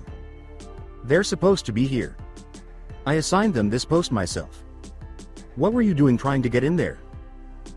The man opened and closed his mouth. What? I wasn't. It's supposed to be guarded, and there was no one here. Tsunade gave him a narrowed look. She looked at the two silent Anbu and said, You couldn't see them? The man had a reputation among the academy students. Well, that's impressive. Hyuga Aikido witnessed all of this and got nothing. It was said that he had eyes on both the sides and the back of his head. The man reddened and gave a growl. It was late, and I'd had a long day. That doesn't excuse this. The lady gave him a quick look. It doesn't need to be excused. They did what they were supposed to. I suppose that you've suffered enough. Leave my Anbu alone and forget about this. While she was untying him, Aikido caressed his wrists. He got up and turned to face the two. Anbu? Huh. I figured he might make it in a few years. That one surprised me. He looked over to Ino. He turned away, not looking happy, but not as upset as he had been. Well, I suppose I should congratulate you. Sorry for the confusion. Tsunade turned to face the two after observing him leave. They stood there watching the door, and she said, Carry on. Ino let out a tiny sigh. Well, that was more interesting than usual. Too bad we can't make out while we stand here. It's usually pretty boring, and it would pass the time. Sasuke gave her a quick glance. Yeah, it's a real shame, he said in a sarcastic tone. Throwing her hair aside, she said, Don't try and act like you wouldn't enjoy it. The boy, who knew how to shut up and just stand there, sighed slightly and hoped that he would end up with Naruto on his next guard duty. Aren't you supposed to be studying? I can only read so much before my eyes start hurting, the girl said, her shoulders slumping. I went through my old textbooks for half of the night. Well, we've got a couple more hours till we're relieved, he responded with a grunt. I have no desire to spend it conversing. Oh well, Ino said, glancing over at him. This way, at least, I can get you to myself. However, I must say that I failed to understand Sakura's exemption from guard duty. The boy folded his arms and leaned against the wall, saying, Because she needs to study to become a medic instead. Which would you prefer to be doing? The blonde shrugged, saying, It's okay. You know, she's not really smarter than me. In our class, I received the second best grades. Before I was transferred, I considered becoming a medic. Sasuke appeared uninterested and appeared to disappear, saying, Whatever. Naruto would be stuck with her for the next few days, and if he was lucky, he would end up with another Anbu who wasn't on his team or on his own after that day. Get some studying done. He will be a hassle to all of us for months if you fail. She gave him a broad smile and said, Oh. Adorable. You're concerned for me. The four Anbu from Team 7 emerged from the Academy's tiny classroom, their class beginning after the regular Academy Students' Day ended, their backs popped, and they all appeared gaunt and exhausted. Oh man, Ino said with a grunt, crossing her arms over her head. I had no idea that this much paperwork would be involved in becoming an Anbu. With a slightly bleary gaze, Naruto said, You think you've got it bad? As a captain, I am. I have 3 times as much work to do. Sakura yawned deeply. Dude. I must go to bed. As soon as I go home, I'm going to faint. The fair-haired Kunoichi snorted slightly, You have to be kind. Everybody is back on guard duty. Naruto nodded, That's right. I'll talk to you later. He turned to leave the 3 of them together and said, I have to report to my post. Sakura sighed slightly, medical training is far more demanding than security work. Simply put, it's less dull. It's not that bad for you. Yeah, nodded Ino. I always get to spend the entire evening with Sasuke. The raven-haired boy waved over his shoulder as he started walking away. Not tonight. I'm on my own on the south wall. It should be pretty relaxing. See you, I've got to report in. Sakura frowned at the blonde girl. Yeah. Well, don't think I don't know that you're not exactly out on a date. Her rival stuck out her tongue. You're just jealous. It's the next best thing. I get to sit and talk with him all night, at least a couple times a week. It's great. The pink-haired girl was jealous, but she was also having trouble keeping her eyes open. I'm too tired to be mad at you right now. I'm going home, and you're not hanging out with him tonight. She started shuffling away. That slave driver. If I'd known it was going to be this much trouble, I might have just left you in my head and said to hell with dragging her back here. Ino gave a heavy sigh and looked up at the clouds overhead. It looked like rain, and she was stuck on the northern wall opposite Sasuke. The northern wall didn't have any cover, and she'd be exposed once the rain started. It's going to be a long night. She was also stuck on her own, with no one to talk to. It had been a little less than a month since Team 7 had returned to Konohagakure. Life had settled in a bit for them as a group. They didn't see much of their friends. They spent most of their day sleeping, and only had a couple of hours before they had to leave for class once they woke up most of the time. They had a day off during the week, and that day was one such day. Naruto was sitting at home with his son in his lap. Iruka was sitting across from him with tea in his hands. They seemed like decent guys. I've met them a couple of times when I went to Ichiraku. The man was smiling as the blonde boy sat the baby in his lap. Kitsuma was fumbling about playing with a few blocks on the tabletop. Yeah. They look after Kitsuma when I'm away. It's nice to know I don't have to worry about him that much. The boy seemed pleased. I've got to get Ken back still. I owe him for something that jerk pulled on me a few weeks ago. The man nodded. Well, you seem to have it pretty good here. He looked around at the place. The three beautiful kitsune were lounging about the room. What's with all the boxes? Naruto looked around and grinned. Huh? Oh. I'm working on something. I'm gonna open a place up. A couple places actually. The man seemed surprised. Place? Yeah. A bar with a massage parlor. The young blonde seemed pleased. It was the fox's idea. He jerked his thumb over at the three lounging girls. Iruka's tea sprayed and he coughed. Huh? The boy shrugged. Well, they said they wanted to open a place like that up. Always had trouble before because of property deeds and legal stuff. Since I'm human, I can get them the permits and stuff they need. I get a cut of the profits, but they're paying for most of it. I've got places like that going up in 4 places all around Fire Country. He stood up and walked over to a large box near the wall. It was about 10 feet long and 5 feet high, but also not very thick. He flipped it open, revealing a neon sign inside. Iruka looked at it with wide eyes. It was a half-naked woman kicking her legs with fox ears and a tail. She was lounging inside the words, "The Fox Den." He worked his mouth. You're opening a place like this? The boy shrugged. Yeah. Why not? It'll be useful. The kitsune will run everything for me. Don't got to do much of anything, and I won't ever have to worry about making ends meet or keeping Kitsuma fed. The man set his tea down. Naruto. You're aware that this isn't just a bar? I mean, I realize you're young and all, but a massage parlor on a place like this is. The boy shrugged. Prostitutes. Yeah. So? All the kitsune I've ever met are total sluts. It's no big deal. Besides, working is entirely voluntary. None of them have to do it, and they can leave anytime they want. It'll be great. Iruka sat down at the table and ran his fingers through his hair. Oh. So, you do get it. Naruto nodded. Yeah. If this works out, I'm gonna open a few more outside of Fire Country. Iruka furrowed his brow and gave a small sigh. You're a little young for this sort of business. It could be more dangerous than you think. The young Junin nodded. Well, to be honest, they wanted to do it. I'm just signing my name so they can. He looked over at the foxes. I'll be too busy with my duties to worry about it. Iruka gave a small nod. If you say so. A massage parlor? Naruto gave a grin and nodded. Yeah, and live nude entertainment in the bar.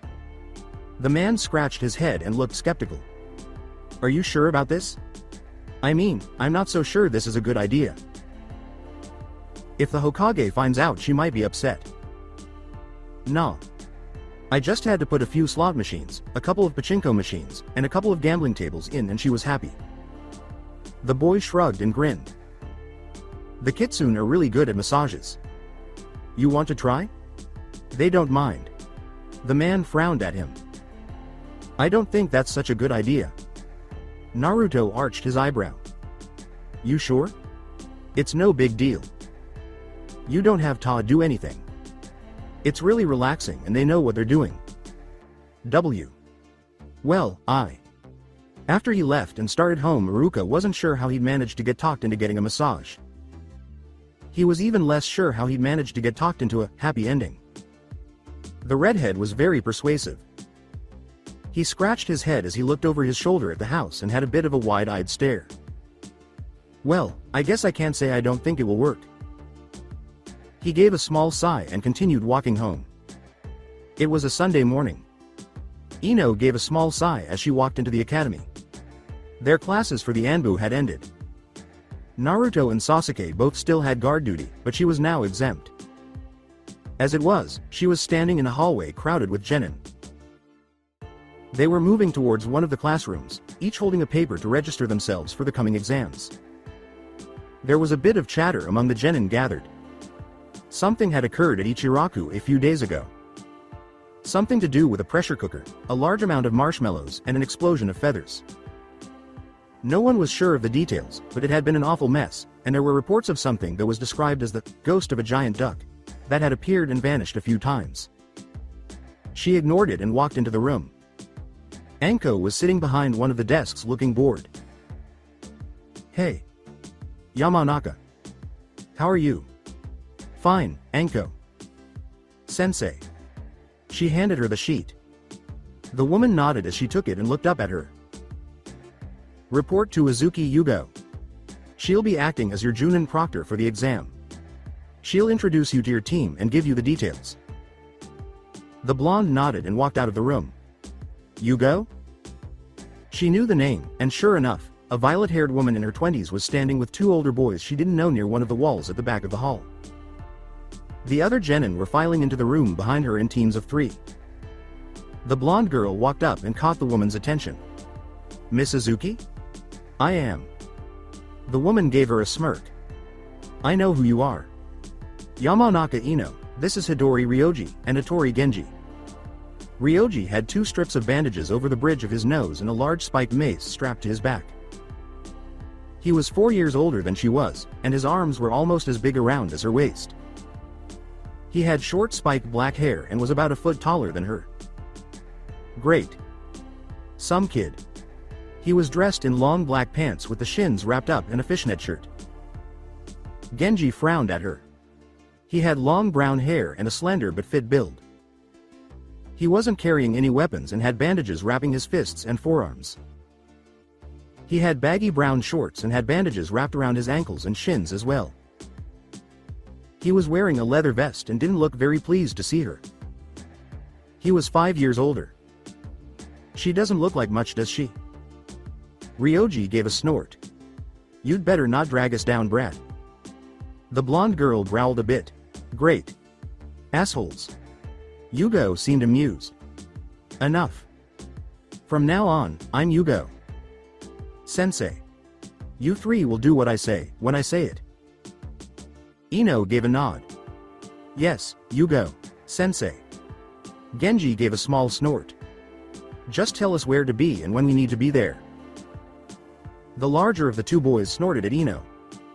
Just what I need. To carry some skinny weak lil brat through the exams. Look at her, sucking up already. The woman glanced at the blonde girl. She seemed cool and collected, but also annoyed with the pair she'd been stuck with. Tomorrow at 7 we'll be meeting at the main gate to start the journey. Be aware, we'll be traveling through the mountains, and it's a long and difficult trip. You also cannot bring more than you need. We'll be guests in Kumogakure, and they aren't exactly a friendly village. You will be on your best behavior. If you are not, I cannot guarantee your safety. The kunoichi gave a serious-looking nod. Yes, you go. Sensei. The woman smiled at her. She knew damn well that Ino was the strongest genin in the group. No need to be quite so formal. She was standing at attention and acting like an Anbu subordinate to their superior. You two are dismissed. Ino, I need a word with you. Ryoji frowned at the blonde and bumped her as he turned away. Great. Teacher's pet already. Genji rubbed his thumb across his nose and chuckled. She'll fall in line once things get started. As long as she can stay out of the way, she'll be fine. The larger boy grunted. Are you kidding? Look at her. She's not going to be able to keep up. We're going to have to drag her around and protect her until the finals. Ino watched them leave and moved a bit further away from the crowd after Yugo. The woman turned to look at her. I know about you, of course. The young kunoichi nodded. I remember you as well. The woman blinked and seemed surprised. Do you now? Ino gave her a wry grin.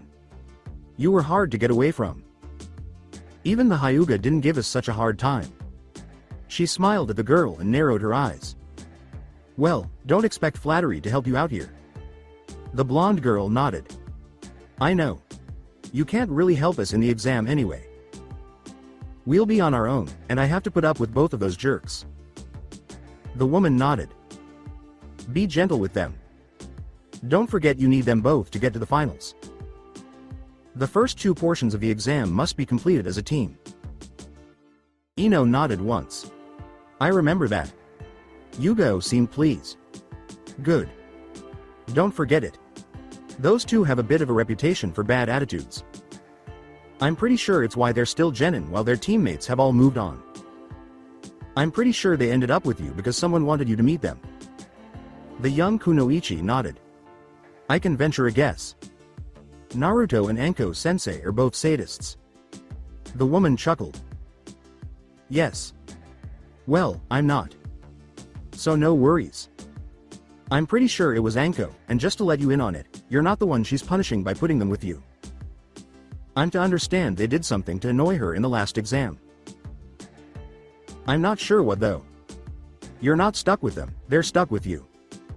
You're expected to take charge of this team and keep those two idiots in line. The blonde girl got an evil-looking grin on her face as she looked over her shoulder at the direction they had gone and narrowed her eyes. No problem. Yugo seemed pleased. Very good. Now, I'm sure you're aware already, but I feel I should remind you that you're not allowed to tell anyone that you're an Anbu. You're just another genin for this exam. Though, technically, you outrank both of those idiots. They're aggressive and they both have bad attitudes. They're still your teammates. So keep them in line, but look out for them as well. Ino's face fell a little but she nodded.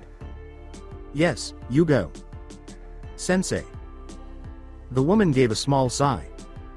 Well, if you play this right you'll have fun. The exam is serious business, but that doesn't mean that you can't enjoy it. It should be easy for someone with your level of training.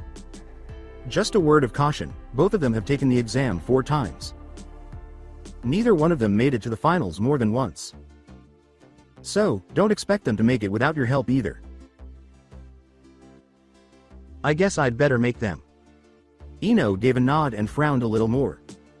Yugo nodded. That's the spirit. Dismissed. I'll see you on Monday. Monday had been miserable and frustrating, but Tuesday evening had been good for Yamanaka Ino.